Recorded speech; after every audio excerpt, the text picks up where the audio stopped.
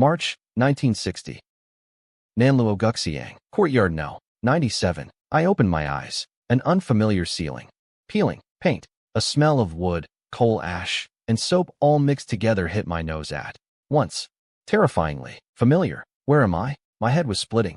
I braced myself against the Kong and sat up, looking around. A wooden lattice window papered over with newsprint, blue curtains washed pale, a pitted brick floor, a heated brick bed taking up half the room, a wardrobe, with the paint flaking off, and pasted to the top of it an advanced producer certificate. The memories came flooding in, slamming into my brain like a sledgehammer. I got it. I'd transmigrated. The year was 1960. My name was now Jiang Wan, fresh out of a vocational school, just assigned to the Red Star Steel Mill as a factory doctor. And the kicker, right next door stood that notorious courtyard. A few famous neighbors lived in there, and I knew exactly what kind of people they were. Could be worse, I sneered. At least I landed in number 97 and not next door. I took stock of my situation, and honestly, it wasn't bad. Both parents alive, a younger brother and sister. Friendly neighbors. My old man, Jiang Dashan, was a projectionist at the steel mill, pulling in 40 or 50 yuan a month. My mom, Hua Jing, kept house. My brother, Jiang Wu, was 15, a good-natured kid who'd quit school early. My sister, Jiang Bei, was 5 and trailed after me all day going, "Gidge, Gidge, big brother, big brother." In my last life, I'd been an orphan. This time around, I had a family. I walked over to the wardrobe and studied myself in the cloudy mirror. Decent-looking, sharp features. Just pale and sallow. My medical instincts diagnosed it in a glance. Malnutrition. These days, 8 out of 10 people were short on nutrition. Nothing unusual. Do I have a system? The words were barely out of my mouth when an interface materialized out of thin air. It looked exactly like the inventory screen from the games I used to play in my last life. 6 slots. 2 of them filled. Barefoot Doctor's Manual. Once equipped, you master the contents of this book and can put them to practical use. Roving Bagua Palm Manual. Once equipped, you master the roving Bagua Palm and improve your physical condition. I sucked in a cold breath. These two, weren't they exactly the things I'd been idly flipping through before bed in my last life? And they'd actually followed me here. I patted my pockets, a pack of Dishinchan cigarettes, a box of matches. Scritch. I lit one up, took a deep drag, and slowly the chaos in my head settled. The original owner's medical training, the cheat system, plus the worldly knowledge of 2 lifetimes. That was enough. In this era, I wasn't just going to survive, I was going to make sure my whole family thrived. Gidge, Dad's home. Big bro, come out here. My little brother and sister's voices carried across the courtyard. Something in my blood stirred, and the corners of my mouth turned up before I could stop them. I stubbed out the cigarette, pushed open the door, and stepped into March, 1960. My old man wheeled in a second-hand bicycle that had clearly passed through more than a few owners. A grin on his face, faded blue work cap, work clothes washed pale, a cotton vest over them, and a small burlap sack strapped to the rear rack. Old John's back. You look beat. You bet. Think being a projectionist is easy. My old man laughed and pulled fistfuls of wild greens out of the sack. Shepherd's purse, purslin, handing them out door to door. The stuff was worthless on paper, but precious in times like these. The wild fields outside the city had long since been picked clean. Wang Taiju, the driver who lived in the West Wing, took his share. Thanks, Master Jiang. Next time I'm out on a run, I'll bring you back some local specialties. Li Kongzhan, in the main room, was a full-time worker at the coal yard. Old Jiang, I've got your coal ration coupon set aside. 2 young teachers from Red Star Elementary, Zhang Zigua and Wang Wenbin, lived in the side rooms. They had nothing to trade, so all they could do was thank him sheepishly. When my youngest starts school, you two just keep an eye on her. That's all I ask. My old man waved them off magnanimously. That was the vibe of our courtyard. Next door, wasn't even in the same league. Having seen off the neighbors, my old man strolled toward the house humming a little tune. Lined up at the door was a whole row of people, his wife and his 3 kids. His grin stretched ear to ear as he made a beeline for my mom. Honey, my mom, Hua Jing, laughed and pushed him away. You're filthy. Go wash up. Dinner's ready. You got it. He turned to me. Head still hurt. Don't worry about me. I'm the doctor here, I said, grinning. I start work tomorrow, won't miss a beat. He clapped me hard on the shoulder. That's my boy. Tomorrow your old man's taking you to the steel mill. Dinner was simple. Wawatu, steamed cornmeal buns, cabbage stewed with tofu, and a pot of cracked corn porridge. In times like these, a full belly was nothing to complain about. After dinner, I went to scrub the pots and heard my parents rummaging through the burlap. Second side, so many wild greens. I'll pickle them tomorrow. My mom's eyes lit up. Look at this too. My old man fished out a few red-shelled eggs. Boiled, for the little ones to build their strength. Eggs, a rare treat. My mom stared at them like she could cook them with her eyes alone. He gave the sack a shake, and out tumbled 3 more packs of Deshengchan. The folks out in the countryside, the people at the commune. They were always pressing things into a projectionist's hands. In times like these, anyone who could screen a movie was a man in demand. While scrubbing the pots, I poked around at my cheat system on the side. The equipment could be unequipped, but the moment you took something off, the skill got rusty. You lost that feeling of it being an extension of your own body. I tried unequipping the Bagua palm, and my scrubbing arm instantly went weak. Yeah, I still needed practice. I quickly equipped it again. Much better. Then I stuffed a bowl into one of the empty slots. The result? It was just an ordinary bowl, completely useless. The logic of this inventory system wasn't something I'd crack overnight. Once I cleaned up, I headed back to my room humming. Tomorrow, report to the steel mill. After graduating, I hadn't started work right away. I'd spent another 6 months or so helping out my teacher. In the end, he not only arranged a job for me, he said he'd prepared a big surprise, waiting for me at the mill's hospital. I was looking forward to it. The next day, at the front gate of the steel mill, my old man handed the gatekeeper a cigarette. Brother, my son's reporting for duty today. Mind giving us a hand? Ah, it's projectionist, Jiang. No problem at all. The gatekeeper glanced at the paperwork and waved us through. Inside the mill, my old man wheeled his bike alongside me, talking the whole way. These security section guys hand out a smoke now and then. Keep on good terms, and it pays off. Plus you're a doctor now. Offend the physician and you won't be getting any good prescriptions. Heh. He said it with pride. And he had a point. Who didn't get sick these days? A doctor was an even higher demand than a worker. He walked me to the personnel office, got me through the hiring paperwork, then led me to the door of the mill hospital. Past here. Your old man can't help you anymore. Just put your head down and work. I'll be waiting at the front gate after your shift. Don't worry. The mill hospital was a small standalone building clutching a fresh set of cotton work clothes. I stood at the entrance and froze for a second. People coming and going. Every bit as busy as a big city hospital. A mill of 10,000 people. How could there be any shortage of patients and accidents every single day? I went in, found the reception desk, and knocked. Come in. Inside sat a middle-aged woman.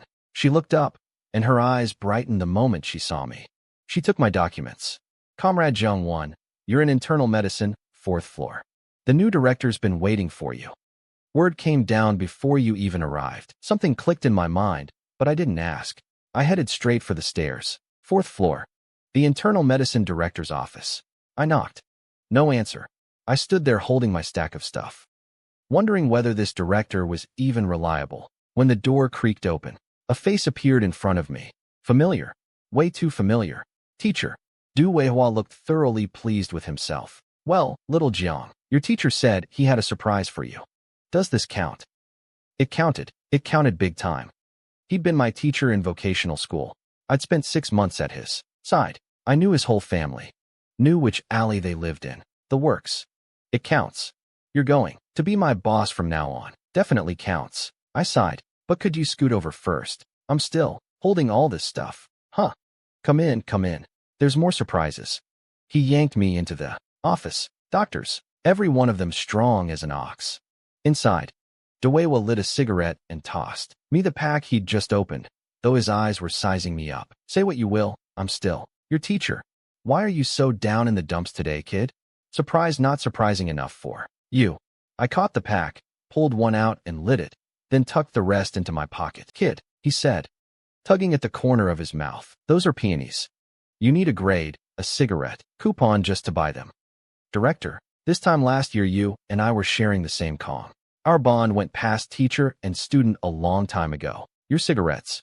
Aren't they basically mine? I pocketed them without a shred of guilt, with Du Weihua covering for me at the hospital. This was a connection I had to hold on to tight. Out with it first. What surprise have you got cooked up? Can't just be that you made director, right? What's the hurry? He settled back into his chair. Let me test you first. See if you've let your skills slip lately. I grabbed a stool and plopped down right in front of him. Totally at ease. I'd inherited all of the original owner's memories, and I had a cheat embedded in my inventory. Test me. Go right ahead. Barefoot. Doctor's manual. Activate. Ask away. I took a drag. The picture of a master. Acupuncture. Instruments. Start easy. Stainless steel needles. Filiform needles. 3 edge needles. Dermal. Needles. Patient positioning. Sitting. Supine. Prone. Side lying. Whichever lets the patient stay comfortable longest exposes the acupoint and makes the procedure easiest. Needle insertion. Angles. Perpendicular for fleshy areas. Oblique for the chest and back. Horizontal for the head and face. Come on. Give me something serious. Don't hold back. Du Weihua's expression shifted. Stroke patient. Unconscious. Where do you needle? Sheoxang point. On the radial side of the thumb. About 1 fun from the base of the nail. Oblique insertion. 1 to 3 fun deep. Or prick to draw blood. Tinnitus. Zhongzhu point. Loose fist. On the back of the hand between the 4th and 5th metacarpals. In the depression just behind the knuckle. Perpendicular insertion. 5 fun to 1 cu in deep. The more he asked, the more stunned he got. Kid, you've been loafing at home for half a year. How are you sharper than when you left Gata? Keep improving at all times, don't I? He stared at me for 2 seconds, then suddenly walked over, and flicked me on the forehead. Down on your knees, bow, and take me as your master. I was dumbfounded. How I'm a director taking you on as a disciple? You feel hard done by or something? Only a fool turns down a living, breathing connection like that. Thud, thud, thud. 3 solid kowtows. Master, please accept your disciple's respects. Du Weihua's leg was bouncing with delight. He waved a big hand and pulled open a drawer. Good grief. Filiform needles. 3 edged needles. Dermal needles, a full set of each. A stack of coupons, and 1 gleaming Shanghai brand. A 581 wristwatch, the most popular model of the era. Master, you're far too generous. My voice actually cracked. You think I'd be stingy taking on a disciple? The watch, the needles, the coupons, all yours. He waved it off. Grain and meat are hard to come by these days. Otherwise, your master would have thrown in more. But once you're at the steel mill, that'll all be a non-issue. Even in a famine year, the cook doesn't starve, and we're no worse off than the cook. I picked up the stack of coupons and took a look. All cigarette coupons, 20 of them, exactly. Master, what's the deal here? Why are they all cigarette coupons? He gave a couple of dry coughs. Look at the times we're in. Having smokes at all is a blessing. Don't be picky. You're still the same man I always pictured. Haven't changed a bit. I grinned and pocketed them too. Free stuff. All good stuff. Business handled. We got a talking about pay. You're set at grade 16 now. 50.5 yuan a month. That's not bad at all, he said with feeling. I didn't make that much when I first started working. A health technician isn't the same as an ordinary worker. All those years of school. All those books I memorized. The suffering wasn't for nothing. True enough. I hear your dad's a projectionist. From now on, you'll be the breadwinner of the family. That's a good thing. A health technician's salary left an ordinary workers in the dust. Even the lowest rung, grade 19. Basically an apprentice. Fresh into the field. Paid 37 yuan a month. That was a notch above what a cafeteria cook made. I was at grade 16 now. 50.5 as a base. Add my dad's wages and the two of us were pulling in close to 100-some yuan a month. And this was the early 60s. Master, what grade are you at now? Du Weihua waved a calm hand. Just serving the people, that's all. A mere grade 6, 177 a month. An attending physician isn't the finish line. Your master's working his way up to chief physician. 177. I click my tongue inwardly. These days, even a top-tier grade 8 worker maxed out around 100 yuan. And a chief physician, now that was a real heavyweight. The kind who could pull a man back from death's door. Medic, physician, attending, deputy chief, chief. I was standing on the very bottom rung. A total rookie, but with a master like this, My starting line was a different story altogether. All right, quit yapping. It was nearly noon. Time to get to work. Mind getting me settled? Starting today, you're in internal medicine. Department 3 has just one medic right now. Came on last year. Also, grade 16, situation a lot like yours. I'll take you over to meet him. Dewewa clasped his hands behind his back and led me to Department 3 with slow, mincing little steps. First floor was emergency. Second was pediatrics and obstetrics. Third was surgery. Fourth was internal medicine. All the aches, fevers, and chills landed on us. He pushed the door open and walked right in. The medic inside was busy at the moment, but the second he looked up and saw who'd arrived, the patients didn't matter anymore. The head of internal medicine had come in person. Director. He and the nurse beside him sprang up together. Carry on with your work. We'll talk after. Du Wei Hua led me toward the back of the office. This is the steel cabinet. Put your things here. 2 single beds for examining patients and for grabbing some rest when you're worn out. I'll have the nurse bring you a thermos and an enamel mug this afternoon. Master and disciple lit up cigarettes and sat down to wait. Nobody minded smoking in the office these days, and the patients didn't object either. What objection could they possibly raise? 10 minutes later, the patient left, and the doctor and nurse came over briskly. Little one, let me introduce you. Du Weihua pointed at the square-jawed fellow. Department 3's doctor, Su Jincheng, vocational grad. Joined the mill last year. If you hadn't spent half a year helping me out at the school, you'd have come on within days of him. He pointed at the nurse. Little Su's partner nurse, Wang Xioli. Little Su, Little Wang. This is my disciple, Jiang Wan. He's your comrade from now on. Get along well. Hey there, brother one. I'm Su Jincheng. Look out for me down the road. His square face split into an earnest grin. +1 to first impressions. Dr. Jiang, I'm Wang Xioli. This afternoon, I'll take you to the nurse's office to pick out a partner nurse. The two of them were exceedingly courteous. The director's disciple, and someone who'd been kept on at school to help out. Both background and ability, all there. In short, not someone to cross. Come on, let's go get you some meal tickets. Can't have you going hungry at lunch. Du Weihua patted my shoulder and pulled me out the door. The moment we left, Su Jincheng and Wang Shirley exchanged a glance and smiled knowingly. A new colleague with connections who was also easy to get along with. That was a good thing. As long as he didn't stir up trouble, things would be smooth sailing. Surely, I'll leave picking out Dr. Zhang's nurse to you. No worries. We're in the same department. Helping each other out is only right. Su Jin, Qing glanced at his watch. The director, personally taking the new guy out to eat. That was the director throwing his weight behind him. Nobody liked to cross a doctor to begin with, and this one had a big shot standing behind him. Who wouldn't want to latch onto a connection like that? From here on, Jiang Wen's footing at the mill was rock solid. The cafeteria was already pretty crowded. The cooking here's decent.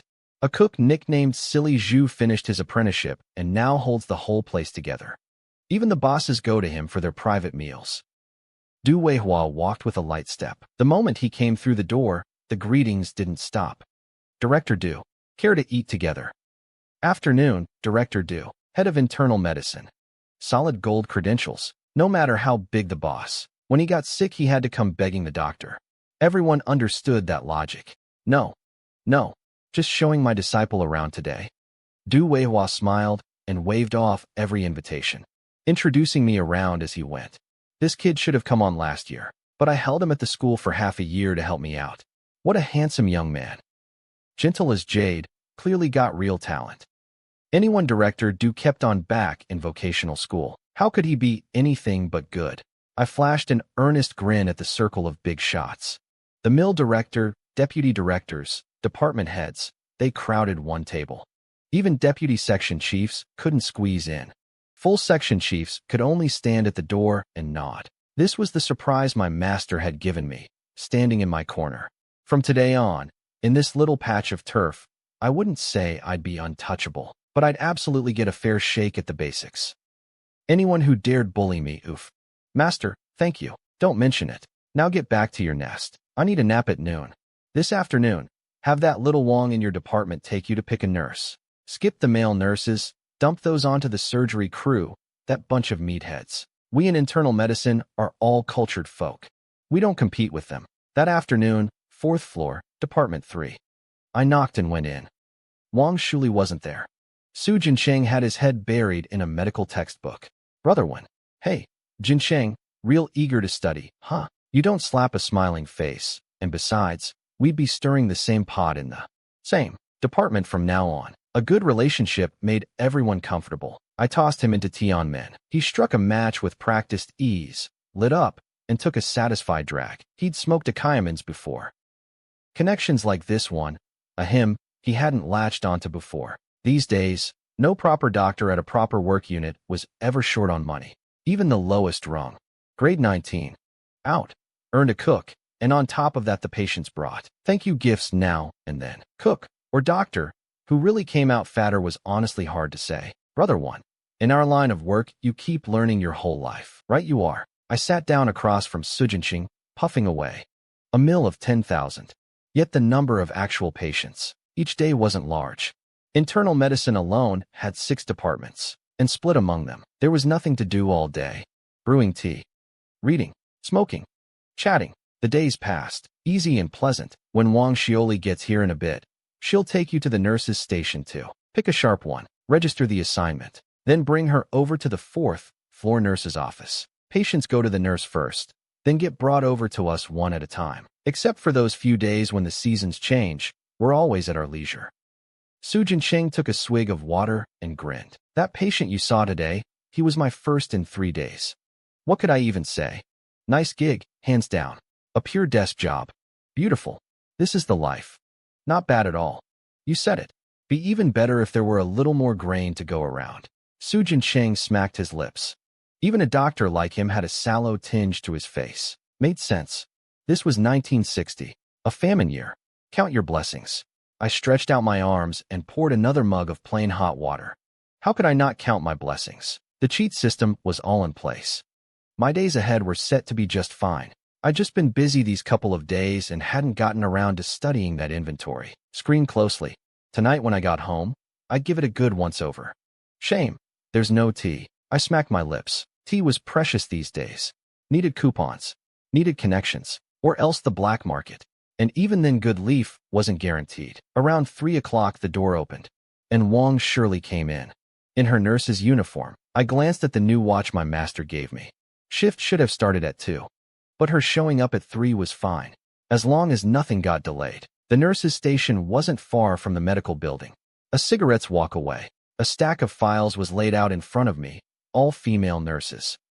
No photos, just name, address, education, and specialty. A few had comments penned in by their school teachers that put them among the elite. Zhou Xiaoyan her. Got a teacher's comment. Good at injections and internal medicine nursing. Perfect fit. All right, hang on a moment, Dr. Jiang. I'll go arrange it. Much obliged. Before long, Zhou Xiaoyan came in carrying her bundle. Pretty, with delicate features. 2 braids down her back, and a pair of eyes that were clear, and a touch innocent. Not long out of school. Let's go.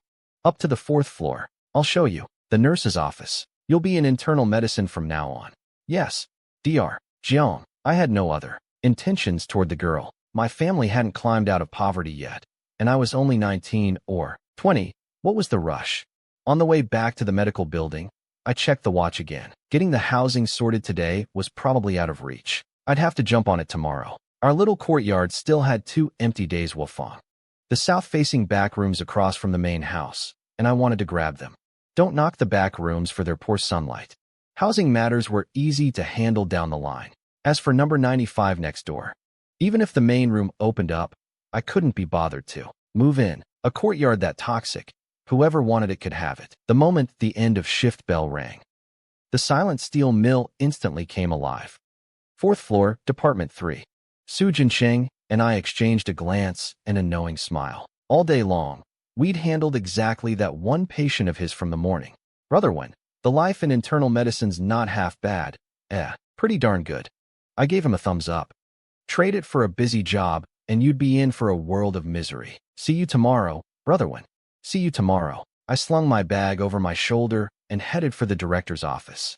Running into a cheerful Du Weihua getting off work halfway there. Master, come on. Let's head out together. The whole way down the stairs people were greeting him, and by extension me. You get the housing sorted. No. Got held up at the nurse's station this afternoon. I'll go tomorrow. General Affairs section, in the logistics department. The guy from the table yesterday. That's him. He leaned close to my ear and dropped his voice. Good or bad, claim it first. Housing in Beijing is always in demand. Swapping for something better comes later, just a matter of a few words. The old man was a sly fox. Don't worry. I'm not picky. Now you're talking. He winked at me like a mischievous old kid. I hadn't even reached the courtyard before a neighbor was calling out. Little one's back. How was the first day on the job? It was Li Tzu-hua, the wife of Wang Taiju, the driver from the West Wing, a down-to-earth woman in the courtyard who loved a bit of gossip, but never spread tales about her own neighbors. Anytime there was the slightest stir in this alley, she was sure to be the first to know. Auntie, works great. Contributing to society and all. The words rolled right off my tongue. Auntie Li chuckled. You've got the slickest tongue in the whole courtyard. My dad was deep in a smoke and chat session with Li Kongjian from the courtyard. Fewer people in the courtyard.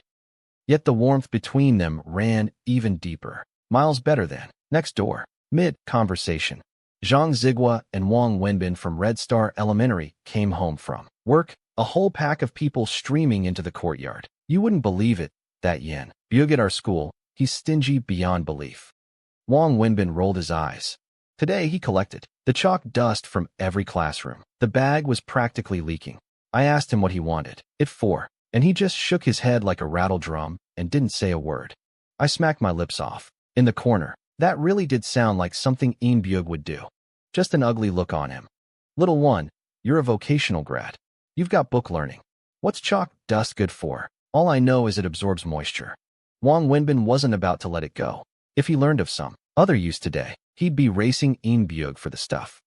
Zhang Zigua jumped in. I know one. It prevents rust and cleans up grease. I gave a thumbs up and tossed in offhandedly. Keeps things from slipping and drives off ants. Those two are all I know. Perfect. Next time I race old Yan for the chalk dust. Old Zhang, you'll help out. You bet. Zhang Zigua puffed out his chest. Better to scatter it around our own courtyard than hand it all to that miser Yan. Anybody from next door comes looking for trouble. We round up the crew and take him on. Li Kongjian chuckled. My dad grinned and nodded. I blinked. I'll hit their funny bone pressure points. I'm a professional. The whole courtyard burst out laughing. A proper doctor, hitting pressure points. How could he not be a pro? The East Wing. Son, you get the housing sorted. My mom was on it the second I walked in. Too busy today, but my master's got it locked in. I'll head straight to logistics tomorrow. He's the director of our internal medicine department, the top man, and his word carries real weight at the steel mill. The whole room went quiet. My dad even forgot to puff the cigarette in his mouth, and it went out. You're not pulling my leg. Why would I? Remember how I got kept on at school last year to help out the teacher? His name's Dewewa, and he came to the steel mill this year too. He's the real deal. Grade 6. 177 a month. Close to 200, with subsidies. And today, he officially took me on as his disciple. I beamed. From now on, your son's a man with connections at the steel mill. The East Wing filled with the sound of breath being sucked in all around. Jiang Wu and Jiang Bei didn't get why everyone was gasping, but seeing both mom and dad do it, the two of them hurried to suck in a breath too. Terrified of being left out. The smell of liquor filled the whole room. Bottled liquor was precious these days, and the bottle in my dad's hand wasn't ordinary, ergo either. It was Shifeng, one of the country's 4 great liquors. The perks of being a projectionist, on full display. Your dad couldn't bring himself to drink it even at New Year's, and today he's living it up. My mom set out the bowls and chopsticks, spilling his secrets. My boy's got real ability and good fortune to boot. He's earned it. My dad huffed proudly. Dad's right. Just wait. Your son will bring you back some Maotai. Huh, that I believe. 1 bottle of Shifeng, polished off clean by the 3 of us. Mom, Dad, and me. Northern women. Either they don't drink, or once they start, one of them can lay out 3 men. Getting up in the middle of the night, my gaze landed on the big Camp Horwood chest in the corner, and I fell deep into thought. No sooner thought than done. I walked over and gave it a tap. The chest vanished. The inventory screen popped up, and the Camperwood chest slid neatly into the 3rd slot. 200L, capacity Camperwood chest. Once equipped, the host gains 200L of personal storage space. I went silent for 2 seconds. So that's how you get a personal storage space. You could play the inventory system like this. Excellent. I waved a hand, unequipped the chest, and restored it, then headed out to relieve myself. The family's chest was off limits. Tomorrow I'd find time to make a trip to the consignment store and dig up a big secondhand Camp Horwood chest. Spending a little money to get it done beat saving up industrial coupons to buy a new one. If I was going to do it, I'd do it right in one shot. Go for 300 liters. What transmigrator could turn down a personal storage space? The next day, the steel mills, logistics department. The small office in charge of housing assignments wasn't big, but it was a fat little post. I knocked, all courtesy. Come in. Dr. Jiang. Sit. Deputy Section Chief Zhao Daizhu was all smiles. From yesterday's circle in the cafeteria. He'd been on the outer edge, nodding at me again and again. I've been waiting for you. First days, always busy. Perfectly understandable. Have some water. Sorry to keep you waiting. Section Chief Zhao. I smoothly handed him a Dakiaman. The cigarette wasn't anything special, but it mattered who was handing it over. No trouble at all. No trouble. Here, let's take a look at our options. Half an hour, and the housing was settled. Wherever I wanted. That's what I got, and then came a little surprise. I'd only meant to ask for the 2 back rooms, but Section Chief Zhao gave a grand wave of his hand and threw in both back rooms, plus a gatehouse room. His reasoning was downright lofty. Dr. Zhang sacrificing the sunlight in his own room out of consideration for his fellow workers. Our mill can't go letting a good doctor down. Well then, a free extra room. Turns out there really are more good people in this world. Staying on good terms with a doctor. Absolutely essential. Forget the medical skills. Just the face of an internal medicine director was reason enough to roll out the courtesies. And besides, would someone with poor skills ever catch a heavyweight's eye? I slipped the gatekeeper a couple of cigarettes and walked out of the mill without a hitch. The neighborhood committee could wait. First, I made for the consignment store, holding off until now to go hunt for a personal storage space. I'd been patient enough. 300 liters of space. Even if all it could do was hold things, with no other features. Nobody alive would turn it down. It was my first time at the consignment store. Gray walls, wooden doors. A modest storefront, and above it a dark wooden plaque, with Beijing Consignment Store, written in upright regular script. The lacquer mottled, but the characters still clear. I pushed open the door, and the distinctive smell of second-hand goods washed over me. Treasure hunting at a second-hand market is a fine time. With the big 300-liter camperwood chest in hand, I dragged it over to an empty corner where no one was around. Equip. The chest vanished into thin air and slid neatly into the third slot of my inventory. A homemade personal storage space. Done. No desk duty today. So I headed straight for Nanluo Guxiang to get those 3 rooms locked down. In the alley, I ran into someone I knew. One of the leading ladies of that beastly courtyard. Qin Huiru.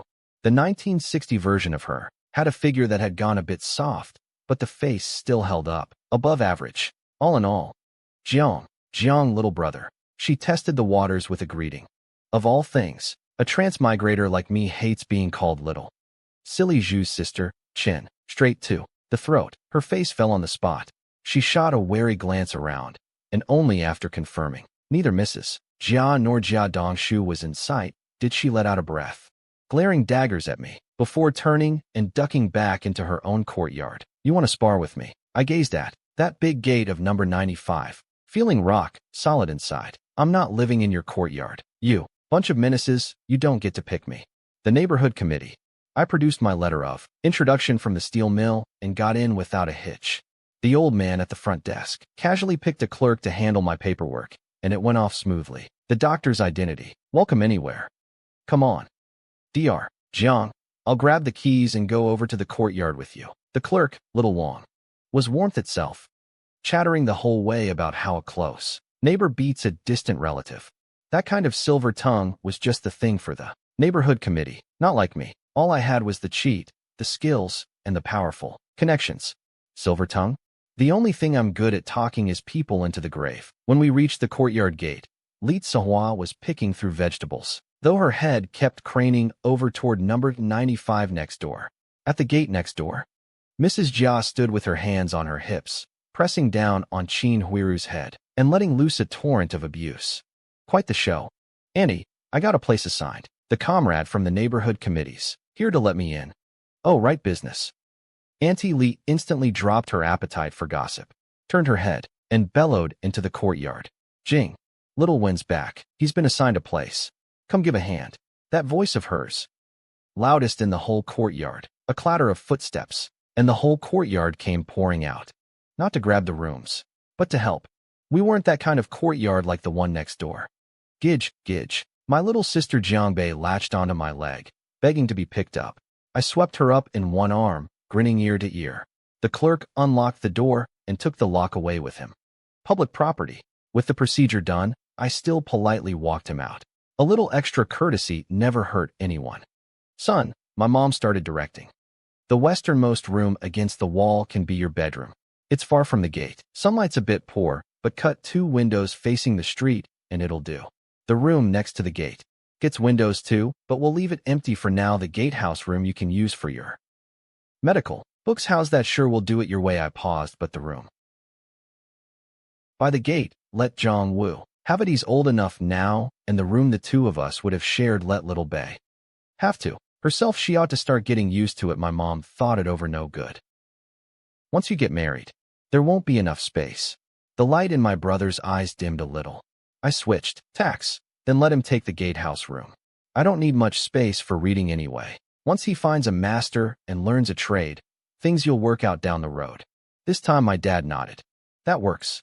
We didn't have the means before. Now we can ease up a little. If there's not enough room when the eldest marries, we'll figure something out then. Dad, when the time comes, I'll move out. I swear I'll learn a trade in the next few years. Jiang Wu jumped in. Baring his teeth, my dad shot him a look. Learn a trade? How come you won't learn medicine from your brother? Huh? Dad, have mercy on me. Can I start with something that doesn't take brains? Nonsense. Your old man's projectionist work is a technical skill too. My dad glared, and Jiang Wu's neck shrank in like a browbeaten little chick. The whole table cracked up. Seemed like I'd inherited all the good stock in the Jiang family. What the third kid, that little girl, was made of, still too soon to say.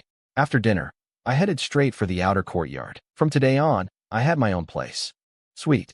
The back room already had a Kong built in, plus a 5-drawer chest, a chair, a small table, and a washstand. Simple furnishings, just how I like it. A quick tidy, and it was livable. I sat cross-legged on the edge of the Kong, lit a cigarette, and flicked the ash into an ashtray I'd made from a medicine bottle. Doctor, you know I like things clean. These few days since I transmigrated, I'd gotten a feel for the rhythm, food, clothing, shelter, all a little rough, but everything else beat my last life hands. Down last time around, I had no cheat, no connections, no iron rice bowl. Now I wasn't short on a single one of them. The next day, I was woken by footsteps and voices out in the street. Check the watch, 6:30. Folks rose early in this era, a required course for any household in a Beijing hutong. Racing for the toilet. The sky was barely light, a thin frost still lining the base of the walls, and a long line had already formed outside the public outhouse. The old neighbors split into men's and women's sides without being told. An old custom worn in from years of living this way. A few people chatted in hushed voices, whose family had a row in the middle of the night, whose kid got a whooping. The day's first round of gossip, and pretty tempting. It'd be even better if I didn't have to be standing outside an outhouse to hear it. I yawned. Dr. Jiang, here for the toilet too. The voice was strangely familiar. I turned my head, a square face, glistening with grease. Not the kind that sweats out from inside, but the kind that gets caked on from years tending a stove. He used you. The crust of grease on this guy's face, you could probably scrape it off and fry up a dish. His collar and cuffs were so black they shone, like he'd been working a forge. Master, can a man not use the toilet? I answered with a smile. Yuju caught himself and smacked his own forehead. Listen to me, just woke up. Huh. I figured the guy actually had a few brains. Shame I don't much care to chat with bootlickers, because Chin Huiru had just shifted over to the women's line, and Yuju's eyeballs instantly locked onto her like radar. And the woman he was locking onto was Jia Dongshu's wife. Beautiful. Silly Zhu, what the hell are you gawking at? A short, dumpy old woman sprang up and jabbed a finger right at Yuju's nose. Mrs. Jia. The line ahead happened to shuffle forward, so I took the chance to follow up a couple of steps. Best keep my distance. I always felt this hag's spit must be venomous. Andy Jia, who do you think you're cussing out first thing in the morning? I just glanced over. What? A man can't even look now. He usually argued his case. What he cared about most right now was not trashing his reputation for the day. As for yesterday's business, nothing to do with today's him. I nearly laughed out loud, quickly stuffing a cigarette in my mouth and lighting it, to stifle the laugh, and to cut through the stench of the outhouse. While I was at it, you ing silly Jew, you're asking to die? Another voice. I turned. A smallish, decent-looking man came flying in from the side, landing a kick square on Hyuju's backside and booting him clean out of the line. Someone behind immediately filled the gap. Horse-faced Sudamao. I didn't do anything. Bullshit. Mama told me everything. Jia Dongshu, you dumbass. The two of them started brawling right there in the street. Jia Dongshu only came out ahead on that first cheap shot kick. A moment later, Hyuju had him pinned. Mrs. Jia took one look. Oh, this would not stand. Head down. She shoved off her left foot and shot out like a rocket, ramming her forehead right into Hyuju's backside. Impressive, I watched, clicking my tongue in wonder. Throwing down in the toilet line first thing in the morning. Incredible. Thank God I wasn't living next door. Sudameo rubbed his stomach and looked itching to join in on the side, but the rumblings in his gut and what little sense he had left held him back. Take one hit, and he might just end up doing his business right there in the street. He still had his dignity. Dr. Jiang, I'm Su Damao, from next door. I'm a coworker of your Uncle Jiang. He sidled over, smiling eagerly.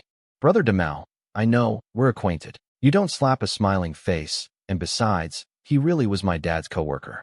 Dr. Jiang, anything you need, just come find me at the propaganda section. I can help. He'd seen everything in the cafeteria that day. Even a deputy section chief couldn't get a word in. How could he not be buttering me up? All right, anything I need. You're the first I'll come to, Brother Damao. No harm in getting along with Su Damao. A genuine scoundrel always beats a hypocrite. And by that I mean the one up at the front of the line. Zhonghai, who at that very moment darted out of the line to break up the fight and play rescuer. A perfectly good line, lined up for nothing. By the time I came out feeling refreshed, Zhonghai, Mrs. Jia, Hyuju, Jia Dengshu, and Qin Huiru were all still standing in line. Qin Huiru hadn't kept her spot. Right before Mrs. Jia kicked off her assault, she'd first slapped Qin Huiru clean out of the line, crushing force. This courtyard next door is like a cockfighting pit. I shook my head, honestly admiring any ordinary person who could survive in that place. Back in the outer courtyard, I started practicing my bagua palm, roving bagua palm, a style of internal martial art built around walking, circling, roving with the body, palms following the steps, hard and soft combined, the footwork as nimble as a roaming dragon. Get tangled up with it. Wait to die? With that manual equipped, I had real form to my movements. Big bro, what's that you're doing? All slow and easy. Jiangwu watched curiously as he waited for breakfast. Health exercise. I couldn't be bothered to explain. Couldn't exactly say this thing could kill a man. Then again, calling it health exercise wasn't wrong either. Regular. Circling strengthens the lower back and kidneys, gets the blood and qi moving, and limbers the joints, strengthens the kidneys. You hear, 8 a.m., and the medical building was still quiet. Dr. Jiang, morning. Dr. Jiang, you eaten yet? Greetings the whole way, and I returned everyone. Most of this courtesy was on account of my master. The more they did it, the more polite I had to be. Not making trouble for your golden connection is basic etiquette when you've latched onto one. Fourth floor, Department 3. Su Jinsheng was boiling water. The two nurses had finished cleaning and gone back to their posts to wait for patients. Brother one want one. You bet. No tea leaves, but plain hot water tasted just fine. These days, it wasn't the time to be picky. I took out the 3 needle sets my master gave me. One set of stainless steel filiform needles, everything from 1/2 inch to 3 inches. Every gauge thick and thin, all accounted for. With some despair, a good master, he'd picked the most commonly used ones and stocked me with several sets. Brother one, what do these needles run? I've been studying new needling techniques lately, thinking of buying a set. Su Jinqing caught the scent and came right over. In our line of work, a good needle set is like a game item with a stat boost.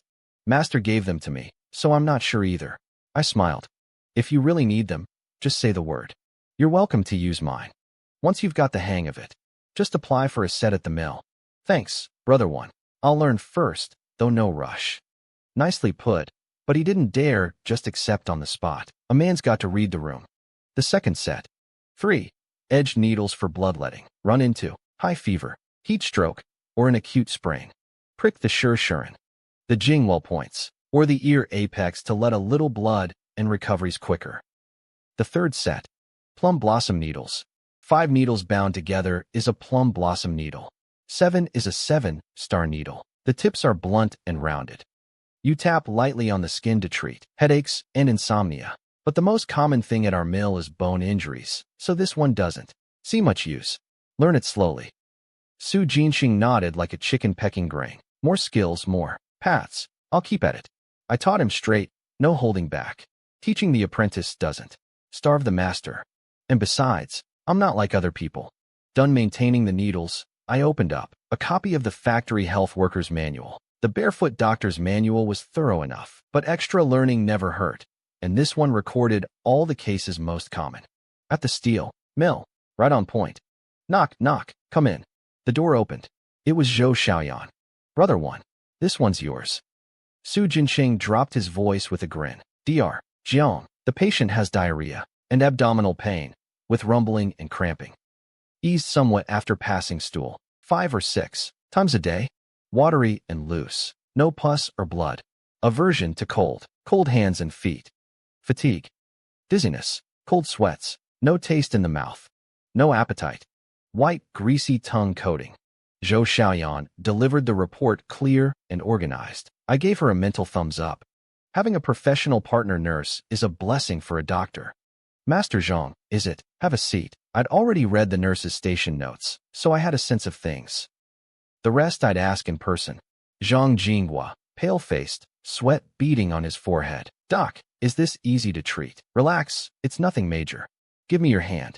Let me read your pulse. The original owner had a solid foundation, and with the Barefoot Doctor's Manual boost on top, pulse reading came to me effortlessly. Which workshop are you in, Master Zhang? The forging workshop? Real hot in there. Overdid it on the cold stuff. He gave an embarrassed little chuckle. You're spot on. Knocked back some well water after my shift. Then ate a plate of overnight cold pickled vegetables. And that night my bowels were running. Common in spring. And you indulged in the cold damp diarrhea, spleen and stomach deficiency cold. In today's terms, acute gastroenteritis. I picked up my pen and wrote the prescription. 3 doses of Huaxiang Jingqi San. Go home. Decoct it. And take it. Doc, I'd rather not take leave. No need for leave. I shook my head. Afraid of needles? Lie down on the bed, and I'll give you a couple.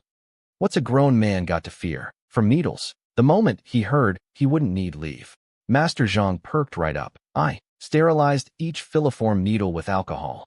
Zhang Wan strengthens the spleen, harmonizes the middle, stops pain. The needle went in. I left it for 20 minutes. I explained it to Su Jinxing on the side. Reading the book 1,000 times isn't worth doing it once with your own hands. Both Tianshu points regulate the intestines. Treat diarrhea. 2 needles in, and a hint of relief surfaced on Master Zhang's pale face. Su Jinxing's eyes went wide. The big shot's disciple. Results the moment he made his move. Qihai warms and tonifies the lower jiao. Zusanli strengthens the spleen and dispels damp. Yin Linquin promotes urination and stops diarrhea. I left the needles in and waited. Su Jinxing handed me a cigarette, and the two of us stepped a few feet from the bed and puffed away. The patient didn't mind. Cure the illness, and he could do whatever he pleased. Master Zhang, doze off if you're tired. I'll call you when it's time to take the needles out. His eyes closed and he was out. After a whole night of running to the toilet, it'd be a wonder if he weren't sleepy. Impressive, brother one. Small stuff. I waved it off modestly. 20 minutes later, Master Zhang left carrying his medicine. He'd come in droopy and listless, chi and blood depleted. He walked out with his energy full and his steps steady. Acupuncture, incredible. Near noon, the door opened. It was my master. Heard you treated an acute gastroenteritis case this morning and used needles too. Come on, let's eat. Tell your master about it. In the cafeteria corner, Du Weihua's eyes were sparkling. That's my disciple, all right. Tell me, what if you went with Western medicine? Sulfoguanidine, belladonna tablets, plus a vitamin B tablet, and have the nurse run a bottle of weak saline into him. Good, saline's enough. No sugar, we don't have that stuff. He nodded. But your Huaxiang Jingqi sand plus acupuncture is plenty. Come summer, cases like this pile up. With you here, I've got nothing to worry about. Knock it off. Old Du. Bragging without thinking it through. You can't handle good material like this. Give him to me. My orthopedics department's short exactly this kind of sturdy fellow. A familiar booming voice. My master didn't even turn his head, just glanced at me. Go on, what are you short of? That's your master's senior brother, from orthopedics, come to bring you a gift. His voice wasn't loud or soft, but pitched just right for that orthopedics director to catch every word. Old Du, you son of a. Master, what I'm short of is a wife. I know how to play along too. Asking for something would be inappropriate. Asking for nothing, also inappropriate. A line like that, perfect. Huh, this kid's all right. How'd you know your senior uncles? Got a few daughters at home? The burly giant plopped down beside me, and even the steel frame of the chair trembled. Was everyone in orthopedics this beefy? My master sighed.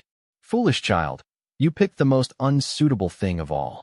Your Uncle Lee's daughters all married off long ago. He's pulling your leg. A weight lifted off my chest. No harm done. Then, my master turned. Calmly held out a hand. Senior brother, you've met the disciple. Aren't you going to cough up a meeting gift? Blunt. Generous. Asked straight out. My red on my master climbed another notch. When it comes to thick skin, I've still got things to learn. Old Du, you've still got the damn nerve of a brass plate. Li Chong cursed with a laugh and pulled out a handmade cowhide acupuncture kit, tossing it to me. Good thing I came prepared. Otherwise you'd corner me for something, and I'd have nothing to hand over. How humiliating. My master gave it a glance. Cheapskate, that's damn fine calfskin. You know nothing. The two of them squabbled and bickered, their bond rock solid. Good news for me. Both internal medicine and orthopedics were my people now, and from here on I could walk tall at the Mill Hospital. After lunch we headed back to the office, full in content. Which naturally meant a quality nap. Su Jinqing had long since gotten his spot ready. Brother Wen, grab a few winks. Let's. Gotta be internal medicine. On my way up, I saw orthopedics run off their feet. Su Jinqing patted his pillow on both sides to fluff it soft. A seasoned napper. 3 p.m., the busiest stretch. 2 patients were brought in at the same time. And wouldn't you know it, we'd just woken up. One with a limp, one with a black eye. No need to ask, they'd been fighting. And it was those same 2 from the toilet line this morning. Su Jinqing took Haiyuju. I took Su Damao. Brother Damao, shouldn't this leg go to orthopedics? Orthopedics is swamped today. Somebody looked at it and said nothing's broken or cracked, just kicked till it swelled. Shoot me over to you. Su Damao casually rolled up his pant leg. Su Damao, you wait. Haiyuju bared his teeth. Slap.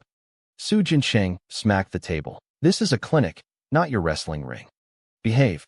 Haiyuju immediately wilted. Picking a fight with a doctor in a clinic, not smart.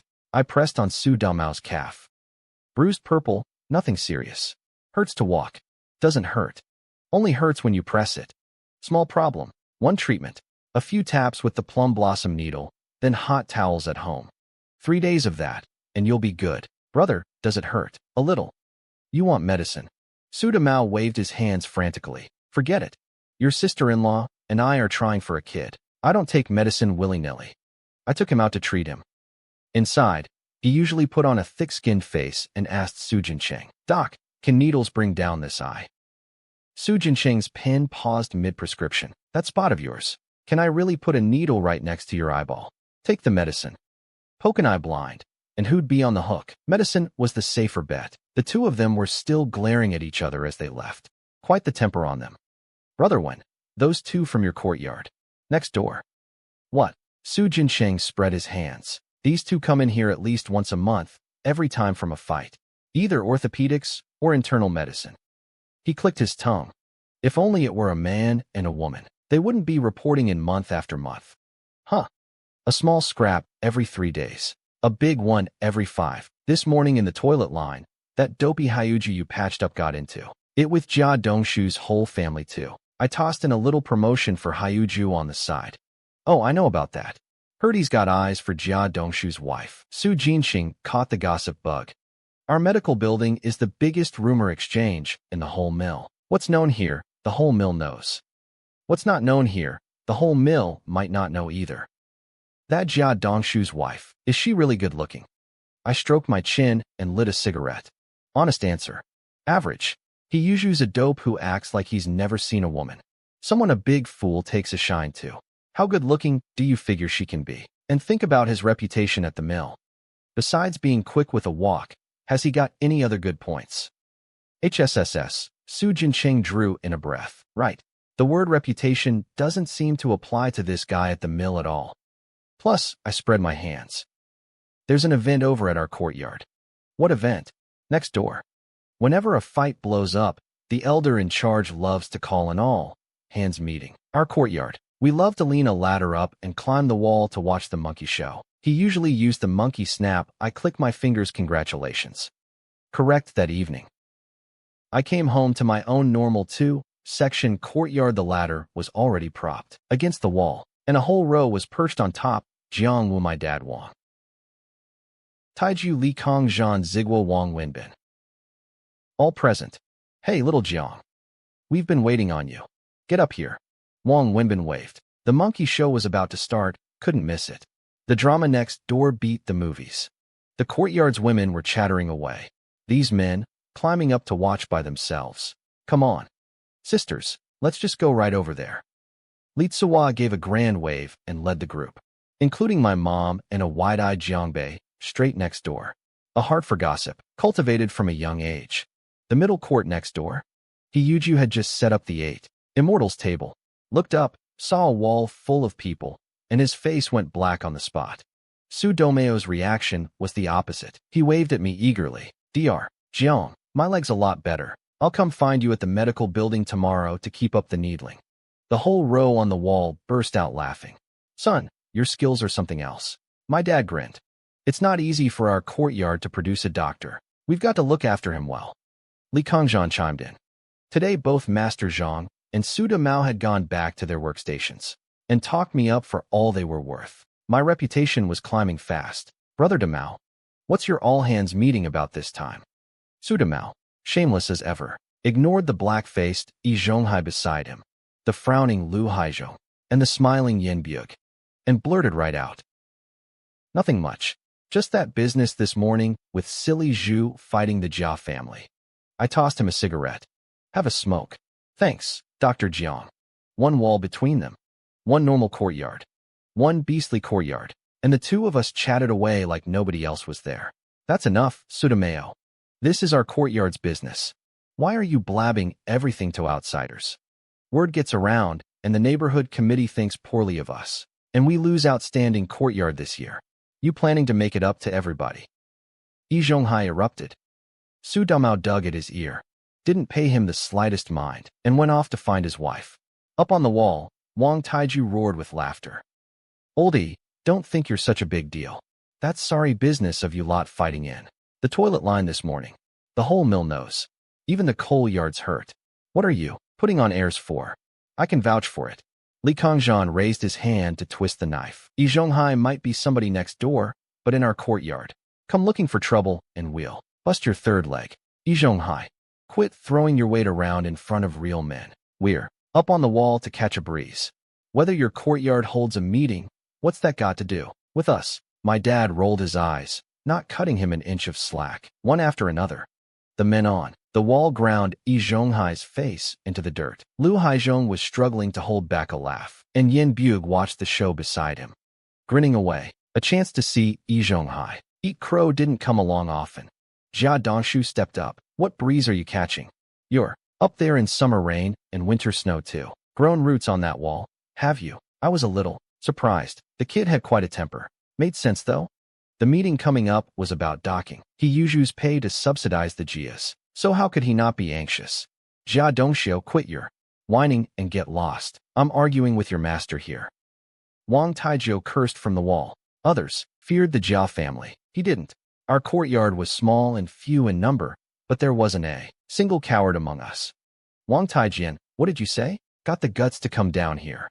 Mrs. Jia, Couldn't sit still. Wang Taiju tilted his head back. 2A. A thick wad of phlegm landed with precision smack on Mrs. Jia's fat face. Get lost, you old hag.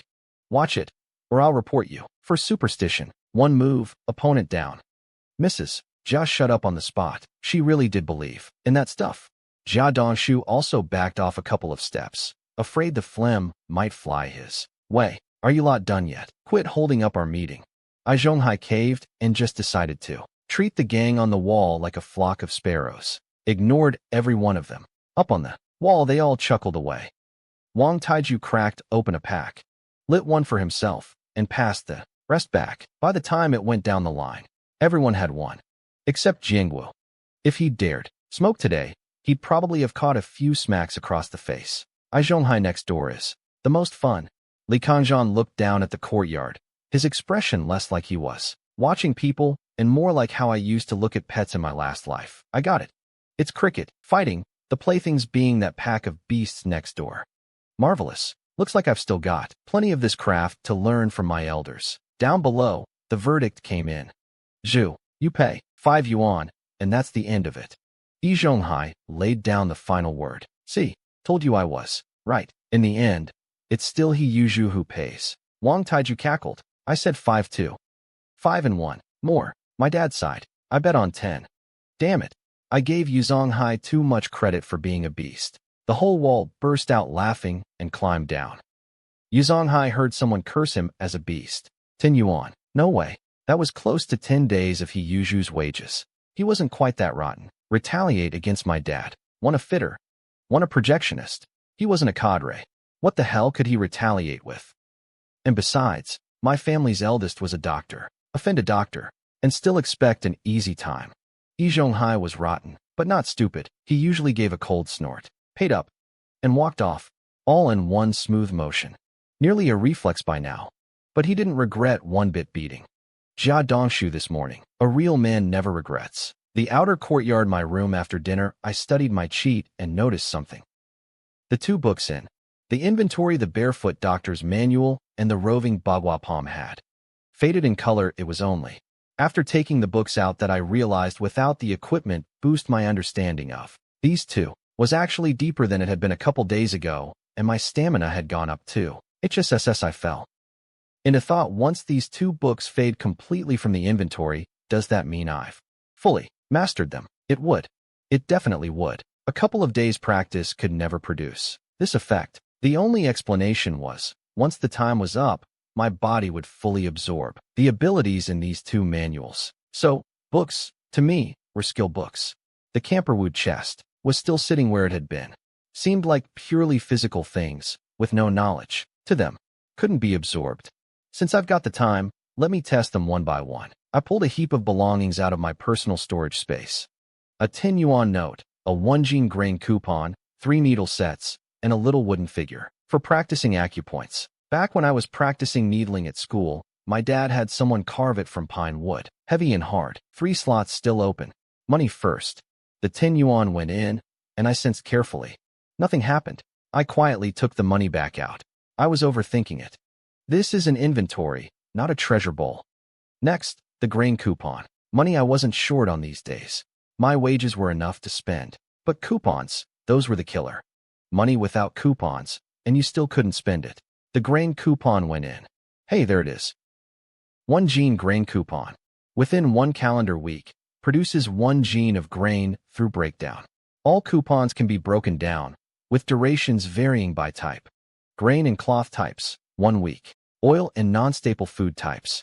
Oil, meat, sugar, tobacco, liquor 2 weeks. Fuel types. Coal, charcoal 3 days. Special industrial goods, such as the 3 big ticket items. 1 month. I gave a thumbs up. This cheat was the real deal. Drop a coupon in and the resource produces itself automatically. Time traded for goods. Some things you couldn't necessarily buy even with the coupon in hand. I dug out a low-grade jasmine tea coupon and stuffed it in. Non-staple food type. 1 liang. Every 2 weeks. Better than nothing.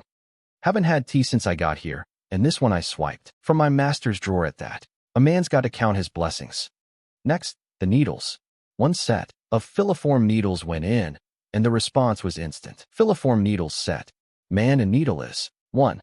Needling mastered to a divine art. Can treat illness and save lives, or kill without a sound. I pinched up a single needle and flicked my wrist. The needle cut through the air without a sound, passed through the tabletop, and embedded itself in the floor. My sense of security shot straight to the max. Let's see about the wooden figure. I stuffed it in. Acupuncture wooden figure.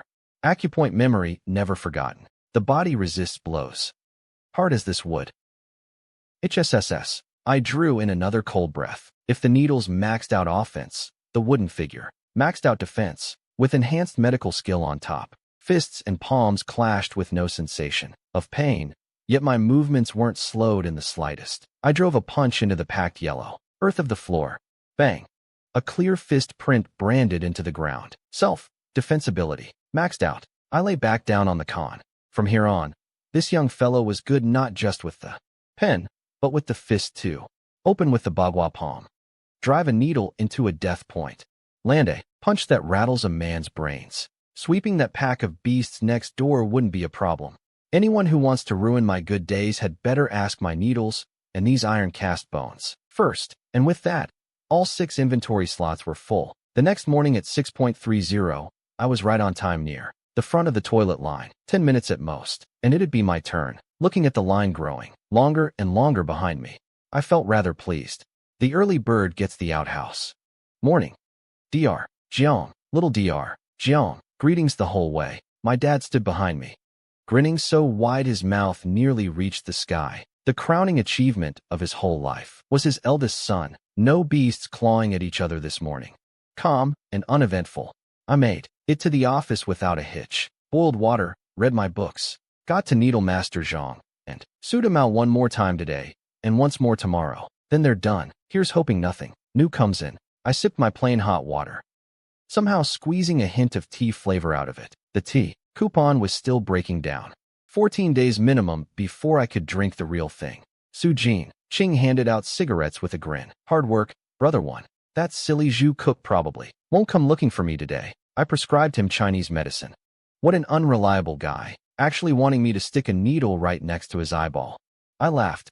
I already knew about it, but his retelling was vivid as anything. That's small stuff. I watched the monkey show last night. Just listen to this.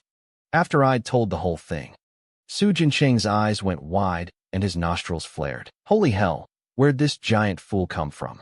Yi Shanghai just hands it over because he says so. Anyone who didn't know would think he was a state banquet chef. Silly Zhu, the name fits. I understood his shock. The mess in that courtyard next door. In real life, not pulling a knife on someone was already being polite.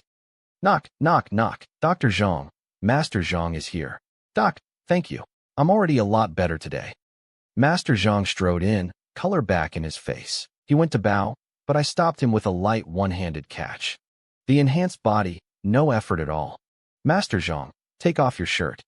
Time for needles. He grinned, not even surprised anymore. He'd already found out my address and planned to drop by this evening with a little something. Nothing valuable, just a thought. Repay a kindness. That's what makes a real man. Getting on good terms with a skilled doctor was a guaranteed win. Leave the needles in 20 minutes. Doze off if you're tired. Come back once more tomorrow to lock it in. I'll do as you say. I went back to my seat and read my medical books. A medic has to test upward, physician, attending, director. All of it requires exams. You can't treat human lives like child's play. Jincheng, what year did you come on? Last year. Meant to push for grade 15, but didn't have the confidence. I'll push again this year. Make me grind 3 years just to hit grade 15, and I'm out. Brotherwin, you got any plans this year? Sure do. We'll go for it together. You and me. Up 1 grade, and the monthly wage hit 56.5. A solid step on my road as a medic. All right, let's work for it together. Su Jincheng perked up. 20 minutes later, I took out Master Zhang's needles, and he walked out even brisker then. He came in. On pure acupuncture skill alone, I was already more impressive than my master. Open up a cheat and still creep along, and the cheat's wasted. Near noon. Attending physician due hadn't shown. Off making a house call for some big shot. Once I made attending, I'd get that treatment too. Knock, knock, knock. Dr. Su, patient. Su Jinxing's just lifted backside sat right back down. Brother one, How about you take this one? No rush. I'll wait for you. Watching's good for me anyway. Another upset stomach. The hotter it gets, the higher the workshop temperatures, and we'll have our hands full. From here on. Su Jin-cheng grumbled as he washed his hands. Come on, let's eat. I'll fill you in over the meal. In the cafeteria. After he finished explaining, I felt a little like throwing in the towel. There really was a lot of work. Relax. It won't all dump on internal medicine, or we'd be worked to death. Su Jin-cheng smiled. He saw last year's self in my face. Last year I took on a health survey, tagged along with the main crew building files for active full-time workers. The works. Not much, really, you just update it each year. Some retire, some get made permanent. Doesn't add up to many. I settled down. If someone without connections like him didn't find it tiring, I'd be even less burdened how they assigned things this year. We'll know once the bosses at the medical building finish their meeting. Come on. Let's head back and rest. On the way back, he clicked his tongue. Say what you will. Silly Zhu may be a fool, but his big pot cooking really is decent. Plenty of families in Nanluo hire him for weddings and funerals. Apart from being short a few marbles, the rest of him's all right. I handed him a cigarette that afternoon. Full belly, nothing to do. Back to our posts for a nap. This was the life of immortals. 2.30. The two of us had napped ourselves into a body clock and woke right on time, washed our faces and stood today's last watch. Knock, knock, knock. The nurses each brought one in. Brother Damao, here I am. Take a look at my leg today. A lot better, right? Su Damao rolled up his pant leg. Had to do the hot compress last night. How could I not follow doctor's orders? Now that silly Zhu, he went home and neither compressed it nor decocted the medicine. Said his body was tough enough to tough it out. Took one look this morning. Heh, I socket swollen, huh? The nurses, the doctor, even the patient with the upset stomach all paused to listen to his gossip. Why is the medical building's news so well informed? Because some patients have the quickest mouths around. Dr. Su, looks like the medicine you prescribed, he used you went to waste. I chuckled as I needled Su Domeo. Su Jin-cheng didn't even lift his head, just turned to the nurse. Next time He Yu Zhu comes in, I'm busy. Understood. Dr. Su, Sister Xiaoyan, I'm busy too. Just so you know. Any problems saying that in front of a patient? None. He Yu Zhu was the one who disrespected a doctor's labor first. Besides, internal medicine had plenty of doctors. He'd still get treated. Treatment done, the two kings of slacking went back to the daily routine. Reading books, reading the paper, drinking water, waiting for the end of shift. Less than an hour before quitting time, word of a meeting came down. The two of us crawled up, thoroughly unwilling. Where to? Big conference room. First floor. Su Jin-cheng said listlessly. Time to hand out assignments. Here's hoping I land something easy this year. Every March was like surviving a tribulation for him. I slung my bag over my shoulder. Everything I'd take home, already packed. Ready to bolt the second the meeting ended. Su Jin-cheng, the same. All the way downstairs. Dr. Su, Dr. Jiang, Dr. Wang, Dr. Li. I was on nodding terms with the whole internal medicine crew now. I didn't know the others, but as long as they knew me, that was enough. No big deal. Little Jiang, little Su, you two are in charge of mill-wide rat, fly, and cockroach extermination. Come in tomorrow morning and go straight to the security section. To collect your people, they'll cooperate with you. Rat poison, fly swatters, 666 powder, and Lysol are all in the 4th floor storeroom. Go get them yourselves. Any questions? No questions. We answered in unison. This job was even cushier than Su Jin-cheng's file building last year. Hand out the poison. Set the stations. Tag along for a round. Hand it off to security. Done. Bad luck draws you the heatstroke supplies purchasing. Good luck. Well, each has its perks. For two rookies like us, it was plenty sweet. Ring, ring, ring. The end of shift bell, meeting adjourned. If every meeting were like this, I could get used to it. Ah, brother one, you've got a lively mouth. But meetings right at quitting time carry a risk too. You can run into family members who show up at the last minute in the office. Happens even moreover in obstetrics and pediatrics. I got it. Internal medicine really was good. We'll meet up at the security section tomorrow, collect people and supplies straight off. Saves an extra trip up the stairs. Su Jin-cheng offered the idea. I gave a thumbs up. Spoken like the old-timer who came a year early. That evening, home. After a full day of work, I slumped into a chair and let out a long breath.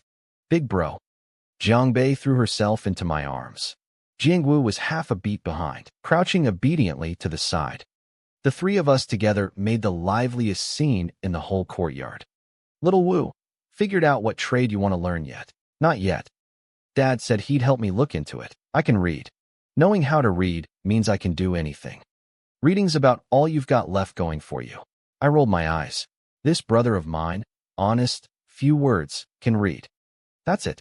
My dad came home wheeling that broken-down bicycle. Everything rattles except the bell, looking cheerful.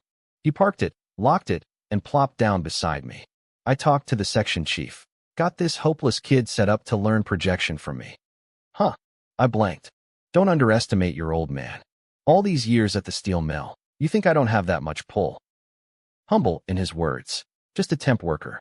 But that non-existent tail of his was about to wag up to the sky. Impressive. I gave a thumbs up. Dad's impressive. Jiangwu copied right along. Dad, carry me. Jiangbei burrowed straight into his arms. My dad trotted happily inside to share the good news with my mom. And my mom's cheer rang out of the room at once. When the head of the household's happy, the whole family's happy. I closed my eyes. The evening breeze on my face. The corner of my mouth turned up. Dr. Jiang. It's me, old Jiang. I came to thank you. I opened my eyes and froze. Master Jiang, what brings you here? It was Master Jiang. Nothing valuable. A jar of his family's homemade pickled vegetables. He set it down and bolted, running off fast.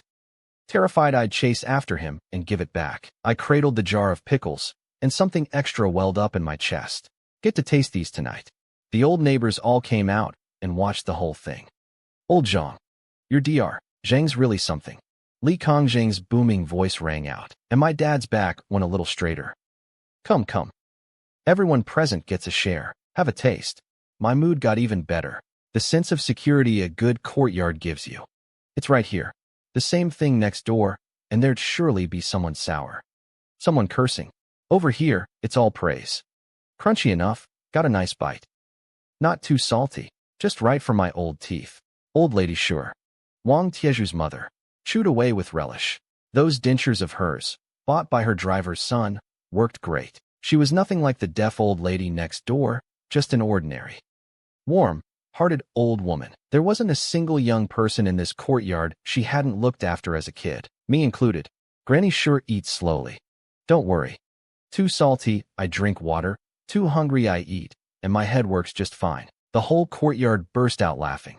The old lady was this courtyard's joybringer. In the back court next door, the deaf old lady gnawed on a wowatoo, so put off her food by the laughter on our side that she kicked her door open with a bang. Hobbled to the base of the wall on her cane, and cursed. Hey, next door, quit the racket. Is there no end to it? Apparently, she wasn't so deaf right now. Su Domeo and Lu Xiaoyi poked their heads out the window. What's next door laughing about? Couldn't hear. Just envy and jealousy. The two of them ducked back in. They were trying for a baby. No time to get involved. Damao, that Jiangwen had a patient. Come thank him at home practically the day he started work. Should we go take a look too? We've had everything checked there is to check.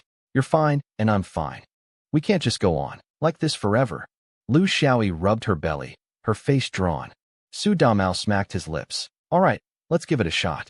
Chinese medicine's bitter and useless anyway. A little needling can't hurt. Get the hell lost, you old hag. Did my laughing inconvenience you? Don't like it? Come over and throw down. An even louder voice exploded. Old lady sure planted her. Hands on her hips, stood up on a stool, and let loose at the courtyard next door. With a full chest of breath, not a trace of frailty, vigor, in old age. That's my mother, all right. Wang Taiju laughed wildly. Pa, that's that old coffin filler next door playing deaf and dumb. One slap and her face goes lopsided. She's nothing.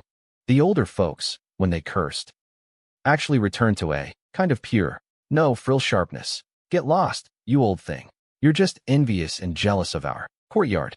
You bound feet, old hag. You dare cross swords with me. Childless old crone. No big deal. See you off when you die. I spat out a mouthful of water and gave old lady sure a thumbs up. Impressive. With all this coming down, I didn't even need to go over to picture the deaf old lady's expression. You old never dying sure. I'll die after you. Pa, die wherever you please. Son, get up on the wall. What are you standing around for? My dad had somehow already climbed onto the wall, the whole row up there with him. Little Jung Won, get up here and tell me what that old never dying's face looks like. Old lady sure called. Run up, push off, up the wall, all in one fluid motion. Fine moves. Wang Taiju cackled. Our courtyard was only two-section and not as wide as next door, but it was long and narrow, and from the wall you could keep an eye on all three of their courts, front, middle, and back. Sit up on the wall, and every familiar face. Next door came into view, the deaf old lady. Yi Zhonghai and his wife. He Yu Zhu, the Jia family. In Byug. The deaf old lady's face was livid, like someone had aired her dirty laundry out. In the sun, old lady sure. This old woman fights you to the death. Got the guts. Come over here. See if I don't kick that crippled bound foot leg of yours clean off. As if old lady sure would ever back down. The beast courtyard was famous for infighting, but against outsiders, they were united. Ai Zhonghai lifted his head, face dark. Wang Taiju, you won't reign in your mother. You're making us a laughingstock. Who was the deaf old lady bound tightest to? Ai Zhonghai. She gets bullied. How could he not step up? Wang Taiju tilted his head back. A thick wad of phlegm landed at Ai Zhonghai's feet. Ai Zhonghai dodged fast, or it'd have caught him square in the face. Wang Taiju, you won't take the easy way. You'll take the hard way. Huh. Another wad. And this time it landed right on the bridge of Yi Zhonghai's nose. The air froze. Haraha. Yi Zhonghai, you childless old bastard. Got the guts. Come fight me. Don't think a grade 6 worker's so high and mighty. I'm a driver, you know. Wang Taiju was old lady Xiu's son. All right. The cursing vocabulary ran in a straight line. Li Kangzhan laughed so hard the cigarette but shot out of his mouth. Sailed across and landed right at Yin Byug's feet. Zhang Zigua and Wang Wenbin exchanged a glance. Oh, if it isn't Teacher Yin, the one who pilfers the students' chalk dust. Now don't go picking up that, but to keep smoking it.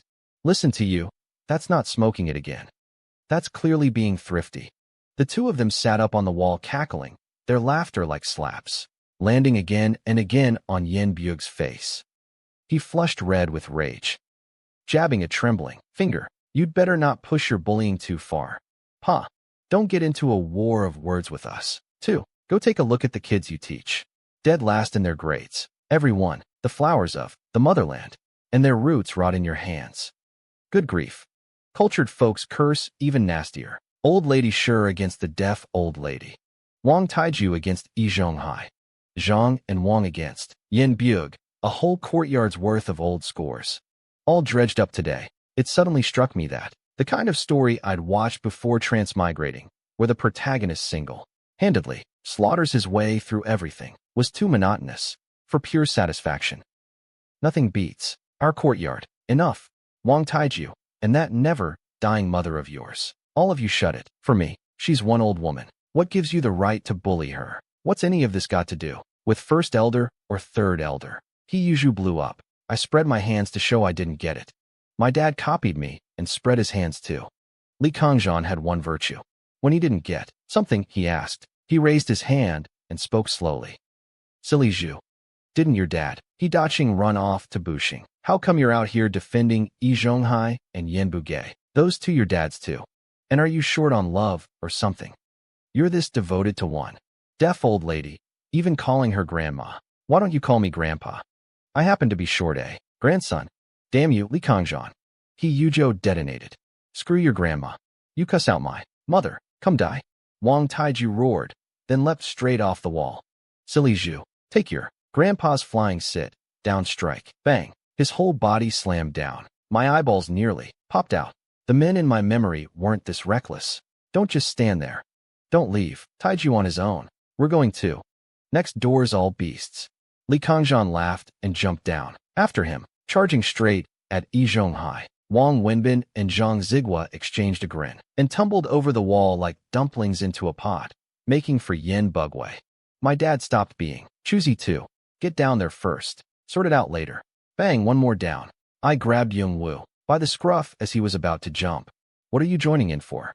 Your big bro'll take you in. You're older. Hauling him along. I leapt back into our own courtyard.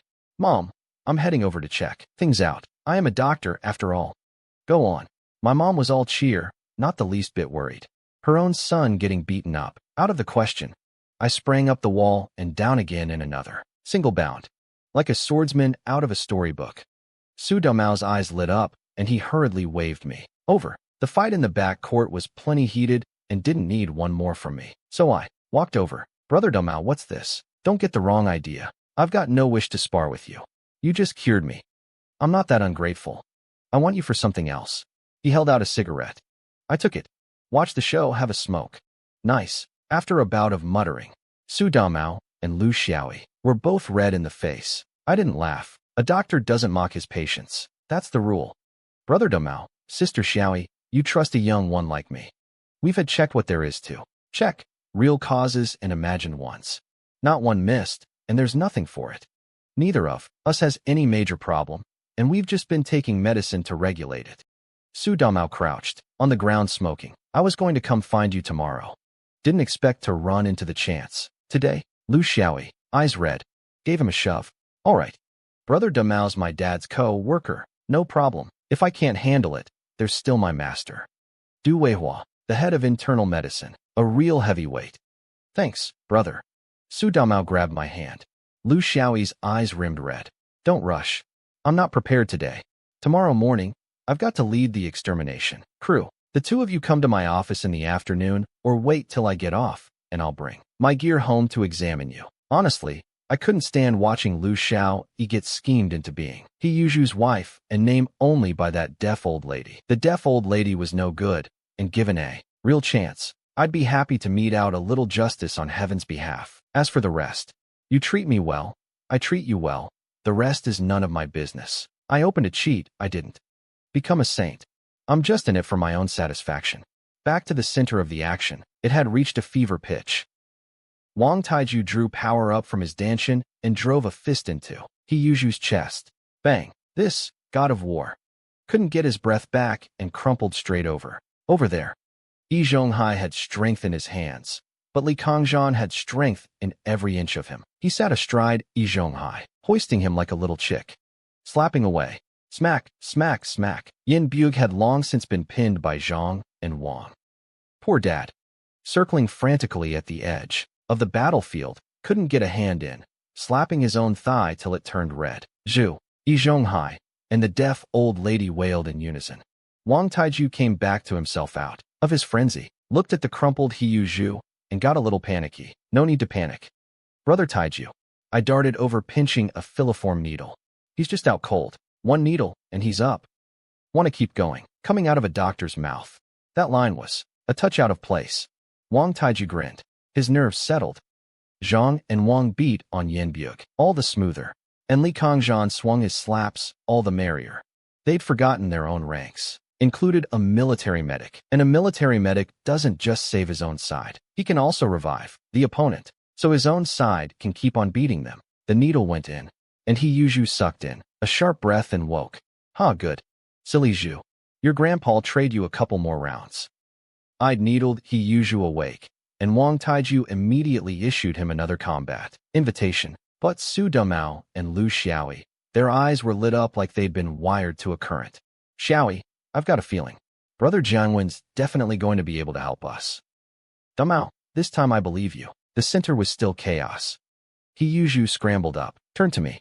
Thanks, ya. Then with a holler, he lunged at Wang Taiju again, and the two of them tangled right back up. I went silent. I used to think saying, thanks, mid-fight only happened in novels. Never figured this silly Zhu would actually hit me with one. You're welcome, ya. I'm polite too. The words were barely out before Su Daomao and his wife pulled me away. Brother Jiangwan, stay away from them. A clumsy bunch, everyone.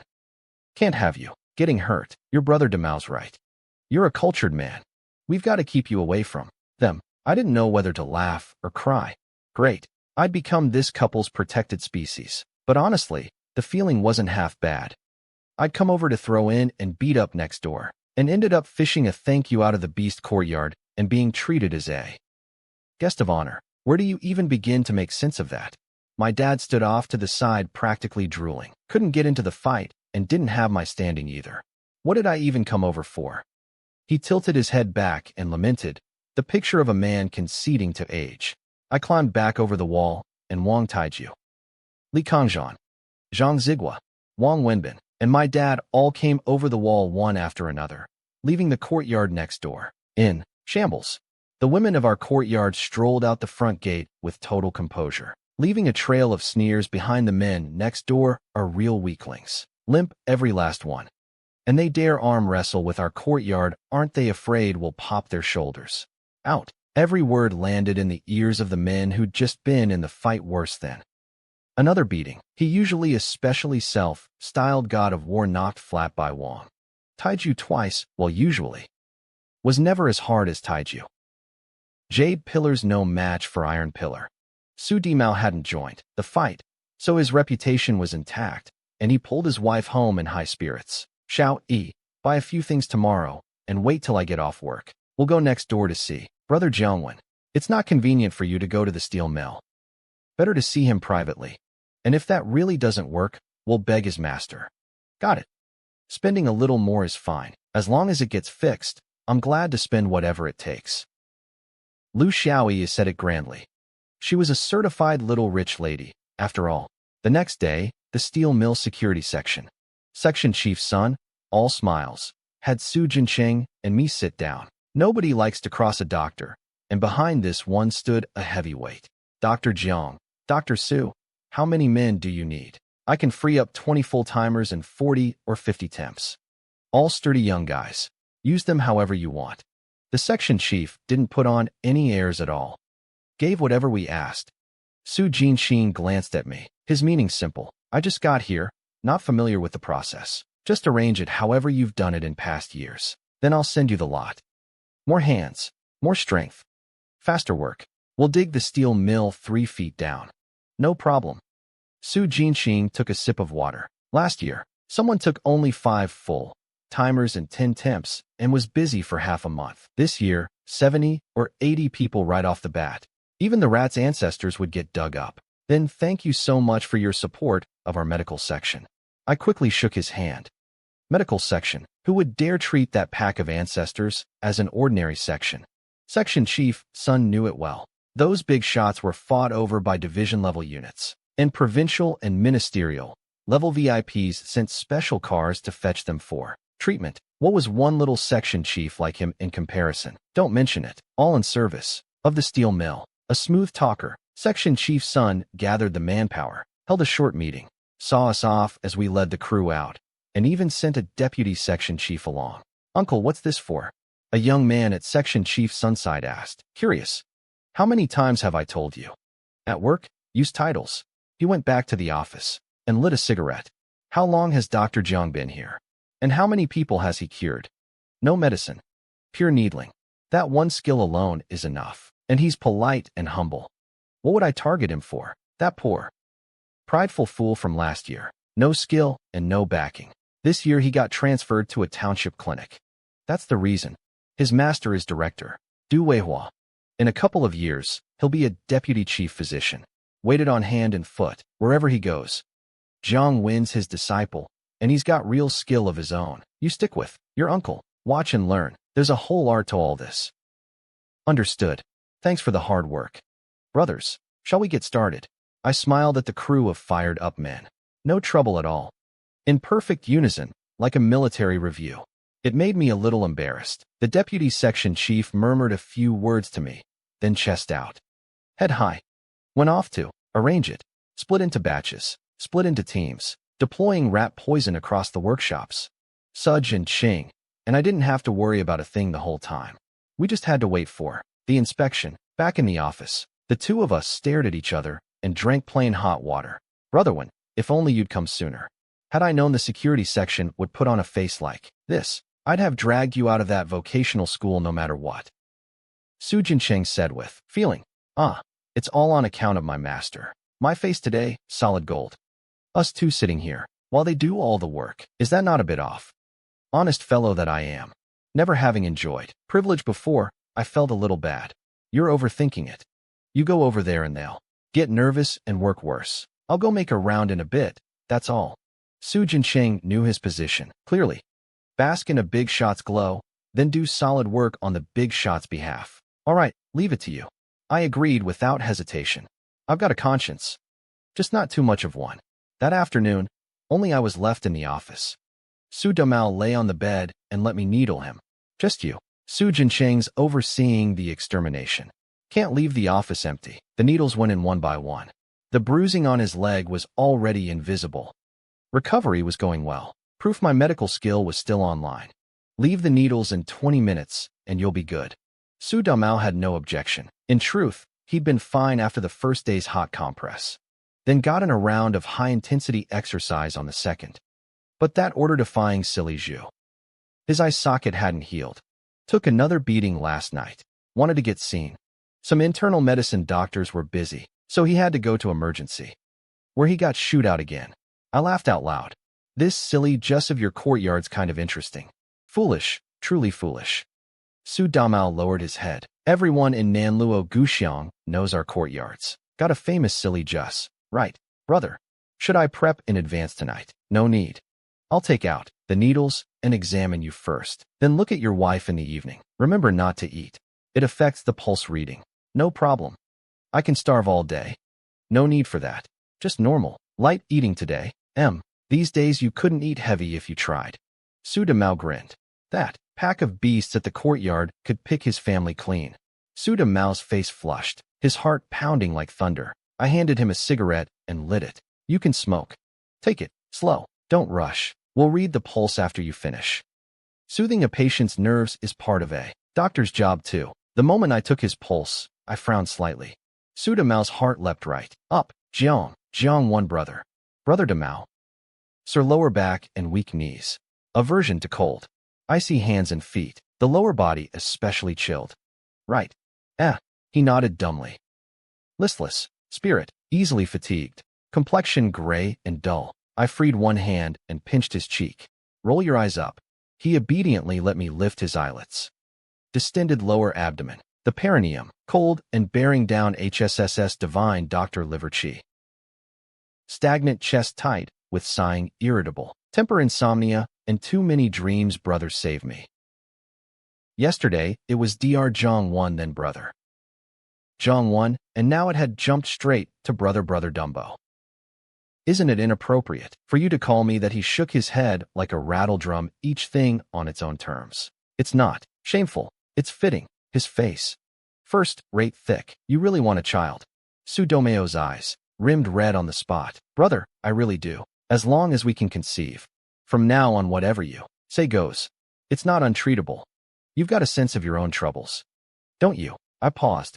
Years of indulging in liquor. Fond of raw and cold food. Cold water at every meal.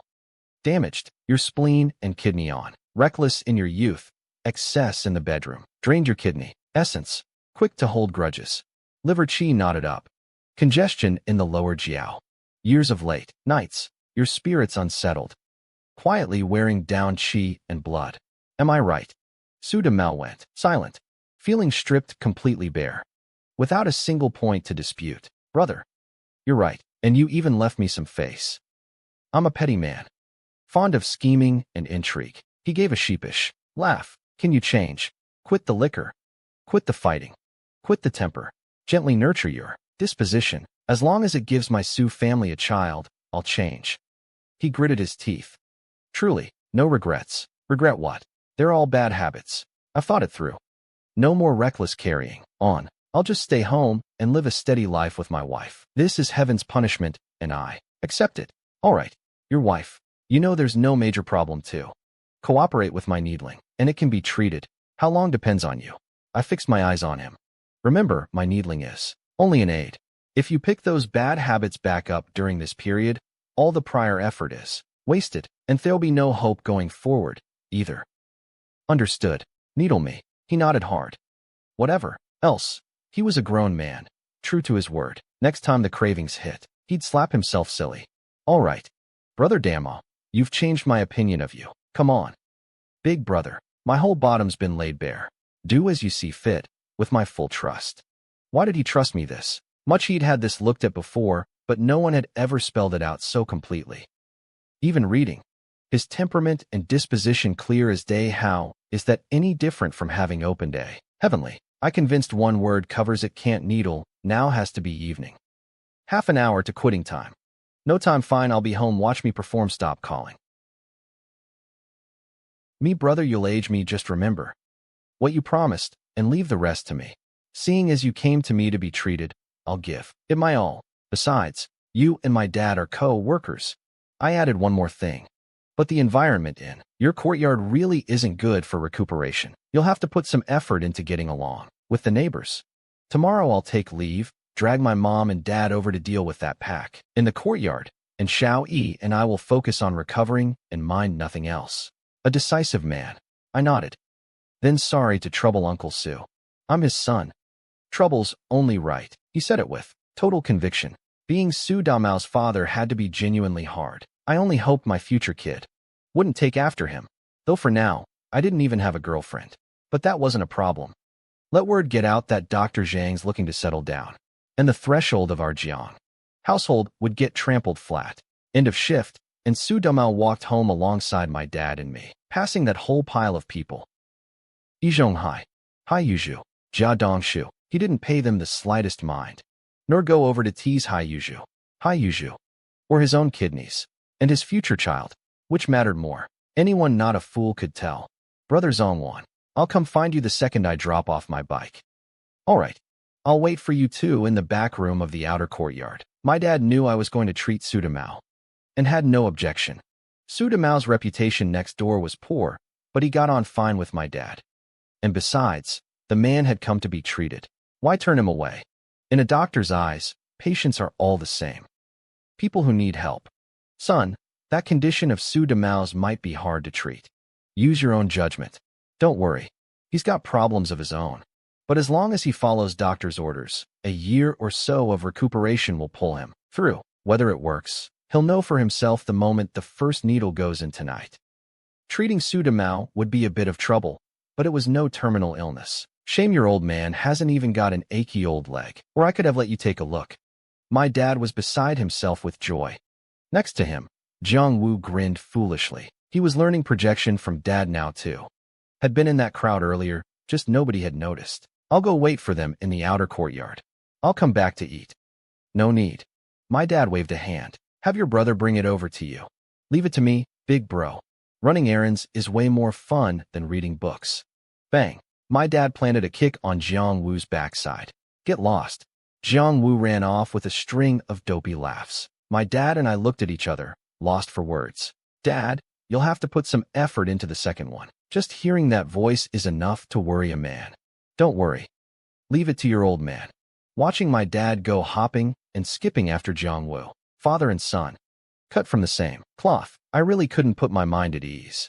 Next door, Su Damao, shocked beyond shocked, recounted today's diagnosis to Lu Xiaoyi, wearing the look of a man who'd run into a living deity. Lu Xiaoyi drew in a deep breath and gripped his shoulders with both hands. Damao, this time you absolutely follow doctor's orders. I'm begging you. No need to beg. A man knows his own body. Relax. Su Damao grinned. There won't be a next time. If I really can't help myself, I'll slap my own face. And don't you stop me. Slap right along with me. He pointed at the heavens and swore it. A flicker of delight crossed Lu Xiaoyi's eyes. Wife, you get the things bought. She lifted a hand with a proud little air. When it comes to gift giving, the women of your family are formidable. Su Damao swept his eyes over the hall and sucked in a cold breath. Beijing's 8 treats pastries. Mount Ai, white rabbit milk candy. Malted milk, extract, 2 of everything. We don't have that much money or that many coupons. Dad prepared it. Dad said, as long as we're doing well, there's more where that came from. Father-in-law's a champ. Su Domeo had no education, but he figured the word fit. Cold face, warm heart. Looks down on me on the surface, but deep down he still cares about us. He found some clothes to drape over the gifts and cover them up. Lu Xiaoyi wrapped her arms around him and said softly, let's just live our own life. Father's kind of life. Truly going off to live it with you would never let my heart settle. I know. We'll live steady. Su Domeo didn't care about any of that. After being stripped, ripped bare of his dark corners without an ounce of mercy, he'd actually felt relieved, oddly settled. Someone understood him. And since someone understood him and genuinely wished him well, He wanted to be friends with that person. A man's mind, sometimes, is almost too simple. Arms linked, Su Damao lugged the things out the door with effort. Oh, if it isn't the dimwit. Big bags, little bags, heading off on a long trip. Finally figured out you can't cut it at the steel mill. Hyuju lounged against the corridor pillar with his arms crossed, taunting. Lu Xiaoyi looked anxiously at her man, but surprise. Su Damao was smiling. Any other time, he'd have charged right over. Hyuju, none of your business. Su Damao tossed out the line, neither warm nor cold, and walked off with Lu Xiaoyi. Now it was Hyuju's turn to be stunned. Su Damao hadn't cursed him out. No, me. Hyuju's eyes went wide, a trembling finger pointing at himself. Even his words stammering. At the courtyard gate next door, Hyuju paced in circles, frantic. Something's off, very off. This dimwit's been trading curses with me half his life. Then all of a sudden he stops. What's that supposed to mean?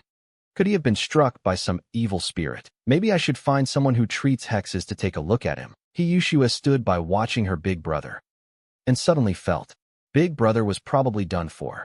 The truly done for kind. The outer courtyard, the back room. I held the gifts the Su couple had brought, and rubbed my brow. Sister, this is far too valuable. It's nothing. As long as you get our Damao recovered. There's more rich gifts to come. Lu Xiaoyi had the air of a heroine among women. Take it, brother. If you don't, my conscience won't rest easy. Fine, I'll take it then. I didn't dawdle. The moment they left, it went into the camperwood chest in my inventory, where the king of heaven himself couldn't find it. Sister, let me read your pulse too. To make sure of success, you need a look as well. Lu Xiaoyi was even more decisive than Su Damao. Sat right down and held out her hand. A doctor's I see no man or woman, and besides, Su Damao was right there. Pulse is steady, but your qi and blood are weak. You catch colds and chills easily. A divine doctor. Lu Xiaoyi's expression was a match for Su Damao's. Sister, you can do needling, but I'd suggest you get more exercise. If that's no good, find a job, a temp position is fine, or go be a volunteer. Worker at the neighborhood committee. You're not short on money or coupons, so it's pure effort. Who'd turn you away? You'd even make a good impression. 2 birds, 1 stone. She blinked. That'll work. Anything's exercise, so why not get 2 things done at once? This dopey cute side of Lu Xiaoyi was endearing, and I was glad to point her toward a good path. Her father would most likely run into trouble down the road, but a Lu Xiaoyi who couldn't even count as a nobody. The more unremarkable, the safer. What they'd be after is a tiger, not a sparrow chick. Then I'll ask Dad tomorrow. Her eyes were bright. Don't say it came from me. I'm just a doctor. Understood. Good. Su Damao chuckled with his arms crossed. I think it'll work. But brother, we doing the needling now. Take off your shirt. Sit up straight. 3 seconds. Su Damao sat there, obediently bare from the waist up, and he was still in a thick padded jacket a moment ago. I hadn't even finished wiping down with alcohol. Lu Xiaoyi put a hand to her forehead, clearly used to it. Pure eagerness. Yours isn't inborn. It's too much pressure built up over time, until you couldn't hold up. As long as you manage yourself, there's real hope. Best not to break the rules even once. As I spoke, a filiform needle flashed in, sinking into the Guan Yuan point. Su Damao gave a jolt. Hurts. Lu Xiaoyi rose. Doesn't hurt, just startled me. Another needle, straight to Qihai. Brother, that needle of yours. So fast, so sharp. Su Damao's eyes lit up, and then I turned him into a little hedgehog. Zhongji, Mingmin, Xinshu, Silio, Sanyinjiu, Taisher, plus Taichung and Xinjian to suit the liver. Shuhai and Gashu to move the blood. In a few minutes, applying the tonifying needle technique, I'd studied every major point on his body. Leave the needles in 20 minutes. I'll write you a prescription. You can fill it and take it. Right? No problem. I'm top-notch at decocting medicine. Prepared Romania. Cornus, Chinese yam. Epimedium, morinda root. Goji, daughter seed. Bupleurum, cypirus. Angelica, salvia. I've written down all the dosages. 1 dose daily. Warms and tonifies the kidney yang. Soothes the liver and relieves stagnation. Moves blood and generates essence. The prescription had barely reached Su Damao's hand before Lu Xiaoyi came, charging him like a gust of wind, and snatched it away. Forget tomorrow. I'm buying it right now. We're drinking it tonight. No problem with that. No problem at all. Naturally, I had to hand it to this woman's get it done energy. I'm off. Dumb out. Head home on your own once you're done with the needles. The two of us watched the lady general leave, then met each other's eyes. Your sister-in-laws. Just like that. Pardon her. Pardon what? Brother dumb out. You've got decent luck. Get yourself right and live a good life. It beats messing around with Hyuju every day. I paused. Your wife's a simple soul. You watch out for her, especially that old deaf hag next door. Su Damo nodded and dropped his voice. Brother, I've got it figured. I noticed recently that old never dying looks at my wife the wrong way. From here on, your Uncle Jiang and I are on the same team at the steel mill. We're all neighbors. Talking like that makes us strangers. I smiled. This guy's mind really was quick. Brother, can I ask why you're this good to me? Su Damo was curious. That question, the way he put it, gave me a start. You're easy on the eyes, that's all. He used you, and I have nothing to talk about. Besides, you're the patient, and I'm the doctor. Treating you, simple as that. Mainly, Su Damo wasn't a bootlicker. Befriending a bootlicker is too risky. Better to befriend a scoundrel. At least a scoundrel doesn't let his lower half run his brain. What about Yi Zhonghai? He grinned. I shot him a disdainful look. A doctor's eyes see no man or woman, but they do tell man from beast. Su Damo blanked, then burst out laughing and gave a thumbs up. True to a doctor. You can even tell something's off about Yi Zhonghai. You're insulting the whole profession. Those 3 managing elders of your courtyard. What decent person can't read them? Even a blind man could tell good from bad. That he used you. Such a waste of all those years playing together as kids. He gave a wistful smile, then let it go. People change. Wasn't he himself about to mend his ways? HSSS. Su Damo suddenly sucked in a breath. Is your abdomen feeling warm and cozy? Not especially hot, but very comfortable. I had a sure grasp of my own medical skill. Magic, brother. I suddenly got a whole pile of confidence. I felt this drinking Chinese medicine before too. Turned out the brew was just too hot. Su Daomao's facial composure was about to collapse. Anyone who's been wronged by a quack has stories. I understood. Before transmigrating, I'd been wronged by a quack too. An abdomen, scalded warm, and a warmth that rises naturally from within are two entirely different things. Quacks harm people. Su Daomao sighed. Quacks kill people. I took the line. Then the man went red in the face and got all coy. Doc, tonight, can I, share the bed, share my foot. We finally got the sparklet, and you've got to have your one good round. Su Daomao got lectured into looking like the lowliest little grandson and gave up entirely. Ahem, just asking. No good. I'll forge an iron chastity belt and lock it and leave the key with you. The veins on my forehead throbbed, and I nearly went hands-on. You've got a horse face. You're no delicate little maiden. Why on earth would a future doctor with a bright road ahead take a liking to you? Su Damo chuckled sheepishly and slipped off quick. From here on. 1 needle, a week, 1 dose a day. Warming and nurturing the kidneys. Round after round. Looks simple, but run into a quack and there's no saving you. On the way home, Su Damo acted like a thief. Careful and cautious, terrified someone would read something on his face. He knew that if he really did have a child with Lu Xiaoyi, that childless old never dying Yi Zhonghai would surely have designs. But Dr. Zhang had said it. He could tell man from beast, and a beast like Yi Zhonghai had no shot. Why are you acting like a thief? Lu Xiaoyi came over with the medicine. Drink. Su Daomao took it, shut his eyes, and gulped it down. Drinking Chinese medicine. You could do it blind. How's it feel? Amazing. After the needling, my abdomen's all warm. Ray all comfortable. I don't even know how many years it's been since I felt like this. He looked at his wife's sparkling eyes and immediately clapped both hands over his crotch. Don't start. The doctor said this is a spark. No matter how eager, I've got to wait until after the second round of needling. Having had her fun teasing Su Daomao, Lu Xiaoyi was in a great mood. All right, just messing with you. I can tell a moment from a lifetime. With that, she went off to the kitchen to make dinner. The young lady's cooking was passable, edible. Truth be told, she and Su Daomao were 6 of one. Half a dozen of the other in the kitchen. Neither could turn up a nose at the other. Shall we? I'll have something light. Don't worry. There's nothing fatty in the house anyway. Su Daomao gave a helpless smile. He'd meant to say, next time we'll go, but changed course halfway. He wouldn't ask for things anymore. Given, he'd take it. Not given, so be it. He didn't want to let down his future child, nor disappoint this person who might just become a friend. Teasing Hyuzu and taking beatings all day, that life was pointless. In the kitchen, Lu Xiaoya's smile deepened. Had I known this foolish man was this easy to fix, I'd have gone to Dr. Jiang ages ago. A divine doctor treats the body and the heart both, just like that psychiatrist out west. What are you muttering about?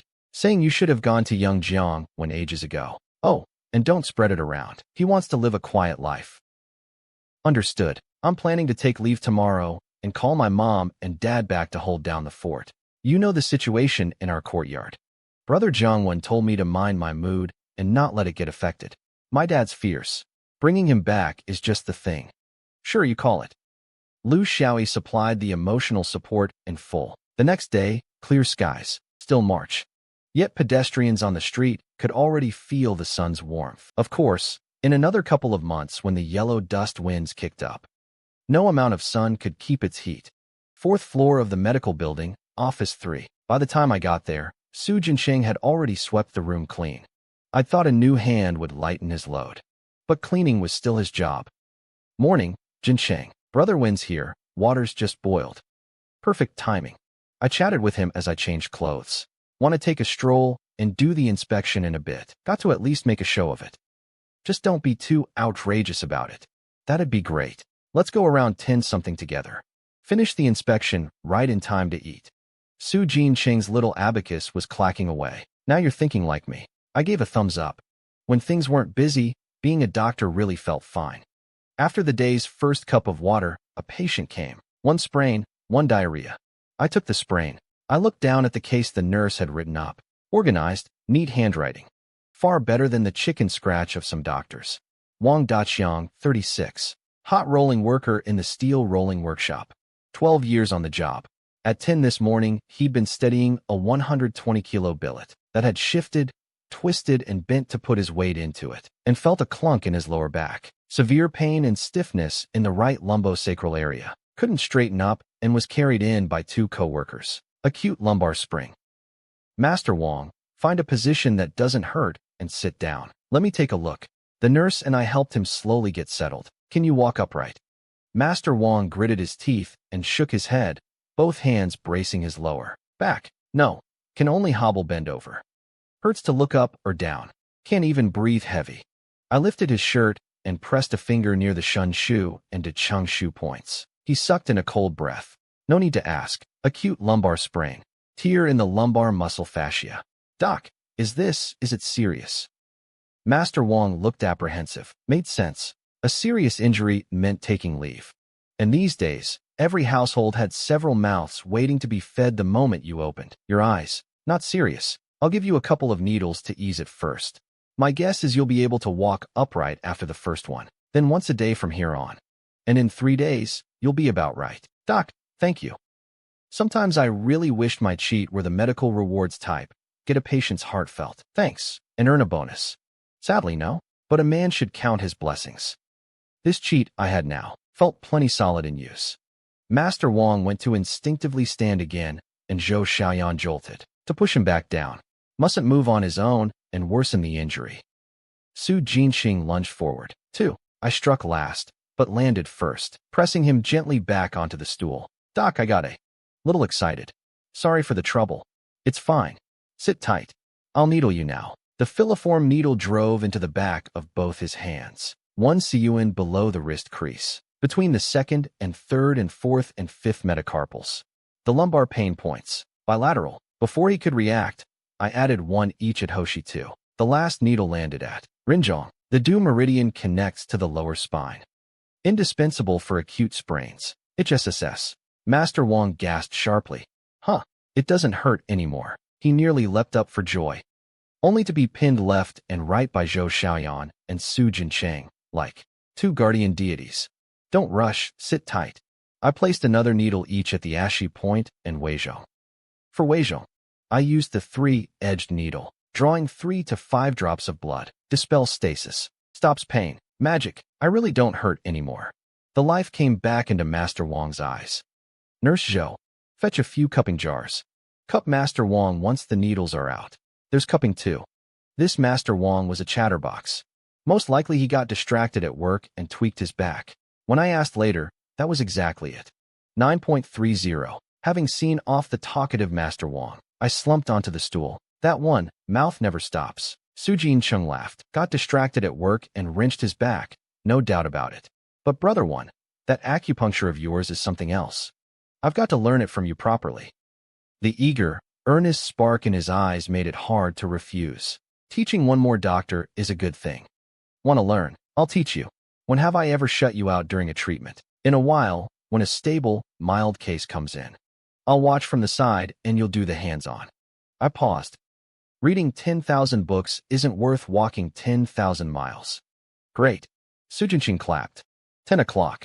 The two of us shed our white coats, changed into everyday clothes, and headed straight for the security section, then on to the cafeteria. There was a shortcut from the medical building to the security section, quite near. The mill leadership had most likely factored the doctor-patient headache in long ago. Not only was the path short, every floor of the medical building had a guard on patrol. Last time, he Yuzhu, told his eye socket couldn't be needled. Hadn't dared throw a tantrum, precisely because of this. Make a scene in the medical building. The guards won't be giving you any factoring in. The deputy section chief was reporting the mill-wide extermination progress. Quite competent. Really appreciate it, Section Chief Xiong. You've been a huge help. Yes. Thank you. Deputy Section Chief Xiong. Su Jincheng echoed from behind me. One difference in form of address, and the gap was plain. Deputy Section Chief Zheng's regard for me climbed steadily. Dr. Jiang, are you free at the moment? Getting to the real matter, he suddenly turned bashful. Good thing I'd lived 2 lifetimes and knew this type of middle-aged man inside out. Understood in a flash. I glanced at my watch. I'm free, go ahead. Deputy Section Chief Zheng glanced at Su Jincheng. Su Jincheng beamed a big bright smile back at him. Old Jung was momentarily at a loss. Plan 1. Counting on Su Jincheng to tactfully step away was a bust. No matter. He had a plan B. It's like this.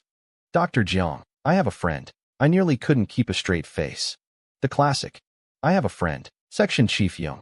It'd be best if I could meet this friend of yours. Here's the plan. This afternoon I'll be alone in the office, so bring him straight to me. If you run into a patrolling guard or a nurse on the way, just say so.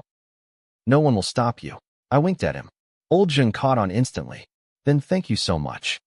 Only then did Su Jincheng pat his chest. Brother Wen's right to remind us. I happen to need to go inspect the stations this afternoon. Leave the office to Brother Wen, and the outside to me.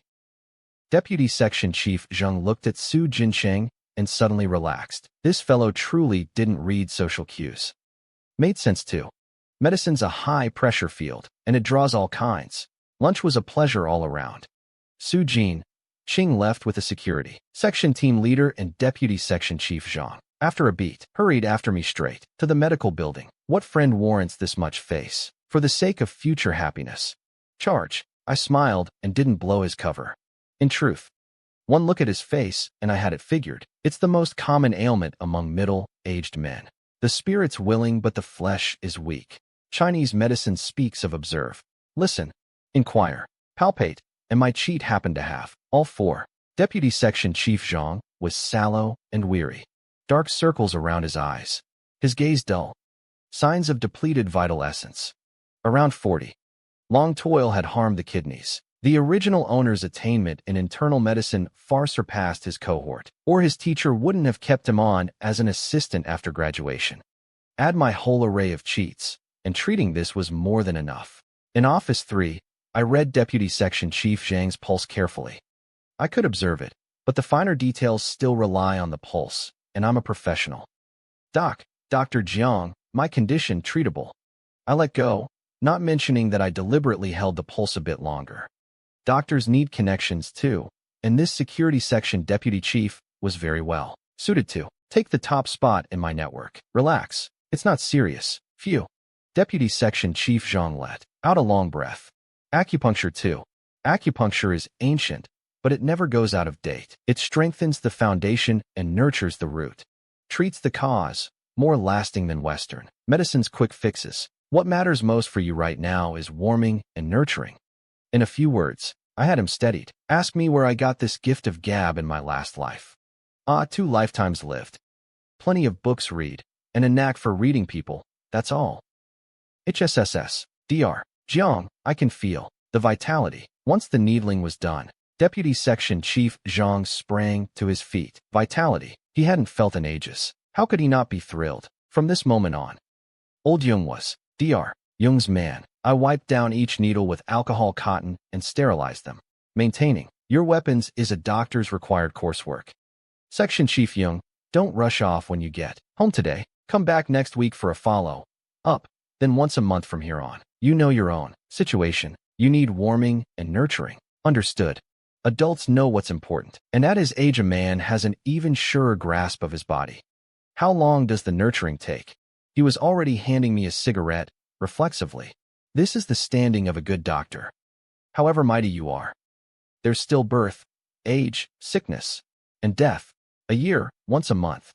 12 times. As long as you don't overdo it, it's all manageable. Understood. Then I'll go check on how those rascals are handling the assignment. Anything you need. Find me anytime. If only Old Jung can do it. There's no second word. He paused. Dr. Jiang, if you don't mind, call me brother. Let me claim the seniority. Brother Jung. Brother Jiang. Deputy Section Chief Jung left, and I gained myself a fine big brother. That afternoon, I went back to slacking and was in the thick of it when my master arrived. Master, you came without a word. I'd have gone to meet you. I shot over, all flattery. Du Weihua took the cigarette and hot water I handed him, sat down broad and easy. Thoroughly pleased, having a disciple to wait on him. That's comfort. Came to see how your assignment's going. Didn't expect you in the office. Just saw little Zhang. Looking good. These old bones of mine won't bother wandering around, then. Don't worry. The security section's been very cooperative. Su Jincheng inspects daily, and I tag along in the mornings. We'll never drag the medical section down. M.M. The more he looked at me, the more satisfied he got. Little Zhang's complexion is good. You treated him. I know. Your acupuncture's not bad, but I didn't expect it this good. Lately, I've even heard the name Jiang one needle going around. When someone praises his disciple, no master enjoys it more. It's all because master taught well. You taught acupuncture back at school. My interest is here, and I dug deep into it. Flattering my master. Eyes closed, mouth open, it just comes. A master in this era can support you into old age, and one like Du Weihua all the more. All right, I brought you a pack of tea, drink it slow. He rose. We doctors, it's all right not to know something, but never let on you don't, and above all, never be a quack. Understood. Quacks all deserve to die. I bared my teeth. Du Weihua winked. You're right. But as young as you are, no need for that much venom, huh? Somewhere in the countryside. I told you Mao's still young. Well, not all that young anymore. But look at the kind of people in that courtyard of ours. We can't rest easy. Mother Su argued at Su Fugue with full conviction. This time Su Fugue didn't dig in his heels. You're right, let's go back. Since Mao and Xiao Yi can be set right, a father's got to escort his kids through it. That pack of beasts in the courtyard, it'll take me going back to deal with them. Other things he might not manage, but dealing with the beasts of the courtyard, no problem. Come on home. Oh, that. Where's our girl? Smack. Su Damao caught one to the head. Your sister's at school. Once she's on break, we'll move her into the courtyard. The back rooms in the outer court are still empty. I'll go to the neighborhood committee and rent too, even after the smack. Su Damao stayed cheerful. His own dad, after all. Renting. The Su family wasn't short on money. A lifetime of Su Fugues. Projectionist savings, plus what Mother Su had saved early on working at the Liu household. And that was the fortune of Liu half the city. Son, how do you feel now? You came back with way more spirit than before. Su Fugue circled his son, studying him closely. Who says men aren't attentive? A father's love is silent. It shows right here. Don't worry, Dad. Brother Jong-un, he's this. Su Damao proudly stuck up a thumb, as if it were his own skill on display. You foolish boy. Decent luck you've got, getting on good terms with young Jiangwen. Don't you dare offend him. And quit being so smarmy all the time, like the way you provoke silly Zhu. He's an orphan. Who taught him any better? You carry on with the likes of silly Zhu, and the moment real trouble hits, he's the first to bolt. Su Fu paused. A true friend is the one who'll dirty himself to pull you out when you've fallen into the mud. Understand? Su Damao nodded earnestly, for once not finding his old man annoying. Just understanding's no use. Go do it. Right now you get your body right. Carry on the Su family line. Then work steady and provide for your family down the road. Let your father-in-law see. Our Su Damao's a capable man too. And don't you let that girl of his suffer. Got it, Dad? All right, enough talk. Let's move. Auntie Su packed the luggage in a flash. Old Su, swing by the school tomorrow and tell our eldest girl so she doesn't come up empty. I pick up Malon every time. How could I pass? Fine, fine, fine. I'll do as you say. Su Fugue threw up his hands in surrender. A man spoils his own wife. Su Damao had a younger sister, Su Malon, called Danyu. Big girl, as a pet name. The big brother's pet name was Damao, Big Cat. The family of 3 pushed the bicycle toward Beijing. 3 people plus luggage was too much to ride, so they could only push. The beast courtyard, the back court. Lu Xiaoyi was getting dinner ready. Her in-laws were coming today, and they'd back up the young couple from here on. Her heart was glad. Xiaoyi, what are you up to? Granny will help you. The old wretch hopped out, ruining the mood. But Lu Xiaoyi didn't let it show. She was an outsider in this courtyard, with no standing. In a real dispute, she'd be the one to suffer. She had it figured. Steady the other party first, and once the in-laws arrived, hand it off to them. Old lady. Lu Xiaoyi met her without a flicker of feeling, even supporting her arm. Anyone who didn't know would take them for real grandmother and granddaughter. My in-laws are coming back tonight, so I'm making some food. The deaf old lady's heart gave a lurch. She'd always looked down on Su Damao and helped He Zhu work him over plenty, all to pave the way for her grandson. Qin Huiru would never divorce Jia Dongxiu, so rather than let Haiyuju hang half dead on Qin Huiru, better to break up the Su couple and have Lu Xiaoyi go to Haiyuju. But that was before, in front of Su Fugue and his wife. This old wretch didn't dare. However worthless Su Dimao was, he was still the Su family's line. Ah, that's a good thing. Xiaoyi, not that granny's saying anything, but once a woman's married, if she can avoid living together with the in-laws, best not to. Daily friction. The man of the house has it hard, and we who marry and have it hard too. The old wretch's mouth was full of high-sounding talk, her belly full of poison, sowing discord. But could Lu Xiaoyi's in-laws really scheme to push her toward Haiyuju? Put a green hat on their own son. Who's good and who's bad? A glance tells you. She was just slow in certain spots, not truly a fool. Probably a day or two. Damao didn't say. Lu Xiaoyi went along, smiling, and casually had the deaf old lady help her sort the vegetables. No way she'd play this scene with you, you old coffin filler. For nothing. She had to collect a little interest one way or another. Toward evening, before quitting time, the 3 Su arrived. The moment they stepped through the festooned gate, they saw that old never dying blocking the daughter-in-law's window. Those old thin lips flapping up and down. Lu Xiaoyi, smiling stiffly. One look from Su Fugue, and Auntie Su charged out at once. I had daughter-in-law. Mom's here. Put down the work. Let Mom do it. That's what she said.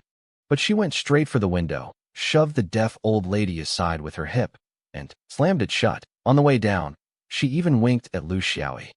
Lu Xiaoyi smiled from the heart. Oh, look at my head. I should be going inside.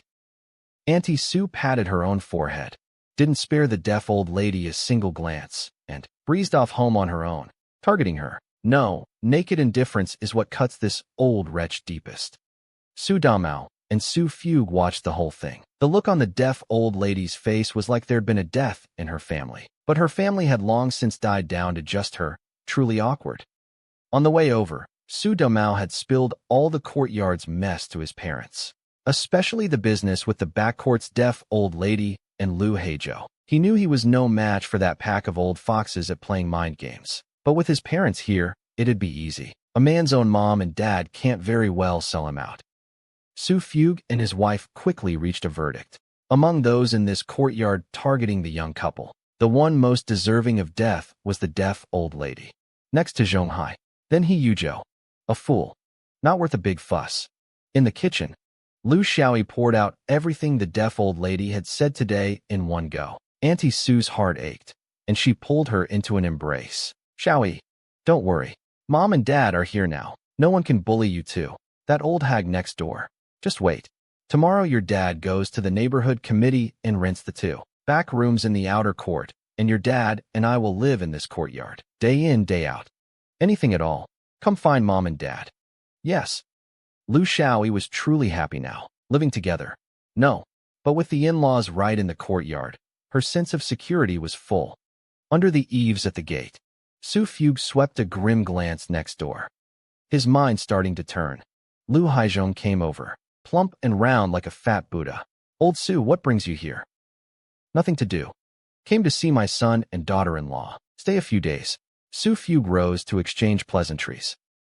Su Demao couldn't be bothered with this useless lump and turned to go inside.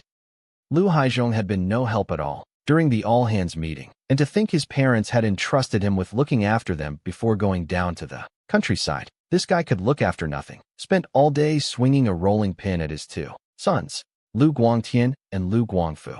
Would a real father lay into them that hard? Rain or shine. He beat the kids. Clear skies. He beat them too. Someday you and me, let's drink. Sure, tomorrow. You don't stand on ceremony, old Su. What of it? I asked you to keep an eye on Domeo. What kind of eye did you keep? Su Fugue curled his lip, his face full of disdain. Lu Haizhong snorted. That foolish son of yours provokes silly Zhu every single day. A small scrap every 3 days, a big one every 5. Yi Zhonghai takes sides. The never-dying old lady in the back court backs him up, and that fellow in the front court only sees money. How am I supposed to manage that? Stay a few more days, and you'll see for yourself. Failed to help is failed to help.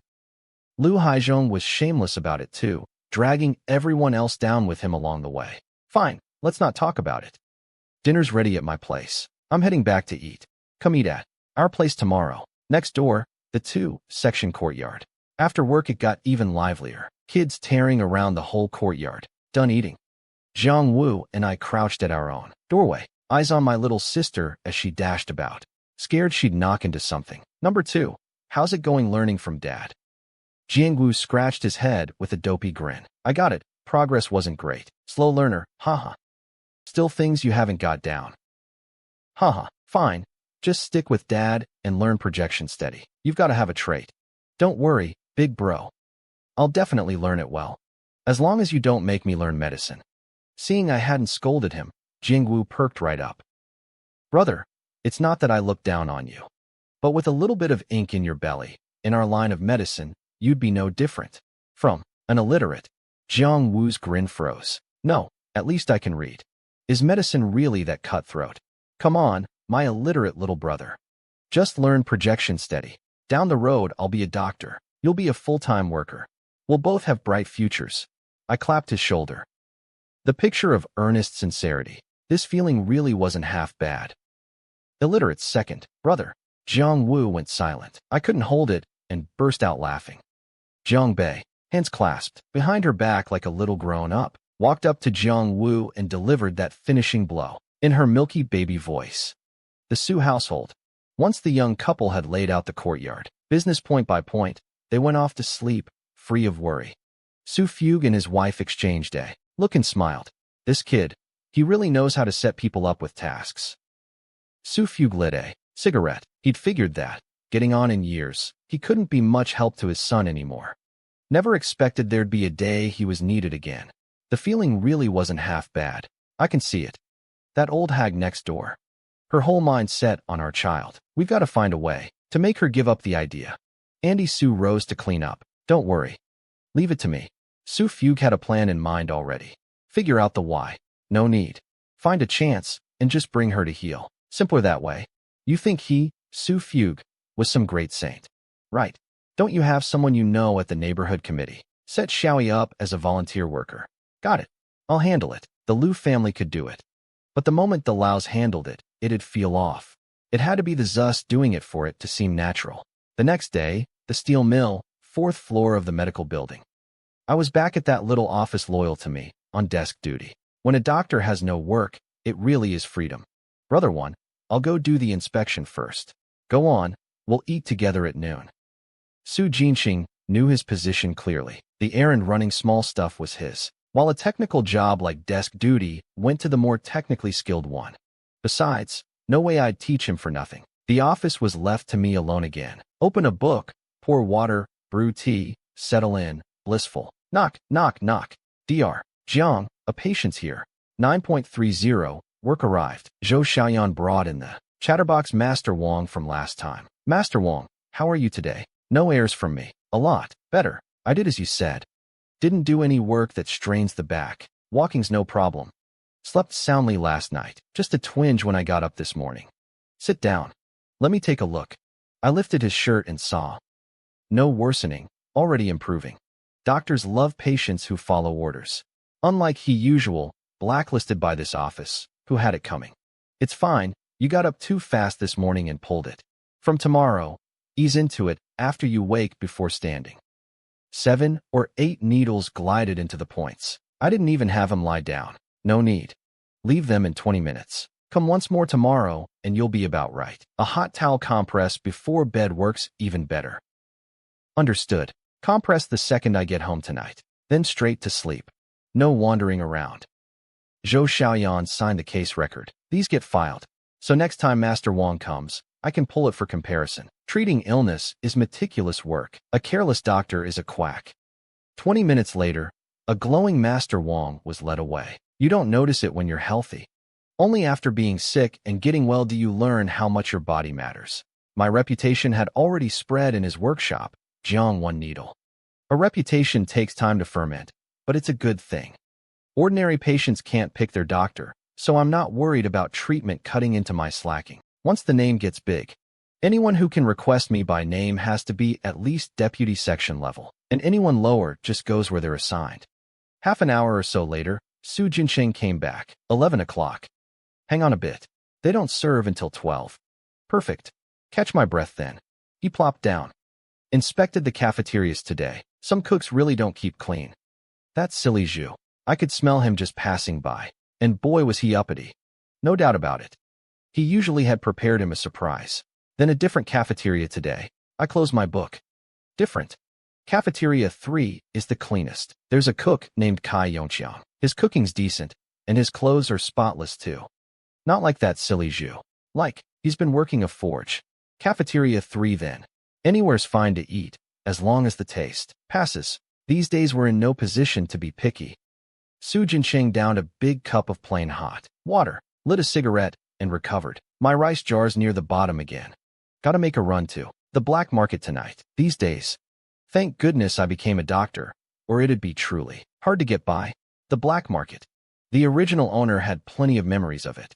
Having gone a few times with my dad. A ghost market that opens before dawn and disperses at first light, dealing in second-hand goods and the coupon ration scarcities. These days, that more than half the people could pull through owed no small part to the black market. My family's about due to buy grain too. There really isn't enough to eat. I joined the grumbling. The biggest shared language in this era is whether you can eat your fill. Gotta get hold of some coupons too. Grain coupons were hard currency at the black market, known as the second currency. Nearly every necessity in Beijing was coupon rationed, and grain coupons most of all. Oil coupons, meat coupons, industrial goods coupons, all traded there too. You're counting entirely on that little. Book at home, huh? Brother Wen, want me to go with you? I go often. No need. I'll just keep my old man company. There's a closer one over by Nanlo Guxiang. Come on.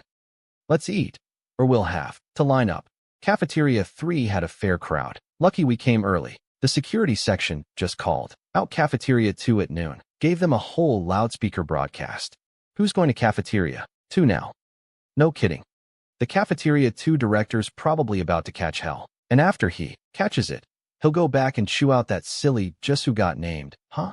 Carrying our meal tray past the line, hearing all this chatter. The two of us couldn't keep the corners of our mouths down. Dr. Jiang, Dr. Su. Some called out greetings. Su Jinxing got some too. Not bad. Dr. Su. Quite popular. I teased. So. Still a notch below, Jiang one needle. He cupped his fists. Hemming it up.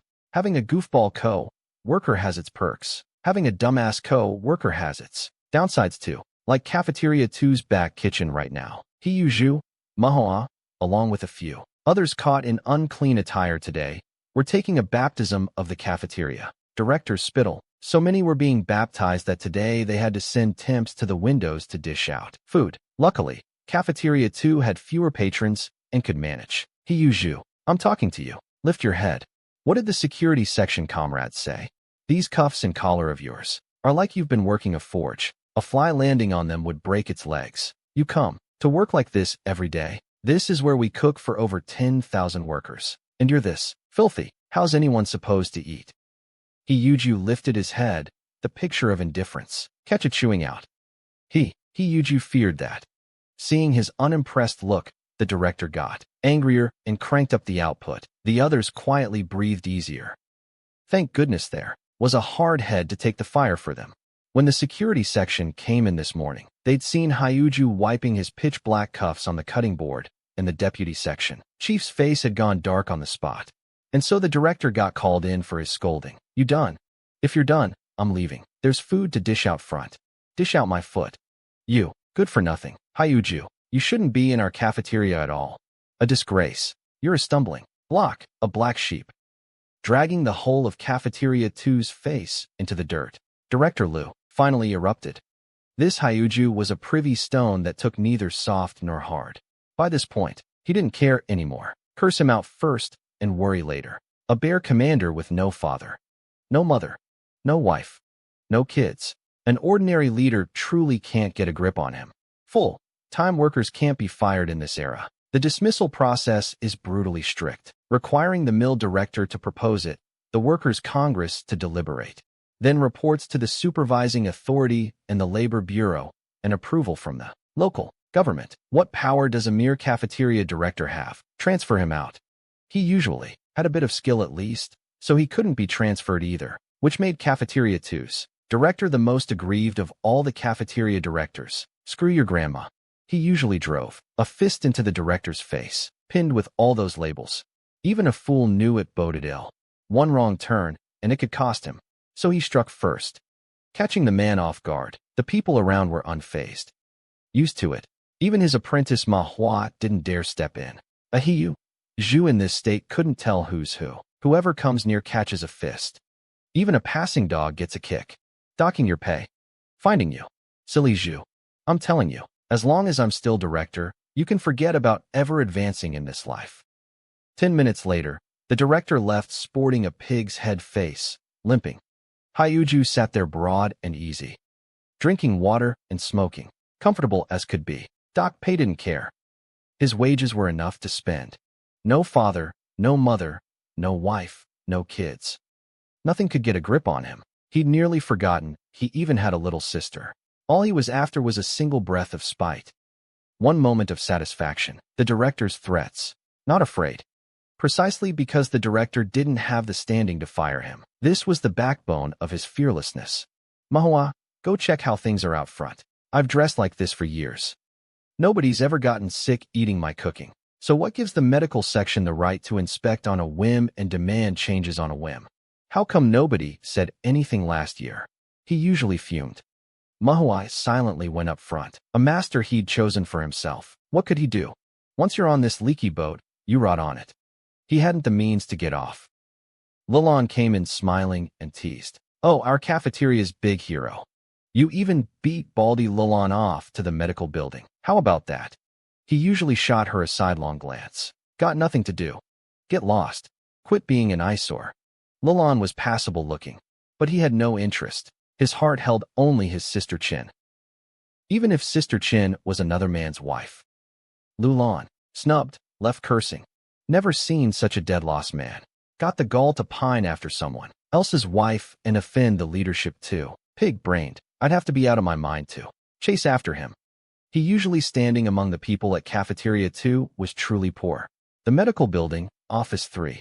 Those who'd only heard about it at noon saw the man himself by afternoon. The fellow before us, the Cafeteria 2 director, nicknamed Baldy Liu, was in a sorry state. True. The two of us planned to take it easy, but with a patient this pitiful coming in and cursing about Hyuju. No less. How could we not see him? Deputy section level at least. We had to give him face. Dr. Jiang, Dr. Su, take a look for me. Pardon the sorry sight. Our Cafeteria 2's produced an unruly bad element. Swollen like that, and he still couldn't mask the grief and indignation. The two of us choked back laughter. Facial composure is the secret to the doctor-patient relationship. I'll needle you to bring the swelling down. Try to get some of it down before the end of shift. Dr. Sue will write you a prescription to decoct internal and external cultivation both. Thank you, Dr. Jiang. Su Jincheng had the prescription done over there, and the nurse had already gone to fill it. He's the famous medicine-filling king of internal medicine, lightning fast. Over here, I'd only just finished sterilizing the needles. Baldy Lu left much lighter. Looking in the mirror over and over, the swelling really had gone down, and he booked the next 2 days with me on the spot. Exceedingly courteous. You see, hold a skill in your hands that others don't, and you can succeed. What's the easiest secret to getting things done? A threshold. Make the threshold high enough. And if you happen to be able to step over it, you win. Either by talent or by skill. He usually's kind. Call it playing himself into ruin. Mother dead young. Father run off early, sister estranged. In love with a widow, hot-tempered, and irascible. He had the whole set of bad luck. And to top it off, no brains. One hand at the walk couldn't save him. Besides, that skill of his wasn't even top tier. People like that you could grab by the handful in Beijing. Who'd be willing to manage him, to give him a leg up? No value. Brother, when this silly Zhu's got real nerve, daring to come down that hard on his own direct superior. Su Jincheng said with feeling. Every new stunt of Hiyu Zhu's refreshed his understanding. Normal. As someone from the courtyard next to his. No exaggeration. Hiyu Zhu's name is famous all over our Nanluo Guxiang. I sat with one leg crossed, diligently filing my nails with a little file. A doctor's hands have to be clean, and nails are the easiest spot for grind to hide. Nail clippers, a rarity right now. Domestic production had just started. Output low. A file was easy to get. Standard issue for the department.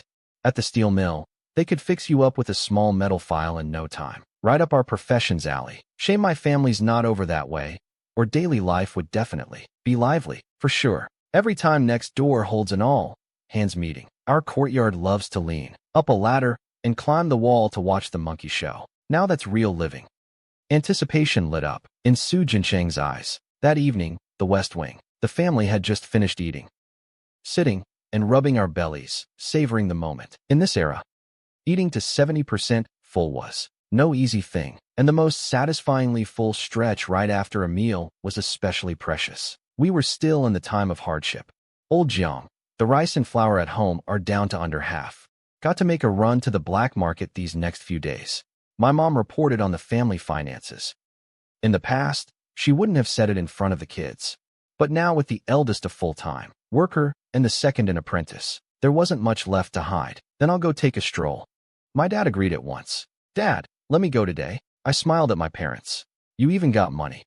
The two of them said it in unison. Wages aren't out yet. Give me a little first. I'm grown now. I'll have to make this trip sooner or later anyway. My son's right. I'll get you 20. My dad backed it. The eldest was reliable, and now with the Jiang one needle, name ringing at the mill. Even he, Jiang Dashin, got greeted wherever he went. Security section, propaganda section, the cafeterias welcome everywhere. Nobody likes to cross a doctor. With backing and skill, and the family members ride the same coattails, then you go. Tell us before you head out, and we'll count the time and wait for you to get back, my mom. Uneasy relented in the end. Number 2 raised his hand. Too young, nobody paid him any mind. Well, you're still little when you're older. Big bro'll take you. I pinched his cheek. 15, and in another family, he'd count as a man, but in ours, there was no need yet to send him to the black market. Lips with no fuzz. Work, you can't trust. 20 yuan wouldn't break the bank either, so better to let me practice. Dare to let go, and you train up a man. Big bro, I want to go in the future too. Number 3 came butting in again. Sure. When the time comes, big bro, and number 2 will take you. I scooped my little sister up onto my lap. Sisters, in the end, are cuter than brothers. Jiangguo.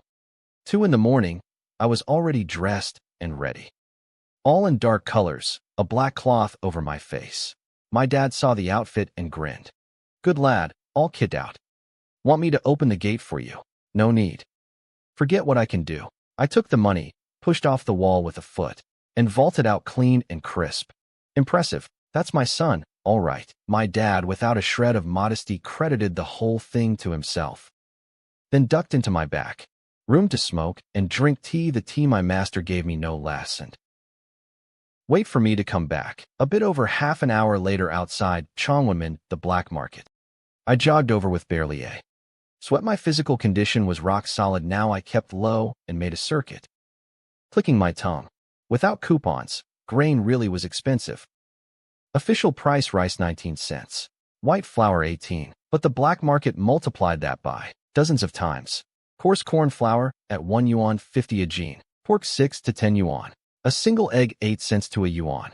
Anything imported, nothing came cheap at the black market. Why come to the black market? The house was out of grain. In this era, coupons or no coupons, you couldn't buy it on the open market, so this was the only place. I'd brought coarse grain coupons. Fine grain coupons were more precious, and the Jiang family had none. And even if we had, we couldn't afford to eat that way. An ordinary full-time worker made 30 or 40 a month. If everyone really bought grain at the black market, nobody could hold up. My family coming today was purely to top off the jar. Holding out till the start of the month wasn't impossible, but there was no need. Spend a little to buy the whole family some peace of mind. Worth it. I bought 13 jin of corn flour, and the money was about spent. The rest would have to wait for the first month's wages. 10 some days off. Out of the black market, I cut into the inner city district within Chongwonmin. Now was when the real danger began. Patrols, and those with ill intent, both about. Grain stowed in the Camp Horwood chest. I pinched 3 three-edged needles in each hand, the bloodletting kind, and stuck in the right spot. They truly can kill. Carry a sharp weapon, and a killing edge rises on its own. You always need to be on guard. A bright moon hung overhead. The road easy to walk, but that made it easy for the patrols to spot people too. So I gave them a wide berth. Freeze. Put your stuff down. Or taste your grandpa's big stick. In the next alley, someone was robbing the robbers. I tapped my toe and swooped up onto the wall like a giant bat. A cloud happened to veil the moonlight, helpfully hiding me. I looked down, old acquaintances. The first elder from next door. Yi Zhonghai, Jia Dongxiu, and He Yu Zhu. This silly Zhu had nerve. Beat his boss in the daytime, and came to the black market at night like nothing happened. The two highwaymen were dressed all in black, faces covered, much like me, holding only thick, heavy wooden clubs. No guns. Made sense. Rob an ordinary grain buyer in the capital and actually pull a gun. You'd be a pure idiot. Don't be rash. Zhu, give them the grain. Yi Zhonghai dropped his voice. He Yuzhu's clenched fist slowly opened, and Jia Dongshu had already readily flung his grain sack out. Ha, smart. Eat the big stick and miss work, and you'll owe more. Your grandpa's kind-hearted. Just want the grain, now scram. The three flung down their sacks, raised their hands, backed out of the alley, and bolted. He Yuzhu, not worked up now, was scared too, and shot off head down fast. Fear is instinct. Nothing shameful about it. I'd quietly swapped the three-edged needles for filiform ones. Knocking them out was enough, simpler than killing. I'm an angel in white, a lifesaver, not a life-taker. 2 filiform needles cut through the air, sinking precisely into the robbers' necks. NGH. Thud, thud. 2 of them hit the ground. I dropped off the wall and happily hauled away all 3 grain sacks. I didn't rob Ai Zhonghai. I robbed the robbers who robbed Ai Zhonghai. With a clear conscience. Return them to their owners. Nonsense. An angel in white has to eat too. Don't let the angel in white eat. And watch how fast he changes into black. HSSS. Ai Zhonghai's got money. 10 jin of white flour. I was shocked, living up to his billing as one of the notable rich in the original story. Stingy elsewhere, but generous when it came to food. Made sense. A fitter does heavy physical labor, and you've got no strength on an empty stomach. Who wouldn't value his own neck? He Yuzhu's sack held 2 jin of pork. Good stuff. Only Jia Dongshu was a tightwad. 5 jin of corn flour. Whatever. He Yuzhu and Yi Zhonghai are pleasant surprises, and Jia Dongshu's a throw-in. In a fine mood, I quickened my steps home. The outer courtyard. Whoa, son, you've got luck like this. My dad's eyes shone. I didn't say I'd robbed robbers. Just that I'd run into people getting swept, who'd dropped their things in a panicked scramble and fled. and I'd pick them up. Perfectly reasonable. There's always such a lucky soul. Only, others rely on luck, while I rely on skill. So. Good luck and quick feet. Very modest, me. Next time run as fast as you can. And it's fine if you don't pick anything up. Safety first. If it doesn't work out, I'll go in the future. You getting caught would look bad. Smack. My mom landed a slap on my dad's back. Pa, Dad's wrong. My dad caved instantly. Mom will make you a big pot stew tomorrow. I was thoroughly looking forward to it. Old Jiang, don't you go blabbing on the loudspeaker. Don't worry, wife. I'm no fool. My dad pointed at the meat and flour and rattled it right off. These are all what we stored before New Year's. The old grain at the bottom of the chest and the cured meat. Eat them now, or they'll go bad. My mom, satisfied, pulled my dad off. Nearly 4 o'clock, and the son's a doctor who heals and saves. He's got to sleep well. After they left, I passed the 2 filiform needles through a flame.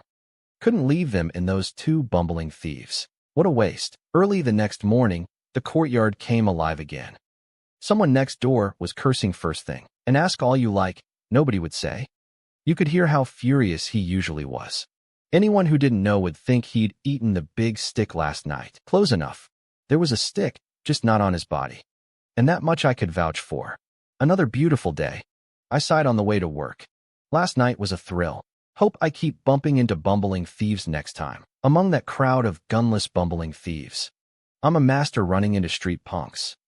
Invincible. Rob ordinary folks. No, I'm an angel in white. Rob bumbling thieves. Yes, that's robbing the rich to help the poor. Morning, Jinsheng. How'd the haul go last night? Had to have a haul. Door shut. Su Jinsheng told it like a storyteller serial, and I loved listening. The black market grain prices really are frightening. No kidding. I brought a whole month's wages and got wrung dry. Su Jinsheng lamented, the black market earned more than a doctor. Got to keep working to advance, or will soon be unable to afford grain. That ambitious heart of his pounded away. In the time of hardship, it counted as a kind of motivation. The 2 of us picked up our medical books and buried ourselves in them. In medicine, you review the old to learn the new. Noon, Cafeteria 3. Cafeteria 2 was off the list for now. Going there knowing better would just be irritating. In Cafeteria 2, Hyuju still wore that forge worker outfit. Refused to change come hell or high water. Hard-headed. Everyone else had cleaned up. Damn that silly Zhu. If I don't make his life hell till the day he dies, my heart won't rest. Baldy Lu walked off clutching his chest, truly unable to stand the sight of Hyuju. He was scouring the whole mill for an angle. Report Hyuju for taking food home. That was a cafeteria open secret. He usually just flaunted it too brazenly in his string bag, but the evidence was still too thin to finish him off. Director Lu, leave the needles in 20 minutes. Come once more tomorrow, and you'll be about right. You've got a good constitution, you'll recover fast. Director Lu smiled. Reflexively touched his head, then awkwardly withdrew the hand. Suddenly his eyes lit up. Doctors, is there any way to treat my hair loss? Su Jinsheng was completely out of moves. That, I really can't do. Director Lu immediately turned to me. Su Jinsheng was just a tag-along. Otherwise, he'd have gone straight to Jiang one needle. There actually is a way. I gave a modest smile. The 2-piece set of the middle-aged man. Kidney deficiency plus hair loss. I can handle both. Truly. Dr. Jiang, save me. One sentence, and a middle-aged man was begging me. The feeling of being needed soared. Let me take out this round of needles first. I didn't know whether to laugh or cry. I had a premonition I was about to become the most popular man among the steel mill's middle-aged and elderly men. Lie down. Director Lu, I'll needle a few points. Come back next Monday. 1 course a week, and in 2 or 3 months you'll be about right. Wind or rain, I guarantee, I'll come. Knives falling from the sky, and he'd still come, as long as it works. Bai Wei raises. The yang secures the hair. Feng Qi treats seborrheic hair loss and alopecia areata. Feng Fu unblocks the meridians, regulates qi and blood. Turnover. Shen Shu tonifies kidney essence. Treats kidney deficiency hair loss. Ganshu soothes the liver and regulates qi. The go to for late night hair loss. Shuahai moves the blood and nourishes it. Each time I named a point and set a needle. Su Jinsheng beside me answered fluently, Seamless teamwork. You could tell his acupuncture had improved a lot lately. Did Director Liu have any objections? None. He couldn't afford to cross Jiang one needle. So would he dare cross through the medicine bag? Any doctor at all, he couldn't afford to cross. Leave the needles in 20 minutes. Just wait lying down. The neighborhood committee, Director Wang's office. Su Fugue smiled, kindly and benevolent. Director Wang shook her head helplessly. Fine. With you here, old Su.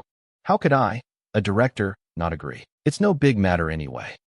Comrade Lu Xiaoyi having this idea is a good thing, and the neighborhood committee should do real things for the masses. Starting tomorrow, she can come to work. Volunteer worker, no official slot. Mind you, the rooms you want to rent are approved too. Now hurry off. Don't hold up my work. Will do. Won't trouble you further. Su Fugue turned and left. Business done. Don't ask what leverage Director Wang had handed Su Fugue. The ugly affairs of that lousy courtyard. Director Wang had always worked hard to cover up. And to keep a lid on things, you've got to be prepared to bear the blowback. You can't expect to reap all the benefits for free. After Su Fugue left, Director Wang's face fell, then smoothed out again at a second thought. Whatever. Lu Xiaoyi coming on as a volunteer worker, a free pair of hands, and done well. It could even count as a bit of an achievement for me. Worth it. She was an achievement chaser. Otherwise, she wouldn't work so hard to keep the lid on. The only thing irking her was Su Fugue's way of getting things done, but she had no other recourse. That lousy courtyard, a breeding ground for bad seeds. Director Wang spat and bent back to her work. Not a single person in that courtyard met with her approval. The back court. Auntie Su was packing the luggage, getting ready to move to the outer court. Forever trailing behind the young couple wasn't right either. Everyone needs a little private space. Get it done. Done. Don't you know who I am? Su Fugue grinned. Devil may care. No wonder Su Demao turned out the same way. Lu Xiaoyi's eyes shone. Dad, really, of course. Starting tomorrow, just go steady. Don't do anything too tiring.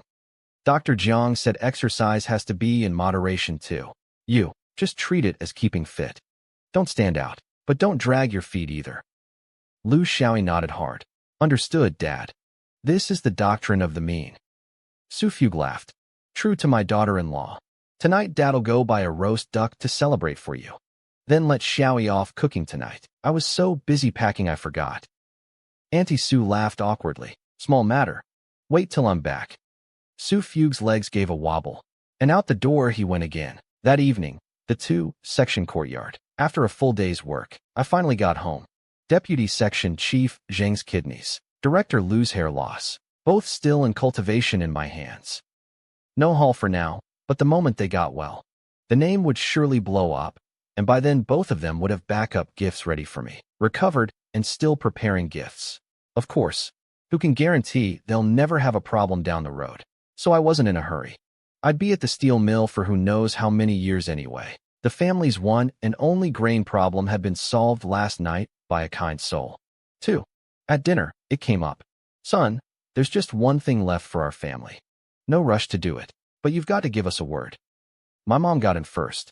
Under the table, my dad's leg caught a kick, and he stopped his chopsticks at once. Oh, right, your mom's right. When in truth, he hadn't heard a thing. Tonight was big pot stew, pork stewed with cabbage, so fragrant his tongue was about to fall off. He'd hardly eaten meat since New Year's. Mom, you mean finding a partner and getting married, right? That's it. My mom beamed. Son, you got someone. Eat your food. My mom glared at my dad. Get one bite of meat, and you go foggy. Off to the side with you. My dad lowered his head and silently shoveled rice. That's how a man is, when he's of no use. Best to find a corner and savor his happy time. Mom, I haven't even hit the legal marriage age. No rush. There'll be plenty of time for you to fuss over it down the road. For now, just sit back and enjoy your son waiting on you. Settle down to spur the career. Build the career to spur settling down. The older generation all thinks this way. I'd seen enough of it not to be annoyed. Mom's not rushing, just a reminder. If there's really a good prospect, snap her up quick. My mom clenched a fist and gestured, cracking up the whole room. Don't worry, if there's really one I fancy. I'll knock her out and haul her home for you. Effed. Jiangwu sprayed a mouthful of water onto my dad's face. Dad, I didn't mean to. My dad wiped his face. It's fine. Next time, get your projection steps perfect for me, or this master and father is going to give you a good thrashing. Next door, the Su household. Damao, how have you felt these last few days? Su Fu kept fretting over his son's health. Real good. Not drowsy getting up early. And riding out to the countryside the other day, I even felt strong. In a couple more days, it'll be Monday. I'll go to Brother Jiangwen for another needle. I've got a feeling this time it'll definitely work. Su Damao brimmed with confidence. No liquor. Truly none. His head shook like a rattle drum. The doctor had said it. Break the rules, and it's ruined. Ruined, and he'd be Yi Zhonghai of the backcourt for the rest of his life, getting by only on scheming against others. He had no such plans. Even when the logistics department leaders called him out to drink, he didn't go. Worst case, be a projectionist his whole life. Didn't his dad come up the same way? Trade a hazy future for a child of his own. That account balanced out. I see you haven't been running around with that silly Zhu lately. Good. Now even when silly Zhu curses me, I can't be bothered. I learned a move from my wife. Treat him like air. As long as I don't get angry and don't engage, the one who ends up miserable is him. Su Damao said it smugly. This was the rough prototype of emotional cold shouldering. He Zhu had real luck, getting to sample even this in an era like ours. The middle court, Yu sat at his doorway stewing. He didn't get it. Why had Su Damao stopped coming to needle him? Why was his own needling getting no rise anymore? What had gone wrong? Inexplicably, he had that same neither here nor there taste he got from Sister Qin. Qin Huiru's play hard to get routine. Su Damao's cold treatment. Yu had missed neither. Sampled them all. Lovely. Yeshu. Tell me, why is it that with Su Damao, I get the same taste I get from Sister Qin? The baffled Hyushu sought out his sister. Hyushui laughed. Are you out of your mind? Someone ignores you, and you've got a reaction to it. Come on, I want to rest. She was still in high school. Only 16 this year. But poor folks' kids run the household early. She'd long since seen it. This blood brother of hers was probably done for. The unfixable kind. And today she'd even been dragged out to be asked a question like this. What decent person could make sense of it? Bang. She shut the door, sat down at her desk, and started writing and sketching. Her own matter, she'd asked a woman teacher she was closest to, who'd given her a few plans. She'd kept them pressed deep in her heart, and now it was time to get familiar with them. This brother was truly at the end of the line. 1. Sit the national exam for an out-of-province university. Fill every preference with out-of-province schools, never a local one.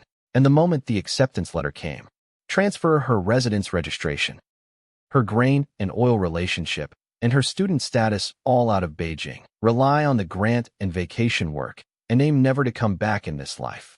2. Actively answer the call to go up to the mountains and down to the countryside. Off to settle in a production team far away. It wasn't yet compulsory, but if she got truly desperate, the neighborhood committee would send you off with gongs and drums. She didn't want that for now. She still wanted to try for university. 3. Sit the exams for an out-of-town vocational school, nursing school, or normal school. Graduates get unified job assignments, landing straight in an out-of-town county town or township, with a proper official slot, respectable and stable. And one last move, the big one. Enlist in the army straight out of high school. He usually got an objection. Take it to the conscription office. If you can stand up to the People's Liberation Army's iron fists. These days, she'd quietly cut down how often she asked He Zhu for money, never opening her mouth unless she truly couldn't make ends meet. And silly Zhu, far from sensing anything off, had even counted himself lucky back then that his sister was growing up fast and sensible. How could that be a good thing? He Zhu scratched his head, couldn't figure it out. He had one virtue, can't figure it out. Don't bother. Next time just corner Su Damao and ask. Compared to using his head, he far preferred using his fists. The backcourt. The old deaf one's room, staring at the cracked corn porridge, pickled vegetables, and wowata before her. The old deaf one set down her chopsticks and counted off the days on her fingers. 1 day, 2 days, 3. No. Today I'm supposed to eat the meat you brought. How'd it turn into wowatu? What's that foolish wife of Ai Zhonghai's playing at? Did she pocket my meat? Other things she could endure, but no meat. Not happening. She lived on a thick face for exactly that one mouthful of food. She grabbed her cane and headed out. The middle court. Ai Zhonghai was out for a stroll, and the moment he saw her he hurried over like a dog. He only felt he was respecting his elders. "Old lady, what brings you over? Just call, and I'll come help you." "Zhonghai, didn't we agree today that Zhu would cook a meat dish? How'd it turn into pickled vegetables?" Zhonghai spread his hands. He'd known this. Old lady was a glutton. "It's really not that we're not preparing it for you. Zhu's been like he's lost his soul these last few days. Today Yushue came home from school to nothing to eat. He didn't cook at all. He was puzzled too, just beat his boss. Was that worth being this out of sorts? First he'd ever seen of it. The old deaf one went quiet, then turned to worrying about her grandson. "Should we go take a look? I was just about to." "Well, lucky to run into you. Let's go look together." Zhu's door's unlocked. Maybe something's happened. As first elder, I've got to help the courtyard's young ones out of their confusion, don't I? The old deaf one wanted to laugh, but the thought that she'd still be counting on Zhonghai to see her off when she died kept her from cracking it. "Zhu, it's me and your granny. We've come to see you." Zhonghai's faked, kindly voice, paired with the old, deaf one's whole, worried about her grandson look. How did Zhu come to ruin? These two couldn't be left out. They absolutely had a share of the credit. Shu watched the two of them through the window, taking turns, consoling Zhu, and before long silly Zhu was all cheerful again. Beyond saving, just wait to die. She spat, shut the window. "Out of sight, out of mind. Come. Granny'll go avenge you." The old deaf one tugged at Zhu, making to head to the back court to vent the grievance of Su de Mao snubbing him, but she only said it. In the back court, Su Fugue and his wife were watching like tigers, and she didn't dare actually go bully someone's son in front of his own mom and dad. Did she really think they were dead? She dared say it because she knew Zhonghai would stop her. "Hey, old lady, you're just like a child. I know you want to vent for Zhu, but we can't really go. Next time. Next time." Zhonghai intercepted successfully. The old deaf one had never planned to go, but Hyujo didn't know. And the fool felt even more grateful too. The two of them, starved of love, starved of parental love, starved of every kind of love, and a bootlicker on top of it. A natural, prime target to be played. Beyond saving. "Granny, listen to First Elder. You haven't eaten yet, right? I haven't either. Let's have a meal. You wait. First Elder, you come to have a drink." Zhu excitedly pulled them inside. Zhonghai went in, satisfied. "Right. Has Yushue eaten? Call her over.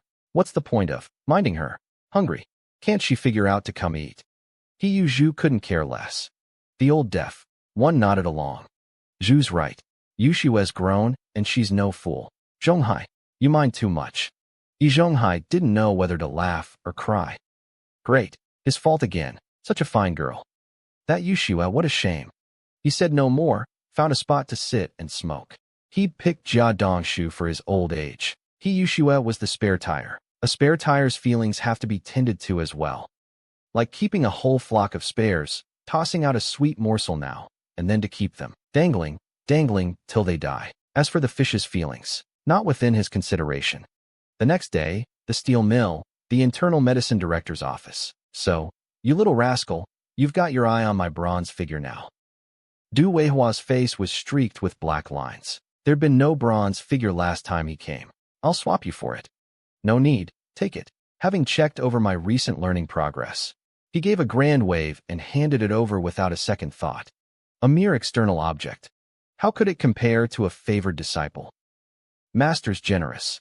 Tell me any troubles in life lately. None. I didn't even think money was enough. Wages nearly out. No shortage of cigarettes since Deputy Section Chief Jung and Director Lu each brought a pack. Every visit, no important coupons to buy either. As for taking a wife, no rush. I'm no lecher, and I'd certainly never be like some who fix their eyes on Chin Huiru the moment they transmigrate. I'd seen her, not the peerless beauty the legends made her out to be. Then get lost. Work hard and find me. If you're short on anything. I carried off my beloved bronze figure. Found a spot with no one around and packed it into my inventory. A power more surging than the wooden figures, a body more solid, mighty. Office 3. Su Jinsheng had gone out on inspection, with several days still to go, so the office was left to me alone again. Boil water, brew tea, smoke, read the paper. A plain, unadorned day. Knock, knock, knock. 3 in the afternoon. Come in. A greasy, half-bald, middle-aged man came in carrying a Christian carp. Director Liu, why bring a fish? Lately, he'd hardly lost any hair washing it, and when his wife felt his scalp, fuzz had actually sprouted from the bald patches. What did that mean? A divine doctor, a divine doctor. A doctor this. Impressive was bound to be a figure down the road, like Director Du Weihua. He'd love to have Director Du take a look, but did he have that rank? Director Du's patients were the mill director, the deputy directors. What was he? Nothing. Dr. Jiang got lucky today, came by a fish. Take it home after work and eat it. It's fresh.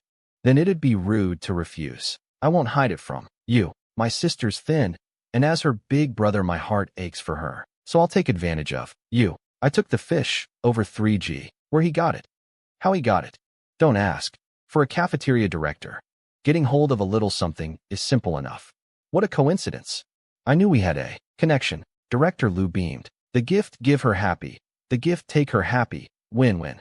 Sit tight. I'll sterilize the needles. I gave a light flick of my fingers and one filiform needle after. Another dove into the alcohol bottle like fish. All gathered. A wipe of the hand and the silver needles were in my grip. That sterilizing trick alone, nobody in the whole mill hospital can do it. Director Liu was truly impressed. You flatter me. Acupuncture's about all I'm good at. Modest, as ever. Swish, swish. The needles went in, and Director Liu shut his eyes to savor it. His scalp warm and comfortable. Leave the needles in 20 minutes, I know. Right. From here on use a hot towel on your scalp before bed. Works even better. Got it. I'll boil water the moment I'm home. He knew his nickname, Lou the Baldy. So he planned to quietly put in the work and dazzle everyone. Trade up for a new nickname. Say, Lou the Forest, with the hair growth working. He'd lately not even bothered with Hyuju, only pinning the blame whenever leadership came nitpicking. Cafeteria too short, staffed, poorly kept, missing a fish today, all Hyuju's doing. None of his. A cook who doesn't pilfer. The crops don't come in. Reasonable enough. He left rubbing his head. Having even put on a hat. These days, with a head full of hair, it was precious. The Mediterranean ring. Too painful. You wouldn't understand if you hadn't been through it. I tossed the fish into the Camp Horwood chest. Inside was a vacuum. No rot. No spoilage. Steady. A cheat sure is convenient. Back in the office. Director Liu cradled a little mirror admiring his fuzz in great spirits. One fish, and he'd hooked a divine doctor. A killing. What good thing should I send next time? Shame the leaders haven't had any private meals these days. Or I could add some meat for Dr. Jiang. His sister's so thin. What's vision? This is vision. Using public goods to grease private connections. Generous, yet costing him nothing. Beautiful. He refused to believe that Deputy Section Chief over at Security didn't get this principle. 2. Knock knock. Come in. It was Hyuju's good-for-nothing apprentice, Manhwa. Director Liu, I'd like to take leave and head out early. There's something at home. What is it? My dad sent word. My second uncle's come to the house. Told me to go back for a bit. Approved. Don't be late for work tomorrow. Director Liu signed off. Right. You've been learning the trade from Silly Zhu 2 years now. How's it going? Can you handle a big pot dish yet? He looked at Manhwa with a hopeful sort of gaze. Manhwa gave an awkward smile and oddly felt a touch of guilt. Director Liu saw it. Didn't even need to look to know Manhwa had learned diddly. Of course, you expect he use you to be willing to teach an apprentice. He'd just found himself a pair of hands to do the grunt work. His asking was purely to needle and to drive a vicious knife into this master. Apprentice. Bond besides, killing doesn't require a real blade. I understand you young people. Study hard. The cafeteria needs fresh blood. Any problems, find me anytime. If I can help, I surely will. A gentle knife is the hardest to guard against. His calculation was simple. If Manhwa had ambition, he could help. But Manhwa had to prove his value first, and then he'd lift Manhwa up and kick. Hyuju aside, a skilled Hyuju was hard to fire, but with a better young man for contrast. Hyuju became dispensable. Even if Manhwa couldn't surpass him, no matter. Today he'd spent only a bit of spittle casually tossing out a chess piece. Manhwa walked out, and Hyuju sidled up. Did that Lou the Baldy approve it? If not, I'll go beat him. Purely wanting an excuse to keep pummeling Director Liu. Master, he approved it. I'm off. Manhwa was thoroughly disappointed inside. Yuju really treated him as an excuse to go beat the leadership. Absurd. He gathered his things and left. Behind the door, Director Liu let out a breath and wiped his glistening forehead. Damn it. So Yuju's lying in wait for me here. I don't approve and he beats me. Full-time workers being this hard to fire. The position I spent the first half of my life gifting my way into is worth a fart. He went back to his seat and poured tea. To cool his temper. A cafeteria director, he had tea at least. Give me a chance down the road, and I'll damn well let this idiot know what I'm made of. That evening, the two-section courtyard. I came home with the fish-eyed, jungled up, and got unanimous acclaim from the whole family. A 3-gene carp, fresh. My mom set a pot on to stew it right away. Jiangbei wasn't actually pitifully thin, but that greedy look of hers was endearing. Big bro's amazing. Naturally, I held my head high, basking in my siblings' adoration. Son, it's not going to be a problem, is it? My mom pointed at the pot. Won't come to that. A patient's gift, and thanks. Anyone with an objection can take it up with every doctor in the world. Full of confidence, me. My dad grinned.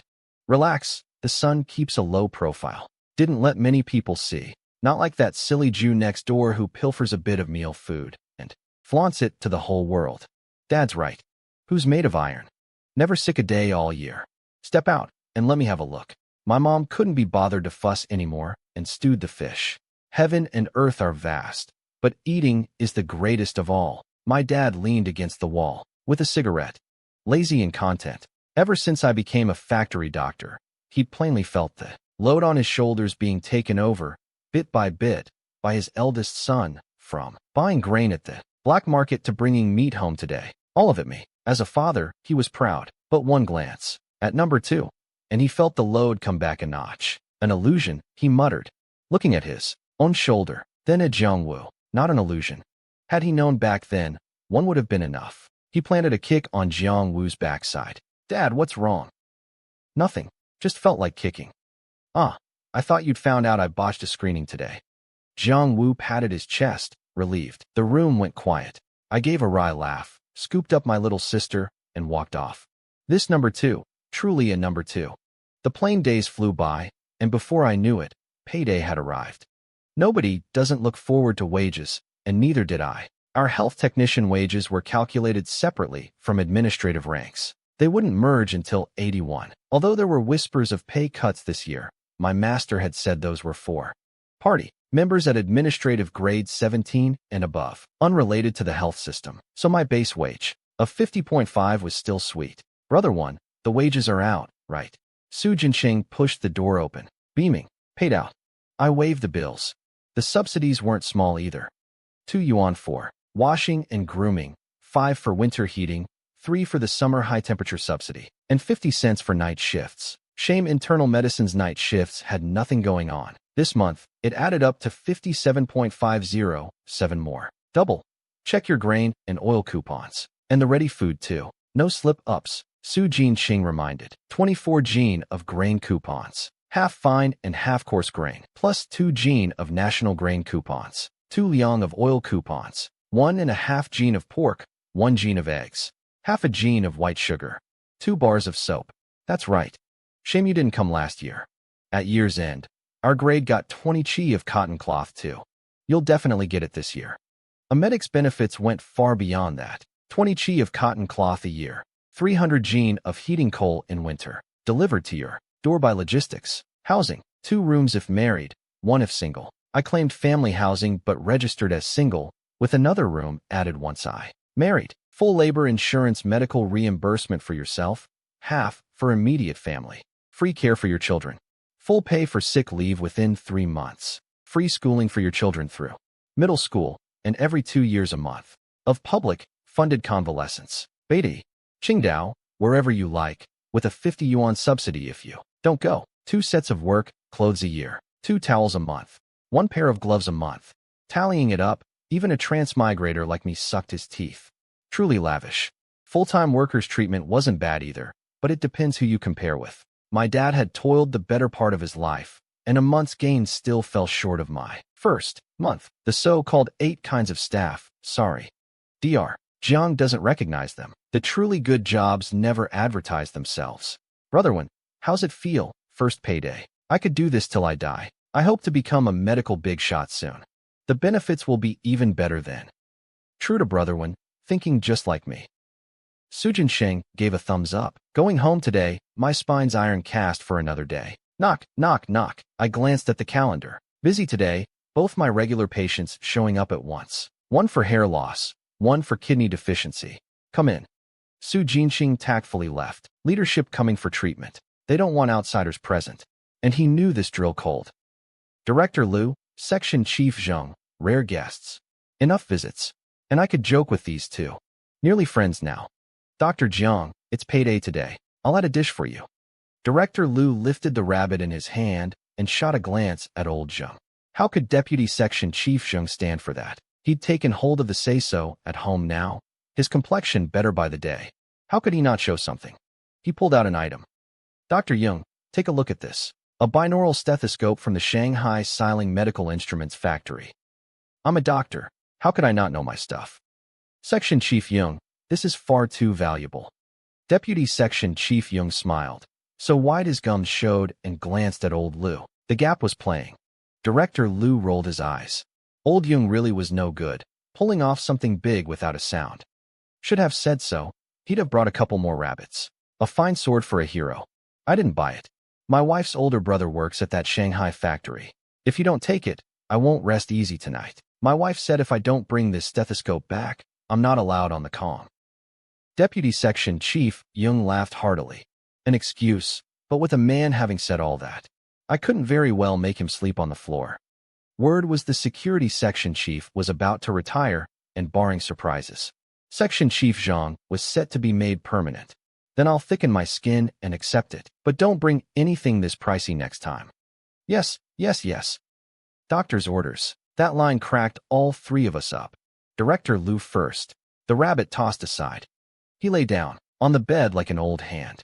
Section Chief Zhang dutifully found a stool and sat. An hour later, the two of them left refreshed and bright. I sterilized the needles. Didn't wait for Su Jincheng, and carried the stethoscope straight to the director's office to honor my master with it. Mainly I figured my master didn't seem to have a stethoscope. Du Weihua gave it a glance, disdainful. Take that and play with it yourself. Your master's got one, just doesn't use it much. With that he pulled an even better one from his drawer. I silently took the stethoscope back, tilted my head up at the ceiling and hummed a tune, not the least bit embarrassed. Huh. You little rascal, you're a riot. Your master may have no use for it, but you've got the thought, and that makes your master happy. Considerately, he gave his disciple a step down. Right, I got paid today too.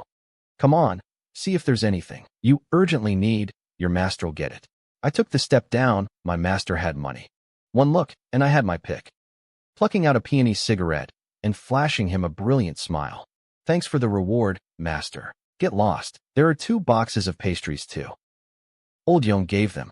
Take one. I'll bring the rest home for your Shermo. Then I won't take it. Bring it all home for Shermo. Forget it. Your Sherma's a glutton. She'll polish off 1 box in a day.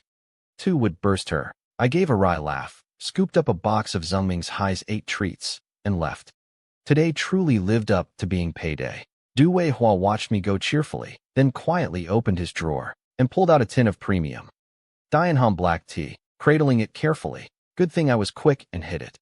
Or that scamp would have made off with it too. That tea was a gift from Director Li of Logistics. Beijing 8 treats. You think Director Du treasures those? Who hasn't had them? Nothing for it, but to bring them home to his wife. The kids weren't in Beijing anyway, so better given to his precious disciple. Oh, and the old yang from his mouth. That's the steel mill's director to Director Du, just one old yang, that's all. My master had no taste for Xingming's High's flaky crust 8 treats. I did, they were the top-tier pastry. That only cadres and high intellectuals enjoyed. I'd meant to give my master something, and ended up netting a box instead, hauling the cigarettes and pastries back to the office all at once. Su Jinqing still wasn't back. Usually he'd circle around and return in an hour. How come there was no sign of him by now? Co-workers, after all. I went out to look. In the steel mill, what could go wrong? Easy to say, but the mill had no shortage of unusual figures, and there really was a chance of trouble. A corner somewhere. He Yuzhu, one hand on his hip, jabbed a finger at Su Jincheng, and bellowed, "Speak. What gives you the right not to treat me? Am I not a patient? Just because I didn't drink the medicine you prescribed back then, you blacklisted me. Su, you say it, isn't that right?" Righteous indignation. Cornering a doctor by name. Is that something a normal person does? Su Jincheng couldn't be bothered to explain. He'd come out to keep his distance. How'd he run into a scoundrel like this? Fortunately, he'd just run into an acquaintance, and someone had already gone to fetch the security section. "Speak. Out with it." He Yuzhu stepped forward. The very image of workplace bullying. Su Jincheng laughed in anger. "Fine. He Yuzhu. I guarantee you'll regret today. So I blacklisted you. Internal Medicine Office 3 won't treat you. Got an objection? Wait till I get back. And not one of Internal Medicine's 6 offices will be willing to treat your illness. Believe it. Even a clay figure has 3 parts temper. You're a full-time worker. Is he? Sujinching not. He could go his whole life without eating at cafeteria too. But he didn't believe Hyuju would go his whole life without catching a cold. The veins on Hyuju's forehead throbbed. But Su Jincheng grinned. "What? Wanna beat me too? Come on. I'm not a leader, but I'm a doctor. You dare lay a hand on me today, and just wait for every doctor in the steel mill to charge your front gate. Come, let me see your nerve." Watching Hyuju press closer and closer, Su Jincheng wasn't the least bit afraid. "Hit me. Got the guts? Then hit me. You hit a leader, the leader's too embarrassed to deal with you. You hit him, and he'll tail you. Hyuju. 24 hours a day. Got the nerve? Then never get sick your whole life. Zhu, stop. Hyuju. Stop right now. On him. Subdue him. Hyuju. You dare lay a hand on our medical section's people today? Just try it." 4 furious shouts from Yi Zhonghai, the cafeteria director, the security section deputy chief, and the orthopedics director. What a coincidence. I'd gone out for a stroll and run right into my senior uncle, and the 2 of us had set out together to find Su Jincheng. As for Yi Zhonghai and the others, Hyuju and Su Jincheng's row in the little woods had gotten loud, spotted early by some helpful soul, and word spread from 1 to 10, 10 to 100, and the crowd gathered round. Who was fastest? The security section comrades eager to make merit. Plus, there was the deputy section chief's order. A burly fellow flashed sideways, closed in face-to-face, and slammed a big roundhouse into Hyuju's gut. And this courtyard god of war became a rolling gourd on the ground on the spot. What kind of people are in the security section? More than half are demobilized veterans, everyone a fighter. A courtyard brawler. Could he afford to throw himself into that? Reporting, section chief. The ruffian subdued. The fellow saluted. Deputy section chief Zheng bared his teeth in a grin. Good. I'll mark you down for a merit later. A moment to shine. No leader backing him. Orthopedics director. The internal medicine director's beloved disciple. Dr. Zhang's co-worker. This brimming web of goodwill. Which part doesn't count? And we'd have to thank Hiyu Zhu for his self-sacrifice. Director Liu. So this is one of your cafeteria's people. Director Liu. So this is one of your cafeteria's people. And you? Li Chong pointed at Hiyu Zhu. Deputy Section Chief Zhang. What were your security section's patrols doing? Today, Dr. Su didn't get beaten, but if one day, this man privately retaliates against our medical section's doctors, where am I, a director? Supposed to put my face. I clicked my tongue. The orthopedic senior uncle's aura was this. Ferocious, dressing down Director Liu and Deputy Section Chief Zheng like they were his grandsons. I quickly turned myself into an invisible little nobody and hid behind him. Sense of security, maxed out, and winked at Su Jincheng on the side. If it weren't for my junior brother's disciple happening to run into me today, and he'd come alone and stumbled on this man assaulting our doctor for no reason, what then? Why's everyone gone silent? Director Li seized the chance and went all in. In the past, nobody dared provoke that pack of ancestors at the medical building, and there was nowhere to plant your authority. Today, he usually obligingly provided the opening. Yi Zhonghai's heart lurched, a leader going after the troublemaker himself. Maybe that's nothing, but this was indiscriminate carpet bombing across the board. Big trouble. In the courtyard, he still counted as somebody. In the steel mill, he was nothing. Faced with the questioning, he couldn't get out a single word. Su Jinxing shot his big brother a grateful look, then caught my wink, and the corner of his mouth turned up. This big brother, he was sticking with. Who the hell wants to beat our internal medicine doctor? Step out. Another furious roar. Du Weiwa. The man hadn't arrived, but the curses had. Him straight at Hyuju. Smack. A big slap landed, stunning Hyuju, who staggered a couple of steps. The director's mighty. The medical section doctors and nurses surging up behind cheered. Who doesn't want a leader who protects his own? You want to beat our internal medicine doctor. Old Young. Wrench him up. I'll take him to see the director. Daring to corner our internal medicine people in the steel mill. I'd like to see just how mighty a cafeteria cook is. Director Du didn't spare the cafeteria. Director a single glance. Deputy Section Chief Zheng gave a shudder, took hold personally, twisted Hyuju's arm, and followed Director Du straight to the mill director's office. Yi Zhonghai's vision went black and he nearly toppled, caught by Jia Dongxiu, who'd hurried over. It's over. Zhu's done for this time. I can see it now. Master, silly Zhu, really is a fool. Jia Dongxiu played the straight man feed, struggling to suppress his delight. You expect him to have any goodwill toward Hyuju. The whole world knew Hyuju pined after his wife Qin Huiru. He wished Hyuju would just drop dead. He was no fan of green hats. Jia Dongxiu supported his master toward the workshop. Follow them up. Don't be ridiculous. Those big shots wouldn't deign to glance at you. Count your blessings. All workshop workers. Who doesn't get hurt sometime? Go up against this pack of doctors. Forget it. And Hyuju, his head a total blank. However domineering. That swaggering bluster from cornering Su Jincheng moments ago had now vanished like smoke. Perhaps only now did he understand. An individual's brute recklessness, crashing into the real rules, gets ground to nothing.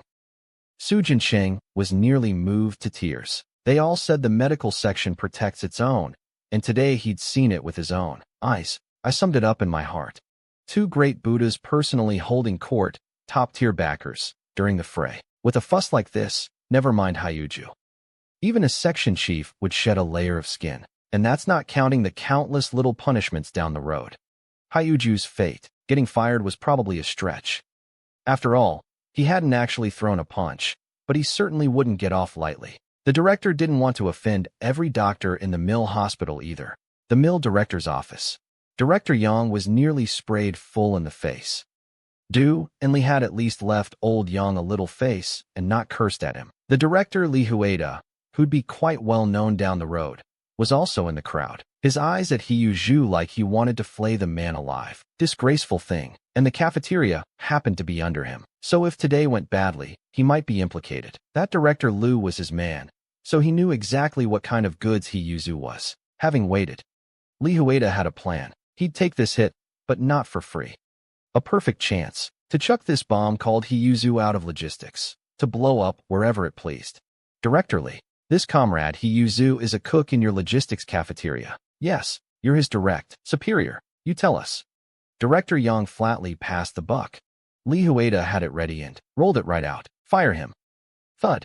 Hyuju sat down hard on the floor. The crowd didn't even bother hiding their scorn. Now you know fear. Where was the bluster of swaggering and threatening? To beat a doctor just now. Director Yang was drinking water and nearly choked. Cough. Director Li, isn't that too far? You know full well what a hassle firing a full-time worker is. And besides, to err is human. He didn't even raise a hand. Considering it's a first offense, transfer his post to the toilets, and I'll agree. Otherwise, no deal. Director Du took a drag, looking Director Yang dead in the eye. Our doctors brave the wind and rain to treat people for the mill, and if I can't protect them when something happens, then this director, may as well go home and read books. This time, if you want to consider it a first offense with no blow landed, then Du Weihua, tender my resignation. Count me in too. With my junior brother gone, I couldn't be bothered to stay either. Junior brother, come with me to the newly built Soviet hospital. Their head reached out to me not long ago. What would I do there? I'm planning to go to the Beijing hospital. The two of them started chatting right in front of Director Yang, embarrassing him to his face. Li Huai nearly laughed out loud.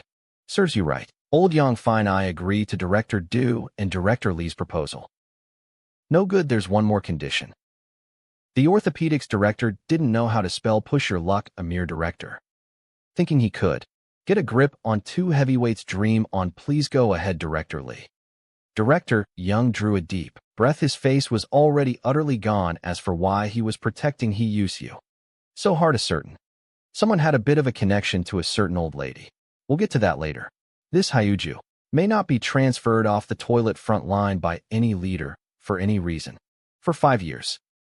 Director Lee pointed at Hyuju with a smile, and facing those baffled, terrified, resentful eyes, wasn't the least bit fazed. Only brimming with mockery. Protect your own. Protect them all the way. Fine. Director Yang agreed without a second thought, and only then breathed easier. Li Chong looked at Hiyuju. I know you don't accept it, but the moment you cornered our doctor and tried to beat Su Jincheng, the ending was set. Don't accept it. Come at me. Come at Director. Do. Either's fine. We two junior brothers will take you on. But if you ever dare touch a medical section doctor again, I, Li Chong, would rather quit the steel mill than not cripple you. That last line, a naked threat. Hyuju gave a shudder, his eyes clearing up considerably in an instant. I'd seen it plainly. Not one good thing in that courtyard next door, and especially this protagonist. A bootlicker. Can his head work right? The matter wrapped up here. Everyone pleased except the troublemaker Hyuju. From today on, he was no longer a cook, but a member of the toilet cleaning crew. Were it not for the special era, he'd have packed up and cleared out long ago. Thank you, Director Lee. Thank you, Director Du. Thank you, everyone. Su Jincheng sincerely thanked every coworker who'd come to help. The two great directors waved it off indifferently and left. To them, this didn't even count as a small matter. And the two weren't bluffing either. The Beijing Hospital, formerly the German hospital, now the Central Leadership's Healthcare Hospital, and the Soviet Hospital, the Future Friendship Hospital, had both extended olive branches to them. A good doctor never wants for a place, wherever he goes. Back in the office, Su Jincheng thanked me over and over. This time he truly felt the power of coworkers helping each other. Big brother, I'm sticking with you. Whatever you ask of me down the road, I'm the first to step up. It won't come to that. We're coworkers and friends to begin with. Lending a hand when something comes up is only right. I clapped his shoulder.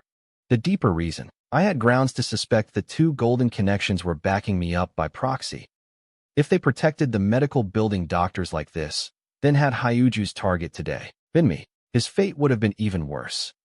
Study the medicine well. This year the two of us advanced together. No problem. The steel mill was no windless wall, and before the end of shift, what Hyuju had done today had spread through all of Nanluguxiang. Before the incident, people still acknowledged him on the street. Now no more. He used to be able to pick up the odd wedding and funeral job. From here on, probably not. His standing was poor to begin with, and now worse. He usually drifted toward the courtyard listless, like a lost soul. Not even able to muster anything when he ran into Su Damao. Su Damao didn't mock him. Following doctor's orders, he was serious about it. But that didn't dampen his good mood one bit. If anything, he was even merrier. His arch-nemesis had utterly bottomed out. How could he not be happy? His complexion even glowed. Tonight I, Su Damao, am going to put this stretch of progress to a proper test. He pushed his bike, eyes bright, gazing toward the courtyard. His wife was waiting. They'd been married only a few years. No rush to have a kid. But it was a thorn after all. And if it could be pulled out, how could he not be willing? Go. Go play somewhere. Quit holding up me learning to cook for mom. Lu Xiaoyi wrenched her hapless man's ear and chased him out. Su Fu grinned and laughed. Damao, remember, when a woman's in the kitchen, we don't go in and add to the chaos. I know. I'm heading next door. Lu Xiaoyi had just whispered, red-faced, for him to go ask that doctor. Even though they'd gotten through the second course of treatment, you keep everything steady to be safe. Su Fugue smacked his lips, suddenly feeling abandoned. Auntie Su pushed open the window and shot him a glance, tickled pink. As for that business with Hyuju, the whole family knew, but none of them cared. Do whatever. Living your own life, well, is the hard truth. Next door, I was sweeping the outer courtyard. A wanderer home gets emperor's treatment the first 3 days, ordinary treatment the middle 3, and by the last 3 has to find his own work. I, a permanent resident, knew it cold, so I tossed the benefits home and came to sweep, leaving my mom thrilled. My dad outmatched by comparison. Number 2 scolded and number 3 doted on, all set. My wages handed home and refused.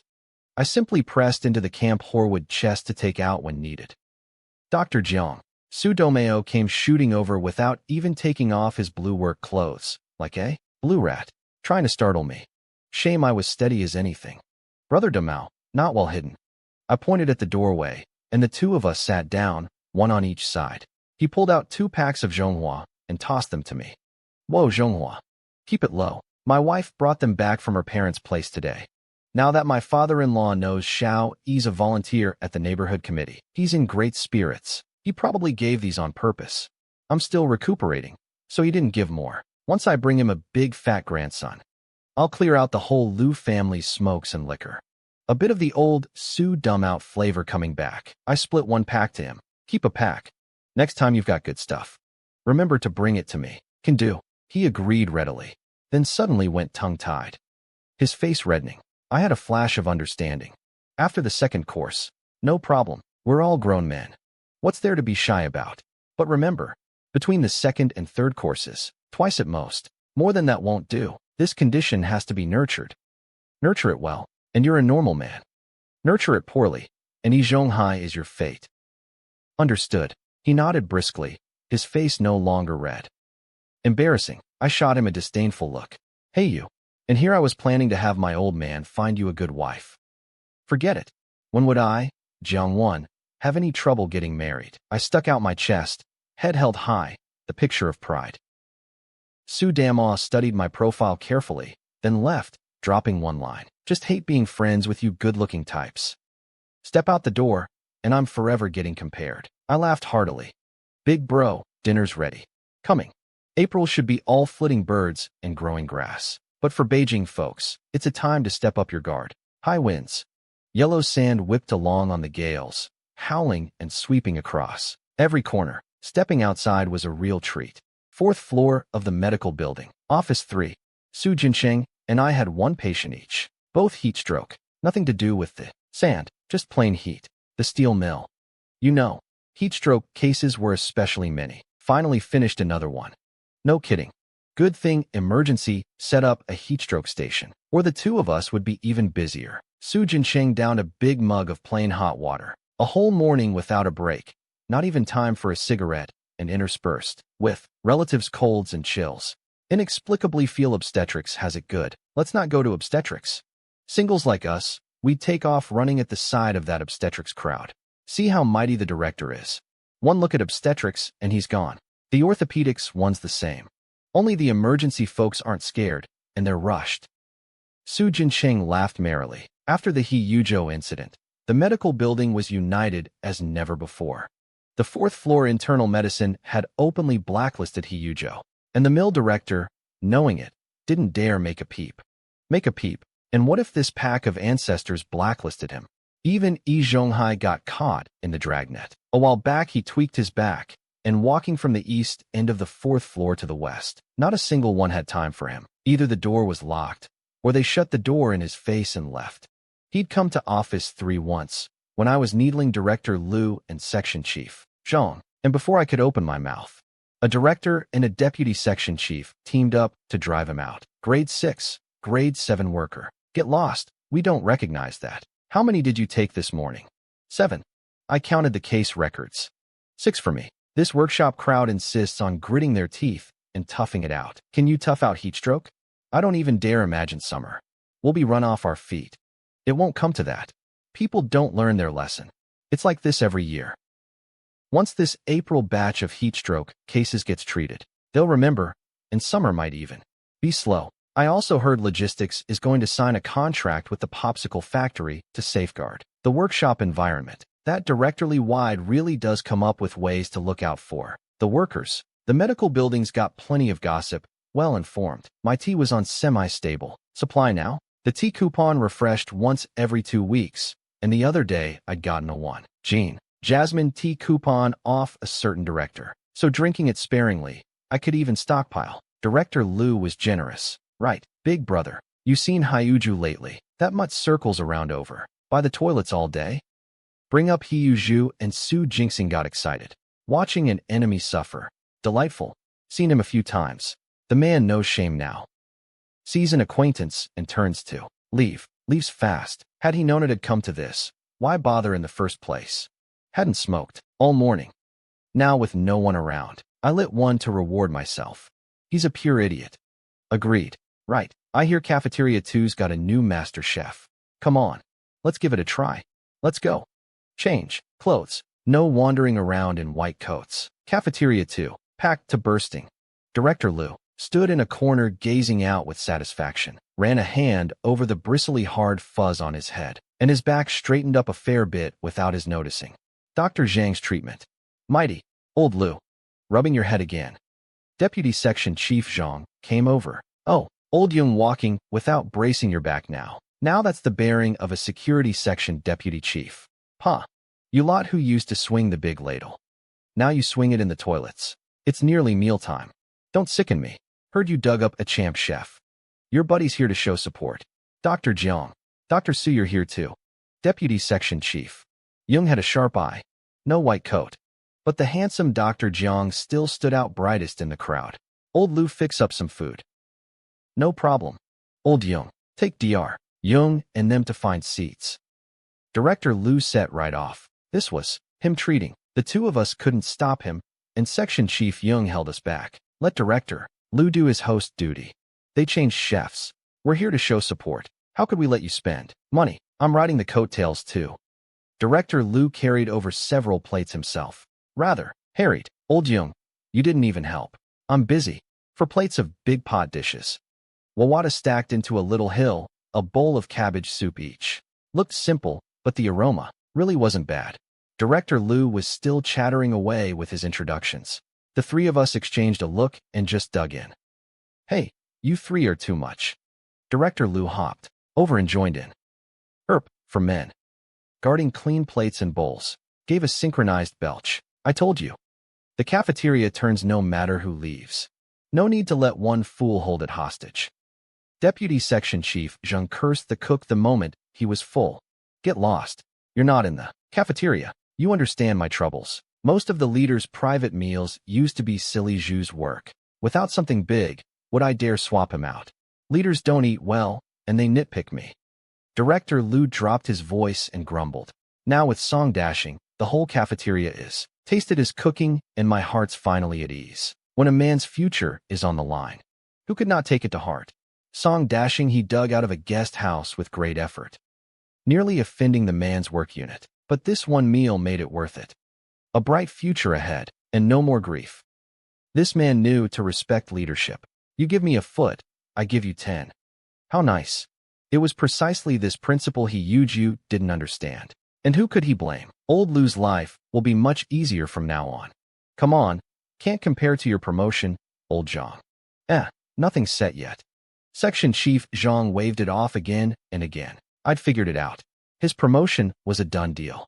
4th floor of the medical building, the internal medicine director's office. Found a good acupuncture book, study from it. Master it through, and you'll about graduate from acupuncture. I looked down, 100,000 golden prescriptions. Acupuncture Volume 1. Internal medicine, good stuff. Thanks, Master. An opportunity to advance, absolutely not to be missed. The barefoot doctor's manual was broad, but not deep. Plain and unadorned by design. By now the one in my inventory and the roving Badwa palm had both nearly turned transparent, meaning I'd nearly absorbed them. So even if my master hadn't offered it, I'd have come asking. Study hard. Ask freely about anything you don't get. Once you've mastered this through, I'll teach you to prescribe medicine. Director Du gave a grand wave. Right. Su Jinxing in your office has a nickname. Su the medicine bag. He's got a hand for prescribing. Lovely sovereign minister assistant courier formulas. Learn from him too. Understood. I'll seek instruction humbly. Now that's a doctor's proper duty. Learn steady. Work steady. And down the road your platform won't be confined to this steel mill. Will do. Right. You can't finish all these panty cigarettes. Let me share the load on these 2 packs. I shot off fast. Director Du smiled and didn't mind. After I left, he shut the door, paced back to his seat, and pulled open the drawer, chock full of fine cigarettes. Foolish boy, what I took out was meant for you, wasn't it? Don't give you 2 packs, and you'd set your eyes on my good smokes. He unwrapped a pack of Panda and lit one. Blissful Panda, the highest grade special supply, near impossible. to find on the market only at state banquets and foreign guest occasions. This pack was a gift to Director Lee from some patient, not many but absolutely fine that evening. The outer courtyard, the first two slots of my inventory, the barefoot doctor's manual and the roving bagua palm, vanished completely. A jolt ran through me. Fully comprehended. Bones and muscles clacked against one another. Both body and spirit took a step further. Everything in the manuals, in a single thought, all came back and clicked into place like an extension of my own arm. I went to the outer courtyard to practice that set of health exercise bagua palm I'd once used to fool the kid. The bagua mother palms flowed in my hands, like drifting clouds and running water, formed like a roaming dragon, turning like a circling eagle, faintly carrying the sound of cleaving air. Jiang Wu's jaw nearly hit the floor. Big bro, how is that health exercise? Whose health exercise is this fierce? Bit fast is all. You flail your turtle fist, flail it fast, and it'd look like this too. Really? I haven't read much. Don't you lie to me. He looked dead serious, holding back a laugh. I nodded. Only after he'd actually flailed a round of turtle fist, all bluster and wind, did he cheerfully believe it and walk off. A little dim is fine. Brother, you've got me. You're big bro. Looking after you. Back in the room, I packed 100,000 golden prescriptions. Acupuncture Volume 1 into the first slot, looked at the empty second slot, and had an idea. Tonight, the black market, to feel around for a Marshall manual. These old things were going to get harder and harder to buy in the open going forward, so better to feel them out at the black market directly, with one of the 3 internal fists, the bagua palm, on me, plus a deadly hand. At acupuncture, 3 to 5 big men couldn't get near. Safe enough, just as I was about to read a while and rest. Little Jiang. Quick. The Wang family's third boy ate too fast and choked. His windpipe. A jolt ran through me, and before my brain had even reacted, I'd kicked the door open and shot out like a ghost. Li Kongjian, who'd come to fetch me, swallowed and hurried to keep up. In the courtyard, Wang Taiju was frantically pounding the third boy's back, the kid's face gone purple. Not a damn bit of use. A life's on the line. I kicked Wang Taiju aside and hauled the kid in front of me with one hand. Everyone back off. Don't get in the way. In an instant, 5 meters around me cleared. The Heimlich maneuver. Just do it. I stood behind the patient, feet split front and back. Both arms around his waist. One hand and a fist pressed above his navel and below the xiphoid process. The other wrapping the fist, thrusting fast inward and upward. One thrust. Another thrust, another. Let the impact jerk the diaphragm sharply up, driving the obstruction out of the airway. Force and speed are the keys. Whoosh. A jet of air, and Wang's third boy spat out half an egg. The culprit. He came to, a forehead full of cold sweat. Wah. Dad. Mom. Crying now, he knew. Everyone breathed easier. Document Dr. Jiang. Wang Taiju looked at me like he was looking at a deity. Brother Taiju, go ahead and hit him. Won't hurt him now. Wang Taiju shot over, scooped up his third boy, and walloped his backside. Smack, smack. Get lost. I'm not your dad. Scared your dad to death. Today I'll teach you a lesson, Mom. Calling dad not working. Wang's third boy turned to beg for maternal love. Old Wang, give him a good thrashing. Beat him too hard, and we'll have Dr. Jiang take a look. Auntie Li glared. Maternal love gone too. The whole courtyard burst out laughing. A crowd of onlookers, eyes drifting toward their own kids. Old Li's 2 sons shot off and vanished with a yelp. Zhang Zigua and Wang Wenbin, the 2 unmarried ones, set their sights on other people's kids. Zhang Dashan looked at Zhang Wu. Itching, bro. Dad's gonna beat me. Zhang Wu took a big leap, straight at me. He'd just seen the print of my foot still on Wang Taiju. His big bro could surely protect him. In the end, Zhang Wu didn't catch a beating. My dad was too busy being proud to bother with that simpleton number 2, occupied with the back and forth of declining gifts with the Wang family. They'd come over to bring something. In times like these, every household had it hard, and economy cigarettes and erguodu were already a rarity. But 3 declines and 3 offers was the proper etiquette. After a round of polite back and forth, everyone was pleased. A bit past 1 in the night, I changed clothes and vaulted over the wall. This was the advantage of living alone in the outer court. Up and gone whenever, without disturbing anyone. The moment I left, The gate next door creaked open. The gatekeeper deity Yin Byug opened it. With Yizhonghai, Jia Dongxiu, He Yuzhu, and Lu Haizhong behind. The trio robbed last time had gained a new member, making it a foursome. Payday today. Exactly the time to spend. Only Yin Byug weaseled out, refusing to go for anything, just asking them to bring things back. What fine risk shifting.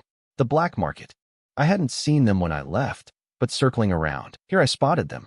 Heads down, backs hunched, deliberately stooped. But that build, that bearing, was as glaring as a candle flame in the dark to a doctor's eye.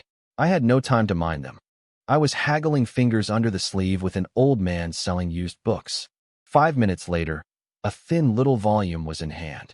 Having practiced Bagua Palm, one glance told me it was the real thing. Zingi Yiquan, one of the 3 internal fists, also called Sini Liuha Quan, drawing on the 5 elements and the forms of 12 beasts, striking hard and pressing forward with nothing in its way. Bagua Palm leans towards speed, grappling, and the sudden vicious strike. This Zinjiquan bores straight through everything. For fighting, more satisfying. Home, into the inventory. The boost surged in at once. I struck a Sani stance. Chicken legs, dragon body. Bear shoulders. Eagle claws. Tiger leopard head. Shoulders loose and elbows dropped. Chest hollowed and back pulled. With a Bagua foundation already, this horse stance was no challenge for me. Master one method, and all methods follow. Opening up, the 5-element fists. Splitting like metal. Crushing like wood. Drilling like water. Pounding like fire. Crossing like earth. Closing and reopening came the 12 forms: dragon, tiger, monkey, horse, snake, chicken, swallow, sparrowhawk, water, lizard, tie, eagle, bear. Each taking the form of a beast one round through. And my spirit surged, miscalculated, should have practiced after a nap. I sat on the Kong with a wry smile. Now I couldn't sleep, whatever, close my eyes and rest. Ride out the night. The one downside of being single, not even someone to keep me company. Early morning I was woken by birdsong and flower scent. Leet Swawa cursing at the top of her lungs. The 2-section courtyard's people came surging out. Wang Taiju took one look and his face went black. His wife had been doused in dirty water. "In bug away. Are your dog eyes blind? First thing in the morning, if you're not awake, yet don't come out and disgrace yourself." Wang Taiju shielded, his wife behind him, all guns blazing. "Number 1. Number 2. Fetch the chamber pots. Today, hey, I'm going to splash that miser Een right in the face. A way of protecting your wife, real down to earth." The old neighbors said nothing, but as if by prior agreement, curled into a half circle, blocking Een Byug at the doorway. Litsawewa had plenty of faults, but in the courtyard, she was genuinely well-liked. This time, Een Byug had hit an iron plate, 2 chamber pots in hand, no small stink. Een Byug's eyelids twitched wildly, and he waved his hands again and again. "Old Wang, calm down. I really didn't see your wife come out. How about you give me the clothes, and let my wife wash them for you? Screw you and your ancestors. If this was on purpose, I'll wring your head and pour 2 pots of piss down it. Let your family wash them." More like the clothes shrink by half once they reach the Yin household. The whole courtyard burst out laughing. Even Yin Byug's old neighbors from next door laughing. Out loud. The stereotype, rock solid. Yizhonghai came out pinching his nose. "Old Yin, pay up." "Nonsense. You flap your lips, and I've got to pay. Is the Yin family's money blown in by the wind?" Mention money, and Yin Byug blew up on the spot. Head may fall. Blood may flow, but money never goes out. He'd rather take a pot of piss than eat a pot. "On me." Wang Taiju, decisive, flung the chamber pot straight into his arms. Yin Byug reflexively caught it and got drenched in yellow soup. Dry heaving on the spot, he probably couldn't fathom it. Shouldn't this be the haggling part right now? Whose game of fight the landlord opens by slamming down the 4-of-a-kind bomb. Run. Old Wang's lost his temper. The 2-section courtyard crowd, while next door hadn't reacted, slipped into the toilets and queued up, and ahead of a crowd of gawking passers by, no less. A great success. The storm passed, everyone back to their own business. Except Litswawa. When had she ever taken such humiliation? After cleaning up and finishing the cooking, she grabbed a bucket of water and went back out. The old neighbors, afraid she'd get into trouble, hurried to follow. There stood this leading lady of Nanlo Guxiang. Planted broad and easy at the gate of the beast courtyard, a bucket of water at her left foot, an enamel mug in her right hand. She took a sip, opened her throat, and let loose, dumping yesterday's foot, washing water on a neighbor first thing in the morning. What kind of intentions are those? Picking the exact time folks head out to splash it. Out to spite people on purpose, are you? Don't think Hudong neighbors are easy to bully. And don't see me fond of chat, and take me for a soft persimmon. Living in a courtyard's all about neighborly harmony. 3 parts courtesy at a nod. And you go using your wicked hearts on the neighbors. Hide inside and play dead. You can dodge the 1st of the month, but not the 15th. If I don't pin you down in the street and curse you all night, I'll write my surname Lee upside down. HSSS. Everyone sucked in a cold breath. Impressive. I gave Wang Taiju a thumbs up. My Annie, there is this. Serves them right. Who told them to dump filth out with their eyes shut? Don't teach them a lesson, and they really think us old neighbors are soft persimmons. Wang Taiju, a driver, had a nimble tongue too, firing off string after string at the other side. Thoroughly satisfying. Li Tsua gulped down a whole mug, wet her throat, and kept up the assault, cursing so fiercely the passers-by heading out to work all gave the place a wide berth. Before transmigrating, what I watched was always the male lead outwitting a pack of beasts alone. Never figured that after transmigrating, it'd be team battles and group brawls. Made sense. Live next to the beast courtyard without a little skill, and that pack of menaces would have wrecked you long ago. Knock, knock. Come in. The nurses each led in a string of patients. The 2 doctors' eyelids twitched. Not even an hour of peace into the shift. Zhou Xiaoyan and Wang Shirley briskly set down case records, queued patients, handed out stools, busy yet orderly. The 2 of us exchanged a look and got into the zone. Acute cases I needled, slow 1 Su Jincheng prescribed. 1 needling, 1 prescribing, seamless teamwork. These patients had also been triaged by the nurses first before being brought in. Nurses these days had many skills, able to lend a hand with aches and fevers. Who doesn't want to advance? Nurses and doctors' wages differed by quite a bit. 11 o'clock, the 2 near-burnt-out doctors slumped and rehydrated. I was fine. Su Jincheng wore a face of despair. I want to apply for more manpower. Next life. I rolled my eyes. Come on, it's too exhausting. Office 6 still has only 1 doctor. They've got it worse over there. How did Su the medicine bag skill get trained up? Last summer, his door never closed all day. Workers and relatives queuing. Nothing to it. Just practice making perfect.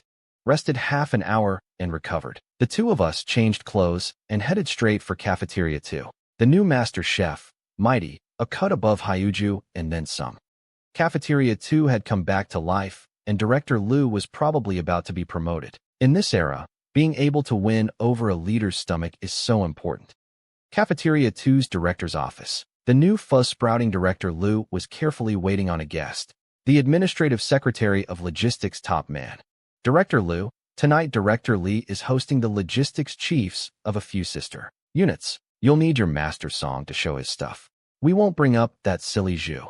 I trust the steel mill's cafeteria doesn't grind to a halt for the loss of 1 privy digger, understand? Understood, understood. Rest assured, leader. Director Liu bent at the waist, promising again and again, his eyes sweeping the ingredients in the corner, and his heart gave a start. This spread was no small grade. Let Master Song open up and show his stuff. Once the leaders eat to their satisfaction, down the road, the secretary left the half-sentence hanging meaningfully and breezed off. Director Liu trotted off to see the chief secretary out, came back, and inspected the ingredients. A soft shell turtle, an old hen, a slab of evenly marbled pork belly, a 4 or 5 gene carp for pork knuckles. Good grief. Top grade. That soft-shell turtle alone was a treasure that gave many people pause. And this was 1960. This time no skimming off the top. Let Master Song do it right. Once I'm past this test, next time I'll save Dr. Jiang some good stuff. When he could pass a hand through the oil, and when he couldn't. Director Liu knew it cold, or he wouldn't sit steady in this post. He rubbed his hands and headed straight for the back kitchen. Song Dashjin was making his rounds among the temps and full-timers dishing out food, quite satisfied. The steel mill's rank and file were far more honest than that bunch of slick old hands at the guest house. Half the reason he'd let himself be recruited was the guest house's style. The oil and water ran thick, but that swarm of vermin would help themselves to anything, and he had no backer. Who doesn't want a golden connection to latch onto? Too. Besides, the price Director Liu offered was enticing. Old Song. Song Dashin saw Director Liu hurrying over in 2 steps as 3 and quickly went up to offer a cigarette.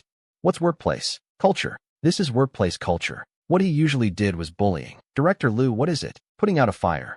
A private banquet. Master Song's eyes lit up. Got the ingredients and I can cook it, no problem. Seeing you this frantic, I thought you were going to make me cook on it. Empty pot.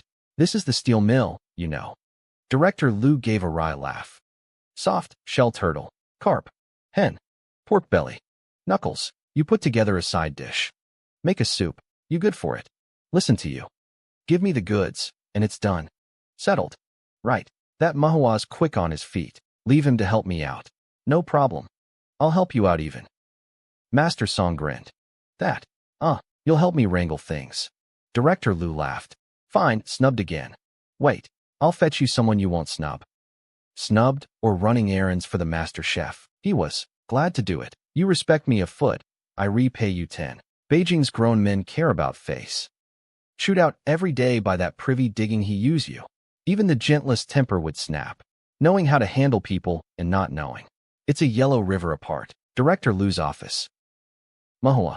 This is an opportunity one went to great lengths to beg Master Song for you. You're no fool these few days. You can see Master Song's cooking is better than that privy digger's, and he's a better person too. Seize this chance. Work well with today's private banquet. If Master Song takes a shine to you, I'll vouch for you and let you cut ties. With that, privy digger directly. Master and apprentice, one body, one heart. I've never seen he use you care about you once. As for whether he actually taught you the trade. I needn't spell it out, right? Director Liu wasted not the slightest opportunity. Missing nothing above or below. Whether the credit went to him or not made no difference to manhwa. Master Song asked for manhwa by name, so the conclusion was right. And the rightness or wrongness of the process didn't matter. Even sages have selfish motives, let alone old Liu. Manhwa drew a deep breath and slowly let it out. Young people, who doesn't want to advance? Really burn 5 years on a privy digger. Who could guarantee anything 5 years later? He usually had offended every doctor at the medical building. Now there were Director Li and Director Du. And down the road there might well be Director Su, Director Jiang. Young people can't gamble their lives on someone else's passing whim. Thank you, Director Liu. Watch me perform. Director Liu smiled and tossed him a pack of Dakian men. Sweeten your mouth a bit. Your hard work and grit I know about. The rest is up to your skill. If Master Song really takes to you and wants you, come find me. Manhwa gave a 90-degree bow and left. He use you. Oh, he use you. Let me see what skills you've got left after 5 years of digging dung. Director Liu sneered toward the toilets. People who hold grudges often remember kindnesses too. Avenging every slight, repaying every favor. Clear on both. Near the end of shift, the cafeteria got busy. Leaders coming, the private kitchen had to bring out its best. Director Liu wiped his brow, smelled the meat's fragrance, and felt much more relaxed. Secretary Wu, you've arrived. Li Huida's secretary drifted out like a ghost and gave him a start. Secretary Wu handed him an economy cigarette. The cigarette didn't matter. When he arranged Hyuju's private kitchens, he never got this treatment. With you here I'm at ease. This new master chef of yours, Director Liu, is quite something. Director Liu was so pleased, he was nearly blowing snot bubbles. Hyuju, oh good riddance. He almost wanted to go thank Hyuju. Workplace culture isn't all that profound. Sweet mouth, picking the right side.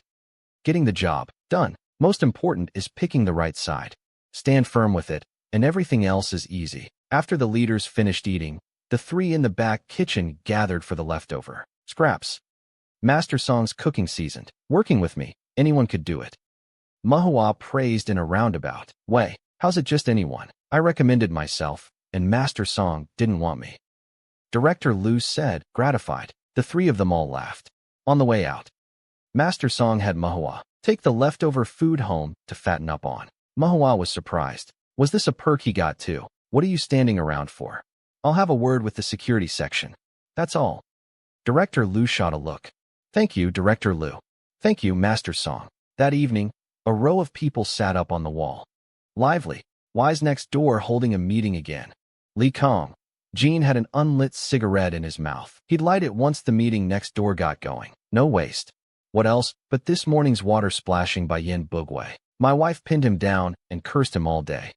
Cursed till the neighborhood committee's ears went numb, and they ordered his courtyard to hold a meeting and make Yin Bug write his self-criticism. Wang Taiju held his third boy, grinning brilliantly. The people setting up the 8 Immortals table in the middle court next door heard that familiar, grating laugh, looked up at the wall, and they knew. No good people in that courtyard next door. The Su family watched the show from a corner, even waving at me. His complexion had improved a lot lately.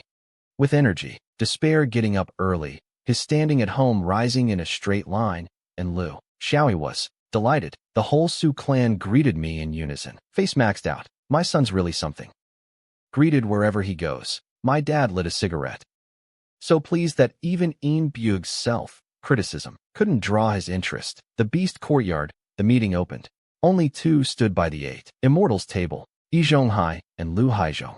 Yin Bugwei didn't rate standing there, too shameful.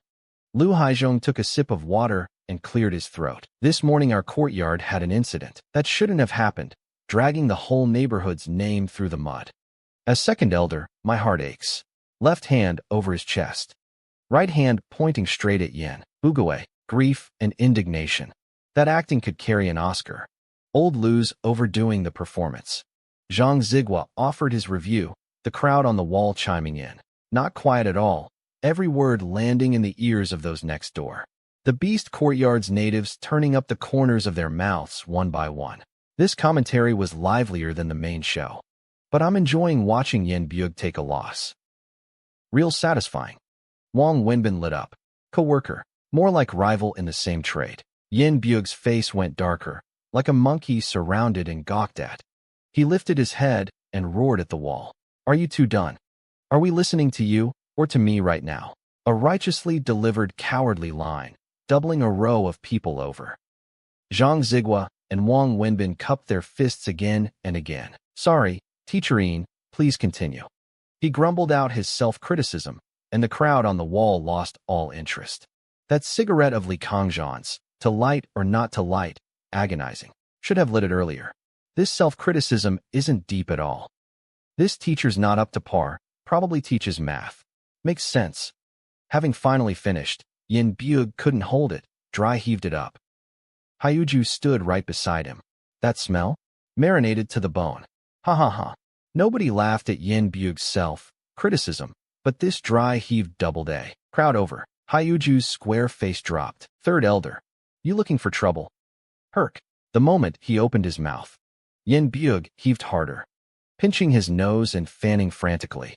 Legs scrambling backward to retreat. The redder Hyuju's face got the more he talked. There'd been people standing beside the two of them, and now within 5 meters not a soul drew breath. The very image of a street-clearing tiger, who emptied the place wherever he went. Lucky we're sitting up high, or we'd suffer too. Wang Taiju, Hyuju's arch-nemesis, mused, not forgetting to stomp him while he was down. Look at that teacher, Yin, truly pitiful. First elder, aren't you going to do something about Yin Bug? Pushing things too far, Hyuju stamped his foot, looking to Yi Zhonghai. In his daze, Yi Zhonghai seemed to see a cloud of green miasma rushing at him, as Hyuju opened his mouth. Herc, Zhu, you're right. Herc, first elder will surely help you. Hyuju went silent, covered his mouth and nose with both hands, and breathed out a puff. Staggered 2 steps, and thud, keeled over. The crowd. What did this guy do? Knocked himself out. Don't tell me he got stunned by his own breath. Nobody noticed that I, up on the wall, had already vanished. Hyuju, not saving him. Stunned by his own breath. That needling environment. Best not. I didn't see it, so it's nothing. My dad smiled at my retreating back. My youngest boy's got an upset stomach. I'll head off first. And over the wall he went. The others caught on. Vaulted the wall in tacit agreement. Gathered at the front gate at last. Dropped the bolt, and lined up to block the entrance. Open up. Hyuju's passed out. Yi Zhonghai's shout came from outside the gate. Our Dr. John's out on a house call. Not in. Go find someone better. Wang Tieju's voice carried an edge. Don't pound the door. Break it, and I'll crush your egg buns. The pounding stopped at once. Yi Zhonghai was no fool. No need to offend people over He Zhu. Just go fetch another doctor, wasn't it? Stunned by his own breath, he'd come around with a little time. See, offend a doctor. And there's no good end. Wang Taizhu spread his hands, grinning ear to ear. The taste of being on good terms with a doctor. He knew all too well. His own son still owed the man a life. I quietly poked my head out. Mainly it's that he usually's too stinky. Plus he offended everyone at the medical building. I'm not about to offend my co-workers by proxy over him. Understood. Dr. Zhang went off to treat someone the moment he got back. Doesn't know a thing. I can vouch. King of Heaven himself shows up. Today little Dr. Zhang's not home. My grassroots base, quite broad. Half an hour later. Cursing came from next door. A doctor woke He Zhu, took the money, and left grumbling. From that day on, He Zhu got famous, stinky silly Zhu. Not cute, descriptive. The security section, the deputy chief's office. Secretary Wu, Director Li wants me. That's right. Then let's hurry, mustn't keep the leader waiting. Deputy section chief, Zheng perked up. This year the security section chief should be retiring. And by rights he, the deputy chief, would move up. But here, not everything goes by rights. And he feared someone might be parachuted into snatch the spot. Lately, he'd been scheming to find a connection. Without one, hard to climb. Secretary Wu smiled. Lately, doing things for the leader had gone exceptionally smoothly. The people he met, all clever ones. He'd also heard Deputy Section Chief Yung had that. Dr. Tune up his body, and Cafeteria 2's Director Lu too. Other things he didn't know, but seeing Director Lu's head full of new hair, he dared conclude Director Du's disciple really had the goods. Looks like what his own leader wanted. He'd found the logistics department, the director's office, far bigger than a section chief's. Secretary Wu saw the man in and withdrew, shutting the door. A secretary's duty is to spare the leader trouble, not add to it. Li Huida poured a cup of tea and pointed with a smile. This year's new tea. Give it a taste. Old Zheng. Deputy Section Chief Zheng sprang up like a spring, cupping the cup in both hands, not even feeling the heat. Who'd mind his own future being hot to the touch? Fine tea. He looked Li Huida over. Young, flamboyant, an overpowering presence. Eyes frighteningly bright. His expression carrying arrogance and an edge. Put him in that chair at this age, and he'd be even more arrogant than Li Huida. But without the arrogance, how to suit the bearing of a young, brash man wielding great power. This flavor, right? Glad you like it. Have little Wu bring you to Liang when you leave. Thank you for the reward, leader. Those two lines settled Deputy Section Chief Zheng's future. Li Huai threw out an olive branch. Deputy Section Chief Zheng took it. From now on, he was of Li Huai's faction. We're all comrades. That way of putting it isn't right. Yes, Director. I'll self-criticize. I won't hide it from you. Old Yung, calling you here this time. There's something I want to ask. Li Huida suddenly switched to a different face. In that instant, Deputy Section Chief Yung felt Li Huida finally seemed like a person. The state he'd been in moments ago was like a political machine. Unsettling. Deputy Section Chief Yung left, never expecting that the divine doctor who'd saved the latter half of his life's happiness had a surprise in store for him too. From today on, fellow patient, +1, the logistics office. Li Huida sipped his tea, quite moved. There's number 40 year, old man, without his moments of inability. And besides, he played around plenty, but he couldn't summon that doctor. He had to call in person. For someone with high medical skill, the proper respect must be there. Besides, the man's connections didn't even give Director Yang face. And he was still angling to climb into Director Yang's seat. The contrast was plain. Little Wu, come here a moment. Secretary Wu Flash appeared. A round of murmuring. Understood. Shall we go then? Let's. The fewer who know about this, the better. He had little Wu draw Su Jinsheng away first. First time, you've got to save a little face. Internal Medicine. Office 3. Su Jinsheng was called off by Secretary Wu, and I was puzzling over it when the door pushed open and Li Huai came in smiling. Only then did I understand Secretary Wu's unspeakable difficulty. Turned out it was Li Huida. So roundabout. Connections +1. Dr. Yung, I'm Li Huida. Not feeling well. Came to have you take a look. No problem. Raise your hand. I'll read your pulse. Utterly professional me. I didn't even ask what ailed him. To make someone submit, you bring out real skill. The Deputy Section Chief Jung and Director Liu of before.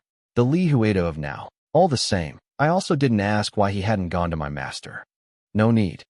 Even old Yang going to my master for treatment had to first inquire whether my master was holding clinic that day. Face. The moment I started, I diagnosed a stretch of it.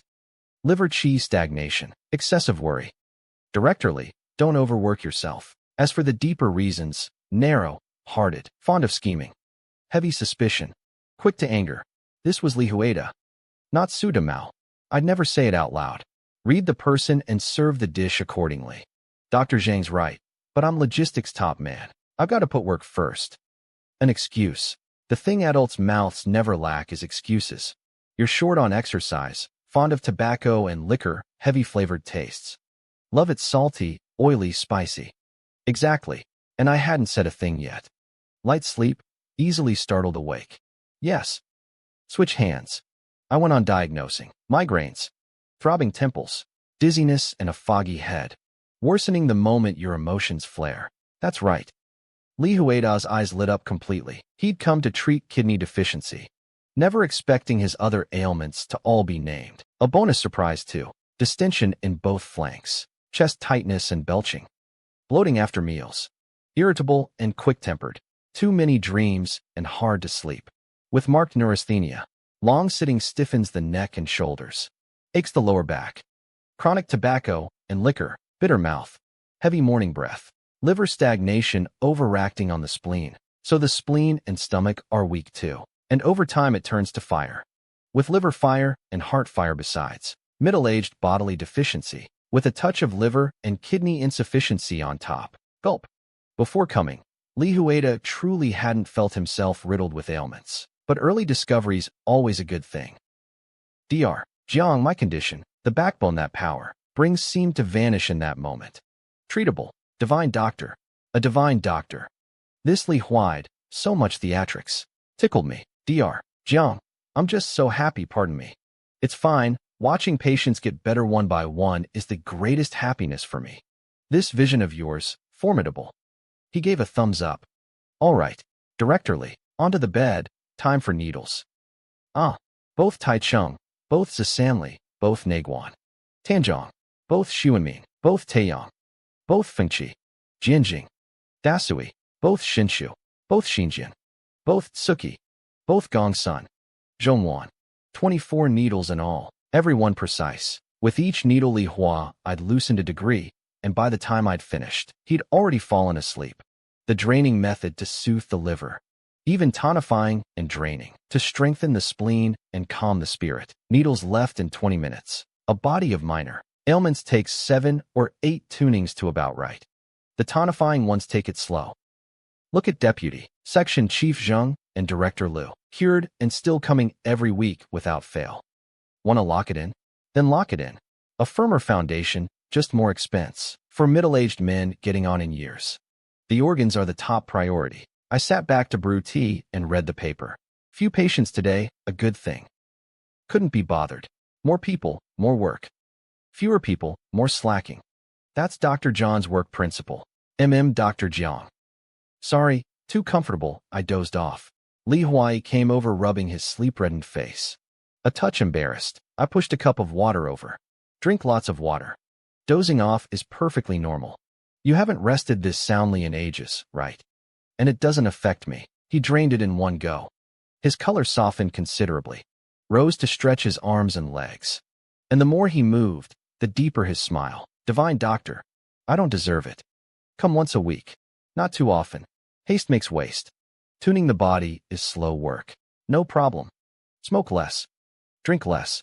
Less spice. More warm water. Also, I've tuned your kidney chi too. Stay away from women's company for 2 weeks. Once the tuning goes deeper, arrange it freely. Don't overwork yourself. I'll do exactly as Dr. Jiang says. Li Huai agreed readily. Someone's doing right by him. He had to know good from bad. As a man, you can't be too he use you.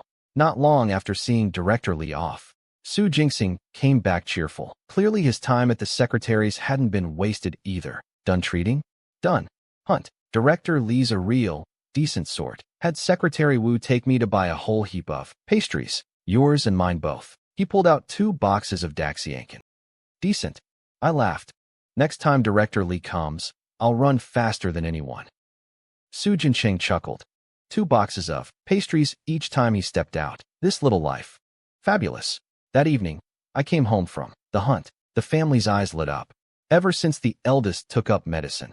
The Jiang family's days had climbed in a straight line. Last batch of pastries isn't even finished, and here come 2 more boxes of Daxiankin today. Truly a happy headache. My dad got the goods and still played coy. Off with you. Finish the last batch first. Save these 2. I'll take them to the grandparents on the rest day. My mom glared at him. 2 boxes, 1 per family, and you send a box to your side too. The 2 of them looked at me. I gave a belch. I'd eaten too fast just now, swallowed the pastry. No objection to sending some to Grandpa and Grandma, and to Granny and Grandpa on Mom's side. You 2 figure it out. My mom didn't know whether to laugh or cry. Poured a cup of water. Turned around, and found my dad had joined the battle to wipe out the pastries too. Whatever, too sentimental to eat them and they'd spoil, which would be the real waste. Better to finish them off quick. The family finished the pastries and drank porridge to fill the gaps. Without a little porridge, it never feels like you've eaten. Anything fun next door? What? Ate too much and want to climb the wall for some exercise. Idle anyway. Come on, up the wall. Take a look and you'll know. So they treated next door like a zoo. Idle, or not first climbing the wall for a stroll. Fine. An amusement at least. Whether the beasts next door liked it or not had nothing to do with them. The normal folks in that courtyard couldn't even be bothered to leave the house once home, sparing themselves being targeted by the beasts. Hey, why are you climbing our family's wall again? The crowd looked down, an 8 or 9-year-old snot-nosed brat, with a smug look. I thought it was somebody. Isn't this next door's little thief Gag? The one who spoke was our number 2, Jiang Wu. What? Since when did this wall the 2 courtyard share get stolen into your Jia family's hands? I don't see your Jia family's name carved on this wall. The crowd roared with laughter. Jiang Wu didn't like using his head or studying, but his tongue was nimble. After learning projection from his dad this long, he'd trained it up some. Projectionists need a slick mouth. You're talking out your ass. The little thief Gag, small face, flushed crimson, jabbed at a sore spot. I'm talking out my ass. You dare point at the heavens and swear you've never stolen anyone else's things in the courtyard. Seeing him about to actually swear, Jiang Wu changed tack. Just messing with you. You swear, and I'll still call you the thief Gag. Naya, got the nerve. Climb up and fight me. He stood on the wall, hands on hips, laughing like he didn't know the height of heaven. The adults laughed harder. Kids' business. Kids handle it. Nothing to do with this gawking crowd. Besides, Jiang Wu wasn't wrong. This small and already daring to say. Our Jia family's wall. Grown up, he'd be claiming all of Beijing belonged to his family. What's that little brat of yours saying? Mrs. Jia squeezed her fat frame out the doorway, hands on hips, opening fire. Pa, thief Gag. Cry and you call for Granny. Shame, shame, shame. Jiang Wu rolled his eyes, ignoring Mrs. Jia entirely, focusing his fire on Jia Gong. This had even the people in the courtyard next door laughing. Mrs. Jia, the kid's right. Your darling grandson steals, and you always say he's just a child. Don't hold it against him. How come when Jiang Wu's a child too you hold it against him? Not shameful.